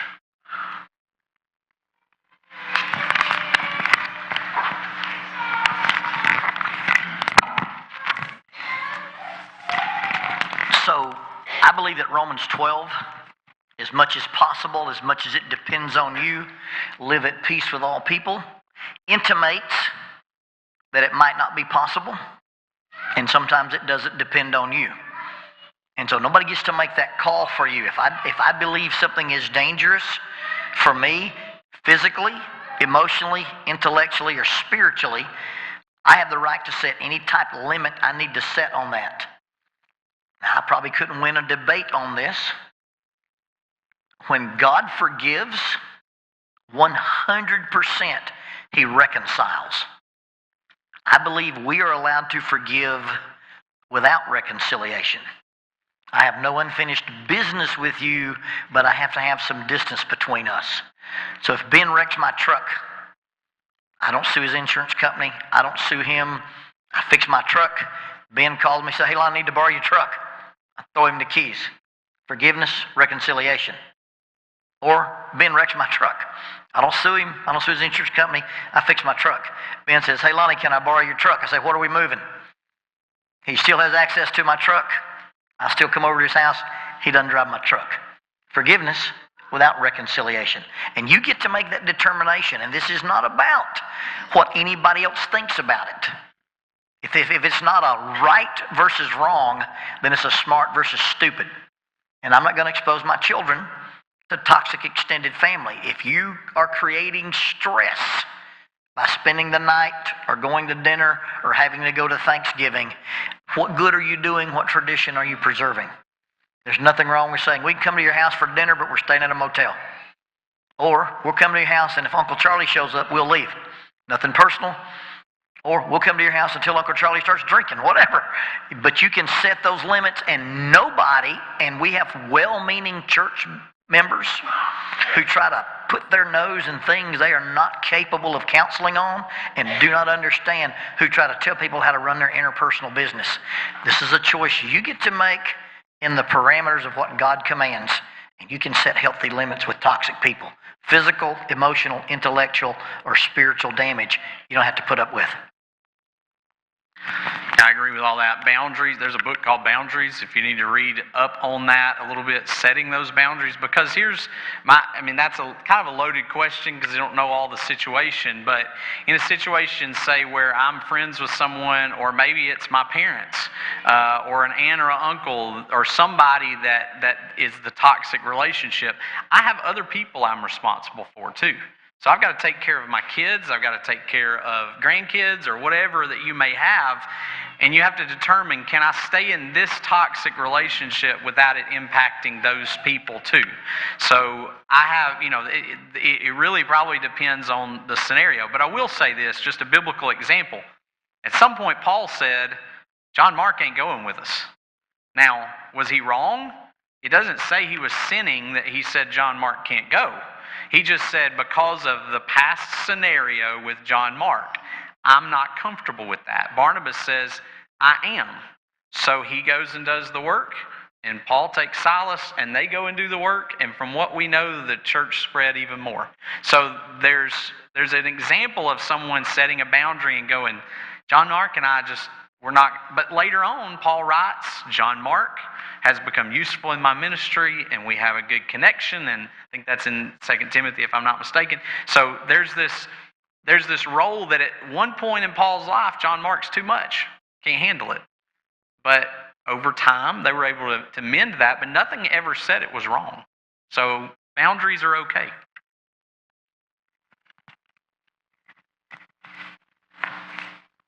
Ditto.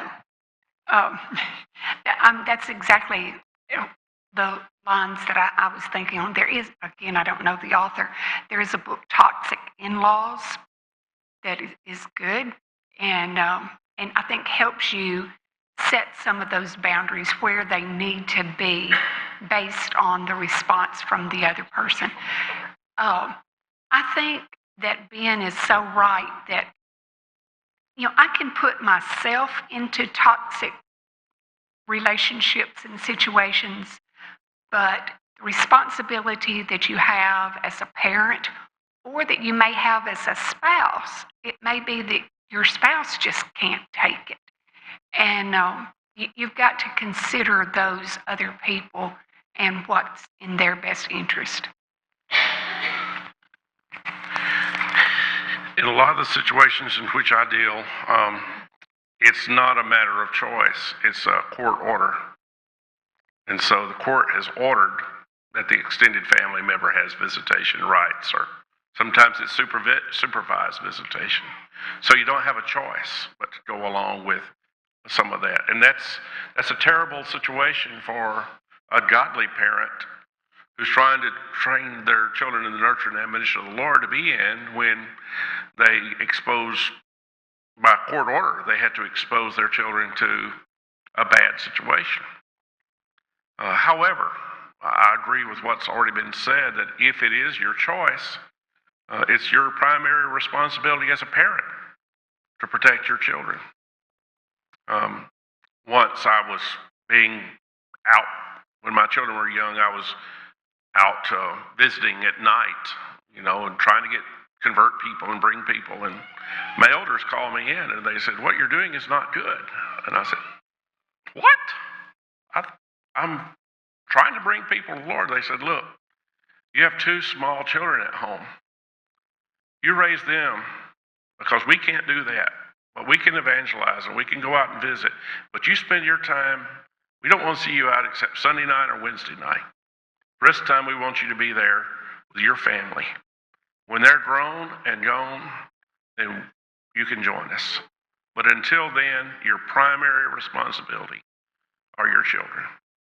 And going back to what the Benjamite tribe said, I agree. We're primarily responsible for our children. If it's a toxic relationship, we have to avoid it. We wouldn't want them around paint thinner or some kind of weed killer, so we would isolate it from them. We'd lock it up. And we can't lock up a person necessarily unless they've broken the law, but we can keep them from it. We can keep our children away from that toxic person. We had a church member in Huntsville who said, Preacher, I've learned throughout my years of life, and he was about 70 years at that time, that the devil will haunt a hungry man. And I said, now what do you mean by that? He said, even though he's hungry, the devil is going to haunt. He will have no sympathy on that person at all. He will haunt him if he lets him. In our world today, we sometimes have to make very tough choices of who we will spend time with, and particularly our children that are so impressionable. And we've got to remember, the devil's out there working. Joshua 24:15. Joshua said, you got a choice, and we've got choices to make. I got one more before I get some questions that have been texted to me. How do you help a child that is bullied when the bullying doesn't stop?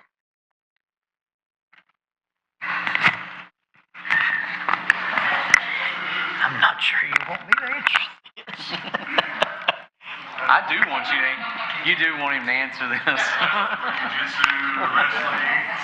All human behavior is reward motivated. I do what I do because what I do works for me. When my behavior costs me more than it costs you, I will reevaluate my behavior. First thing you do is learn that when a bully bullies you, it says more about them than it does about you. A person who is overly aggressive is insecure, frightened, and scared. Once you change that this is not a powerful person, but a weak person, they're not that scary. So then you don't let them punch your buttons. You don't let them get you to cry. You don't let them get you to do whatever. If he gets in your face and won't get out, be allergic to him, sneeze, and headbutt him on the bridge of his nose. You didn't punch him. You were just in your close personal space. Or overreact dramatically to what he does. Bring attention to the situation immediately. Have an epileptic seizure right there in front of him. He's touching me! It will stop, I promise you. Predators are weak and cowardly, and they don't want light shown on their nefarious activities. So I can't make you not be a bully, but I can ensure some things that you don't bully me. Now, if you're in physical danger and somebody's hurting you physically, then you give the school one chance and one chance only, and then you file an assault report with the police. When a deputy rolls up there and walks into the school and the principal has to say, holy crap, the cops just came to my school, the next time a child says I'm being bullied, now don't cry wolf. Make sure you're being bullied, not teased, not picked on, and you may have to redefine what you mean by bully.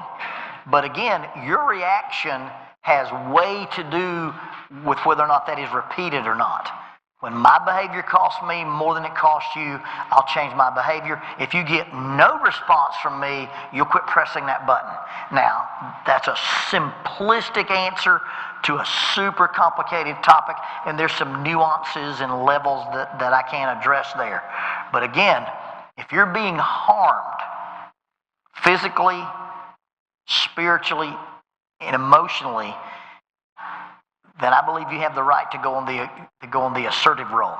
Now, if it's this hurt my feelings because when somebody says something about you, it's true or it's not. I do this little chart with a doghouse. It's called the FIDO drill. FIDO stands for forget it, drive on. So somebody says something about you. You ask this question, is it true? Yes or no. If it's not true, forget it, drive on. Other people's words only have the power you give them. So if somebody says something about you and it's true, then you ask, can I change it? Well, if it's something about you that can't be changed, forget it, drive on. If somebody says something about you and it's true and it can be changed, then you got to ask yourself, does it need to be changed? If I've made a decision about what I wear, who I root for as a team, or what I pretend to be, and your opinion of it offends me, I'm really not that strong in my belief about that. So when I make a decision that I'm going to wear this or present that, and your opinion of it bothers me, then I'm not really intellectually honest about that decision. Does that make sense? So is it true? Can I change it? Does it need to be changed? Now, if somebody says something about you and it's true, you can change, it needs to be changed, and that hurts your feelings, you need to grow up and change what it is. It needs to be fixed.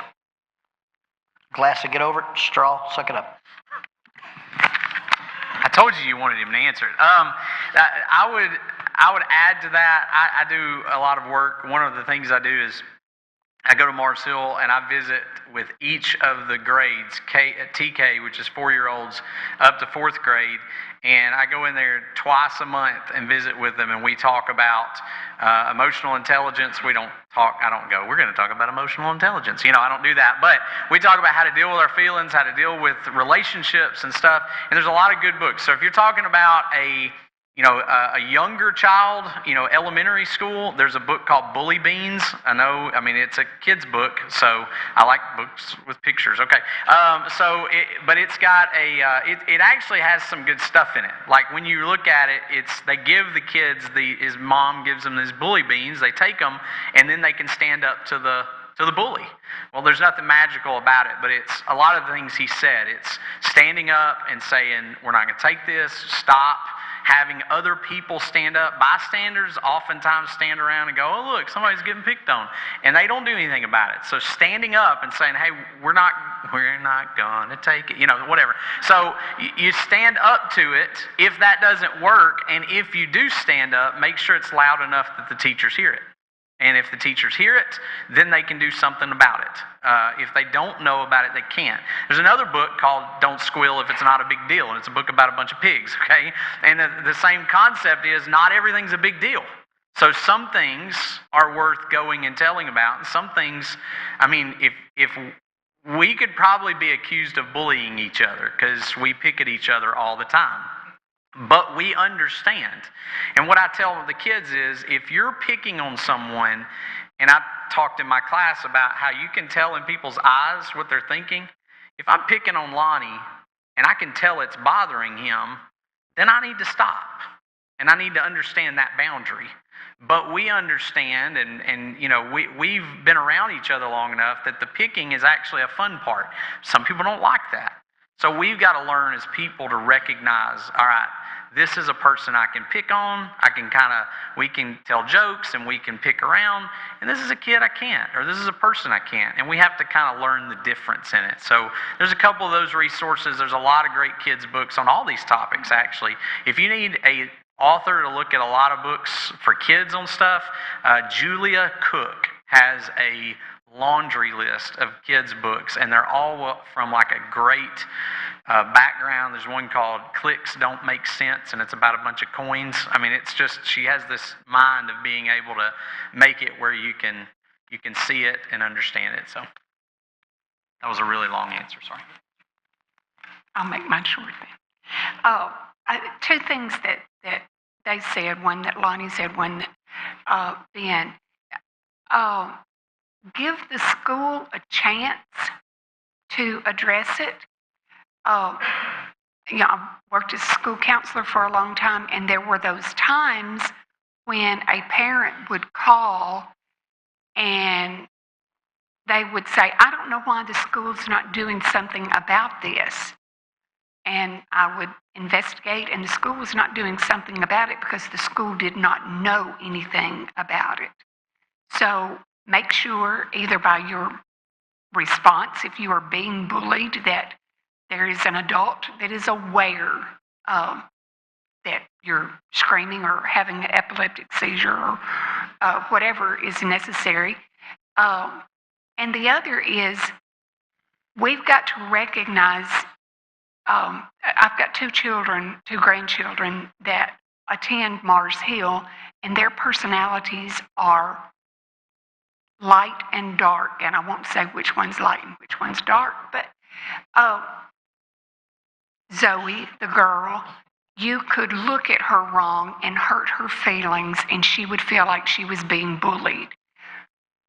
Zach, you could run over him with a freight train, and he would have no clue that you had any ill intent toward him. He would think we were just having fun. And he could probably run over you and have no ill intent. Recognizing the differences in individual children is very important. Bullying will be with us always. It's like Jesus said about the poor, they shall be with you always. If you fight all of your children's battles, they'll never learn to stand themselves. So you can't solve it. We're fixers as parents, so we want to fix it all. But I think, first of all, without them knowing it,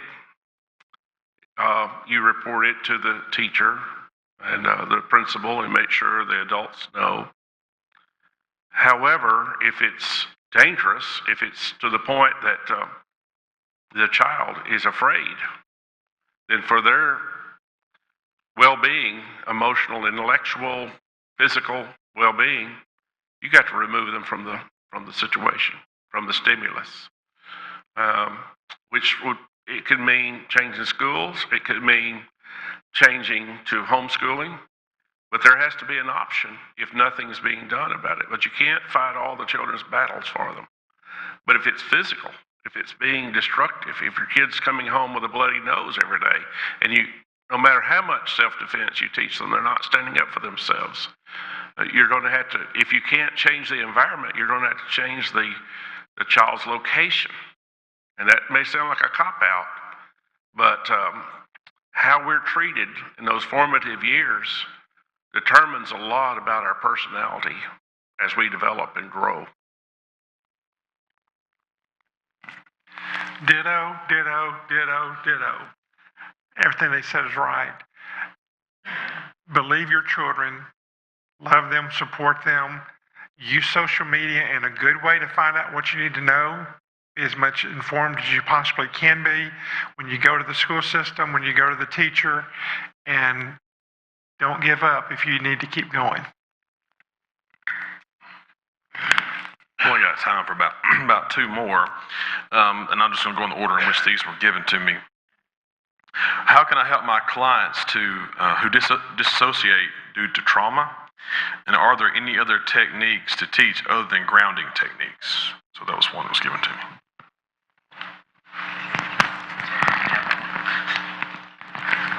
I think this is a very specific question for other practitioners. I treat trauma with EMDR, eye movement desensitization reprocessing. I also use rapid resolution therapy, the John Conley protocol, and I like trauma-informed hypnotherapy. And so depending on their cognitive level, disassociation doesn't do well, or at least you have to screen them for that to do EMDR. And so what I do is try to find out the severity of the disassociation, do some education about the compartmentalization of the consciousness and the psyche, and once you determine a best fit, that's the next thing that you do. If they're dissociating actively in your office, then I think that's a level of severity that they probably need to be seeing a psychiatrist, not a counselor.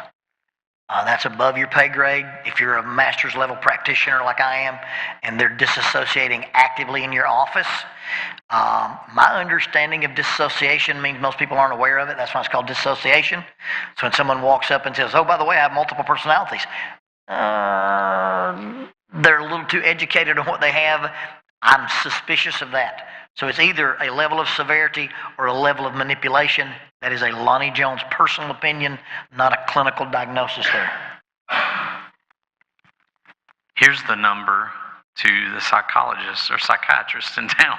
No, I haven't had this situation, so I really can't speak to it. But the grounding techniques and what Lonnie said would be probably what I would do. I would refer them to Karen Mann. Yes.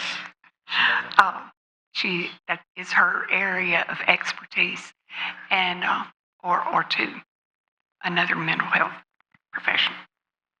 I always tell them to call Rosemary or Ben. That's the honest truth. The problem is you do have those who will not go anywhere else.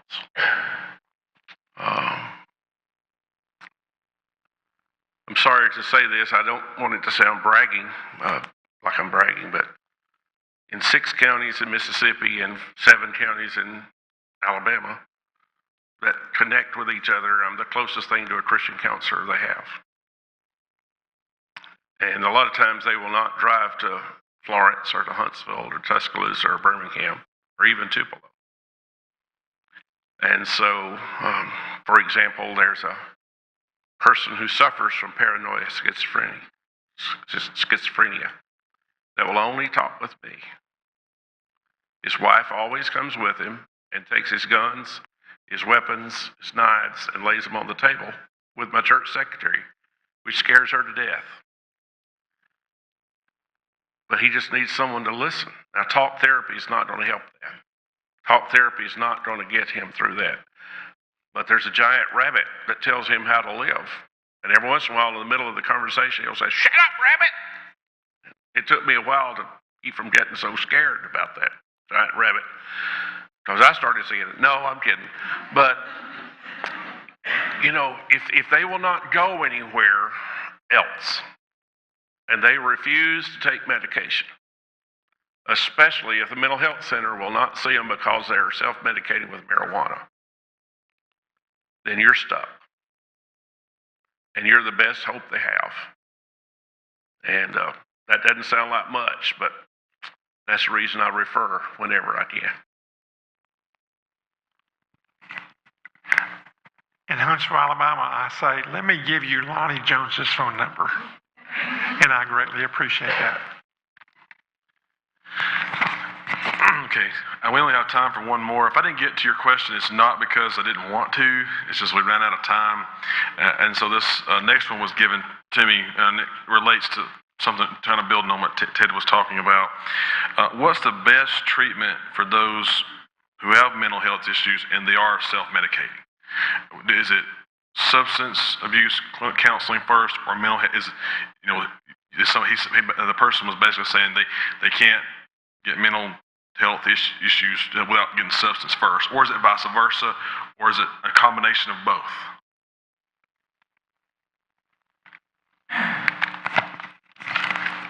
We call that a comorbid or coexisting diagnosis.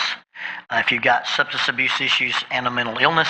In the old days, you addressed the substance abuse first before you could do any work with the mental illness. Now we try to do it concurrently. You got to involve another professional, or you've got to have the resources to do that. Why would a person with mental illness self-medicate?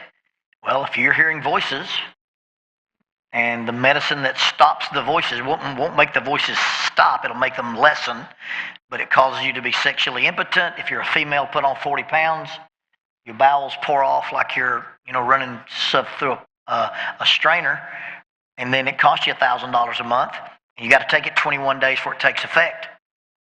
All right? Take a hit of marijuana, or I can do a line of coke, or I can get a little meth, and I get instant relief. That's a hard train to get off of. And so you have to talk about, let's address this, and when possible, let's be in recovery.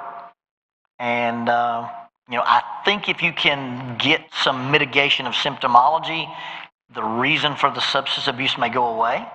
Lance Dodds' book, Breaking Addiction, is a pretty good insight into the trauma connection of why we self-medicate. So I try to do it concurrently these days.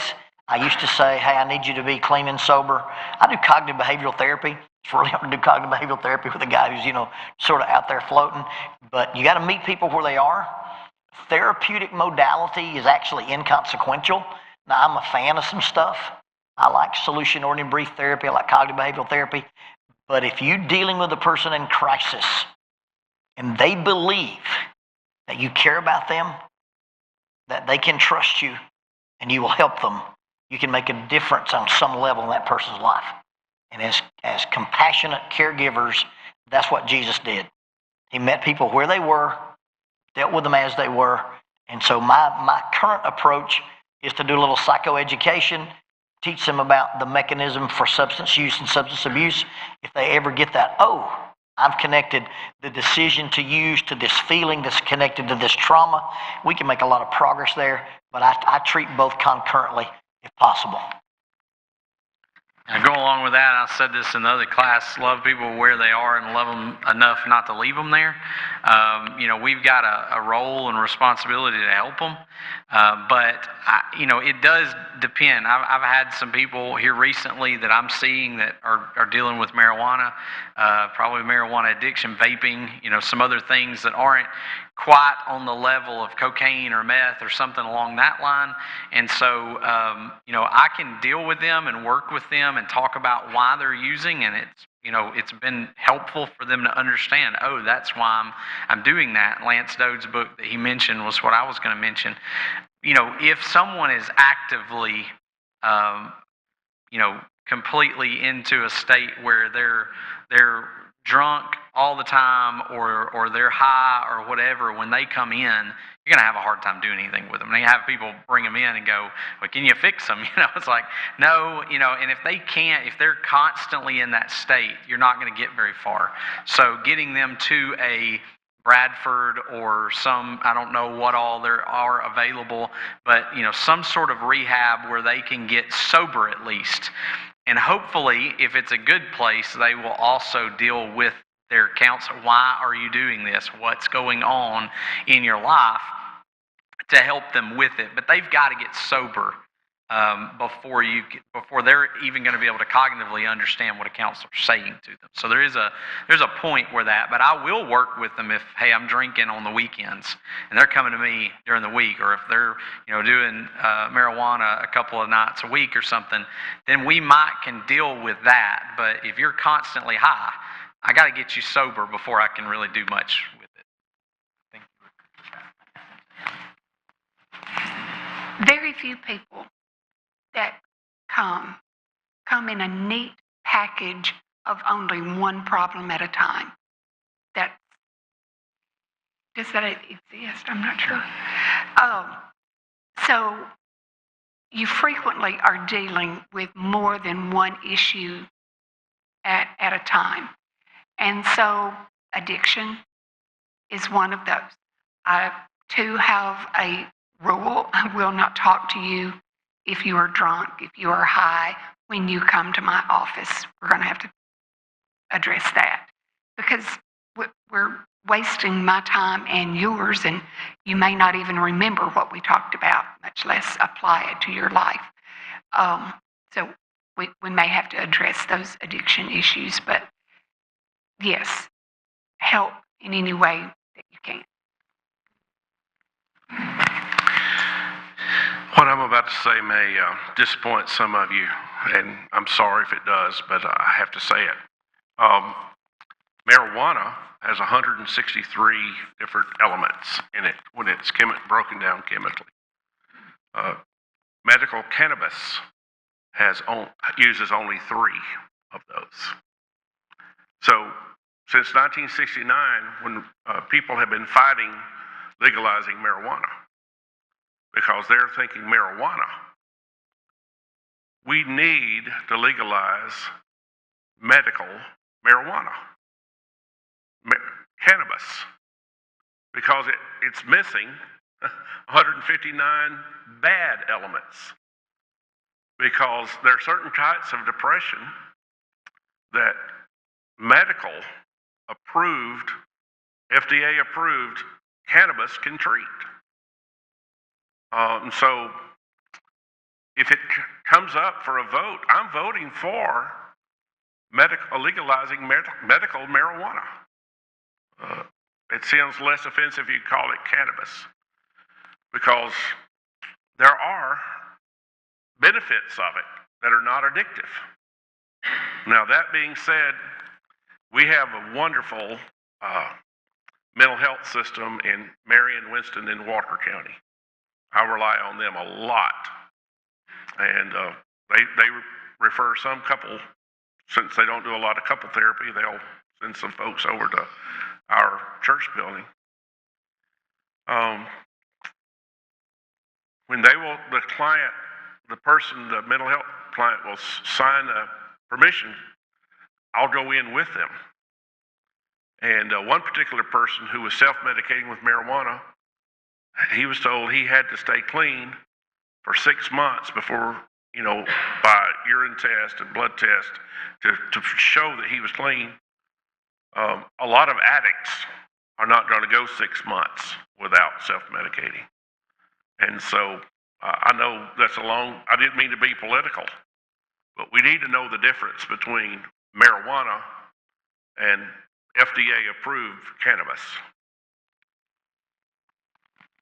And the FDA-approved cannabis helps a lot in cancer patients and other situations in that regard. We're so lacking in mental health areas in our state, and I know they're building some new facilities and getting new money for that, but they're so lacking so many places.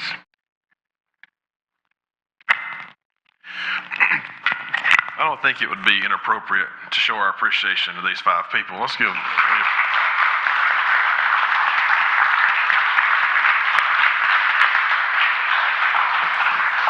Also, some thank yous before we are dismissed. First, I'd like to thank our elders here, Don and Jeff and Frank. Let's recognize these men. After a situation happened in our community, I met with them, Vance and I were meeting with them, and I just said, something's got to be done. I don't know what.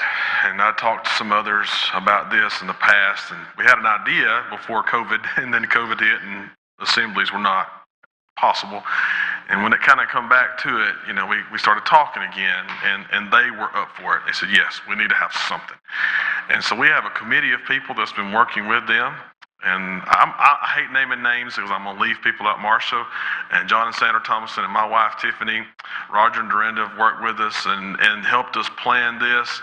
Bill Bajents, he's not here today. Bill's somebody I relied heavily on. Bill, how do I start approaching this? What do I need to? One day I talked to Bill and he gave me a list of like 40 topics. And I said, well, we got 6 hours. If you know Bill, Bill's a list guy. If you know Bill, that's him. And so Bill's not with us today. He's at Heritage, had graduation, so he couldn't be here today, but Bill's somebody. I appreciate the ladies helping Ms. Gillentine today. That was, I know Jennifer and LaVon, and I saw Dorinda and Marcia, and several of you working in that and helping them serve. I appreciate that more than you know. And so let's end with some door prizes. Teresa's my drawer. Appreciate Teresa. She's been helping me today in a lot of different ways in getting things organized and others. So what we're planning to do with this next year will be a different topic. You guys can sit and do what you need to do, and we appreciate them very much. We are calling this Challenge Weekend, and it might move around a little bit on dates and things. We're going to try to do a different topic each year.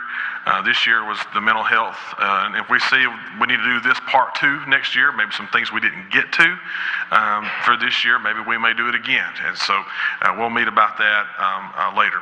And also Vance, I didn't let Vance's work with me on the committee as well, and it's been helpful today, doing a lot of great things, introducing people, helping me keeping this organized. We've all had a lot of feedback from our committee, so there have been several of us working on that.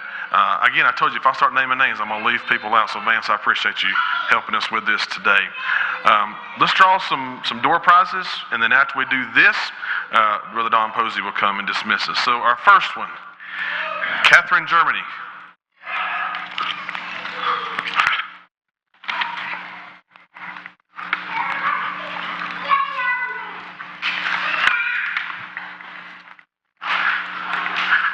Kim Wires.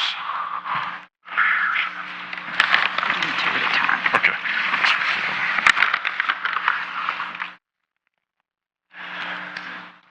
Deborah Wisham. Deborah's still here. Deborah? Oh, there she is. Okay, I couldn't see her. Okay. There she is over there.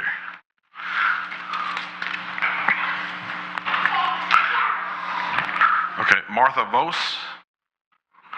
Right there.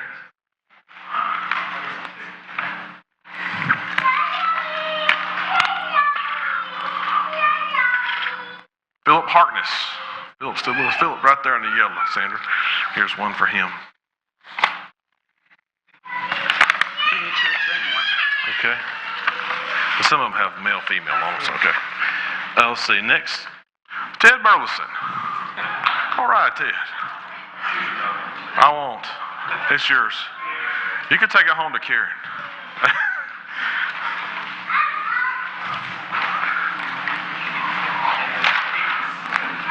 Paula Cleghorn. Paula, is Paula still here with us? Paula? One time at the youth minister's retreat at Graymere, I won a PlayStation because they made the rule you had to be there to win it. I think I was the 14th name drawn at Graymere because the snow came in and only a handful of us left. So I went from Freed Harbin, and I thought, this is where my tuition is going, to pay for PlayStations to give to youth ministers. So we'll draw another name. Christy Baggett. Christy. All right.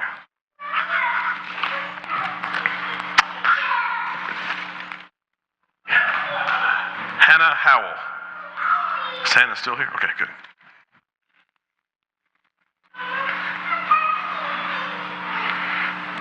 Erin Williams. Where's Erin? There she is. Jonathan Germany. Both of them got one. All right. That was worth the drive from Haleville. That's right. All right. Two more. Vicky Dean. She's gone, so give us another. Two women. It's got to be two ladies. Or for a husband to give your wife. Hey, I went to this thing. Don Williams. No, Ron. It says Don, but it's Ron. Ron. Hey. It does say Don. It does say. Well, I started to change it, and I thought maybe there is a Don Williams here, so I didn't know. I started to change it when I read it, and I thought maybe that's just. But there might be somebody here whose name is Don Williams. So, all right, and then last one.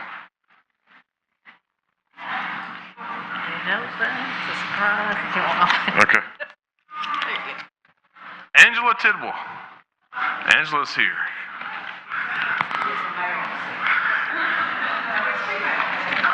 All right. Well, again, thank each of you for coming today. Be sure to take a favor on your way out. If you look for us next year, we'll have something maybe around this time of year and have another challenge weekend and addressing some tough issues. Again, our appreciation of the 5 speakers we have today. Don, one of our elders here, will come dismiss us.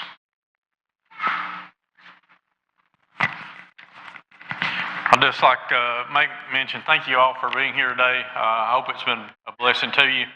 Also, tomorrow here at Double Springs, our worship service, Lonnie's going to be speaking in our Sunday school class at 9:30 and also our worship service at 10:30. So if you happen to be around the community, we'd love to have you join us. Let's all bow together and pray. Gracious Heavenly Father, it's been a good day. Father, we thank you for the beauty. The sun's shining, the temperatures are warm. Father, we recognize that this is your great love for us and fulfilling promises to us. And Father, we're grateful for the good day that we've had here inside this building. Father, we're thankful for these people who have come to present these lessons to us. We're thankful for their years of education and experience, and for their compassion and their empathy. And Father, we just thank you that they were willing to come here to this place and speak to us on these very important and pertinent topics. Father, we thank you for loving us. We thank you for your grace, for your mercy. We thank you for your patience with us. And Father, we're most thankful for the sacrifice that Jesus made on the cross for us so that we could have our sins washed away. Father, please forgive us when we sin, and please bless us and strengthen us when we face temptations. Father, we pray for each person as they travel back to their homes. Father, we pray for safety, and we just thank you for this time we've had to be together. Father, all these things we ask in Jesus' name. Amen.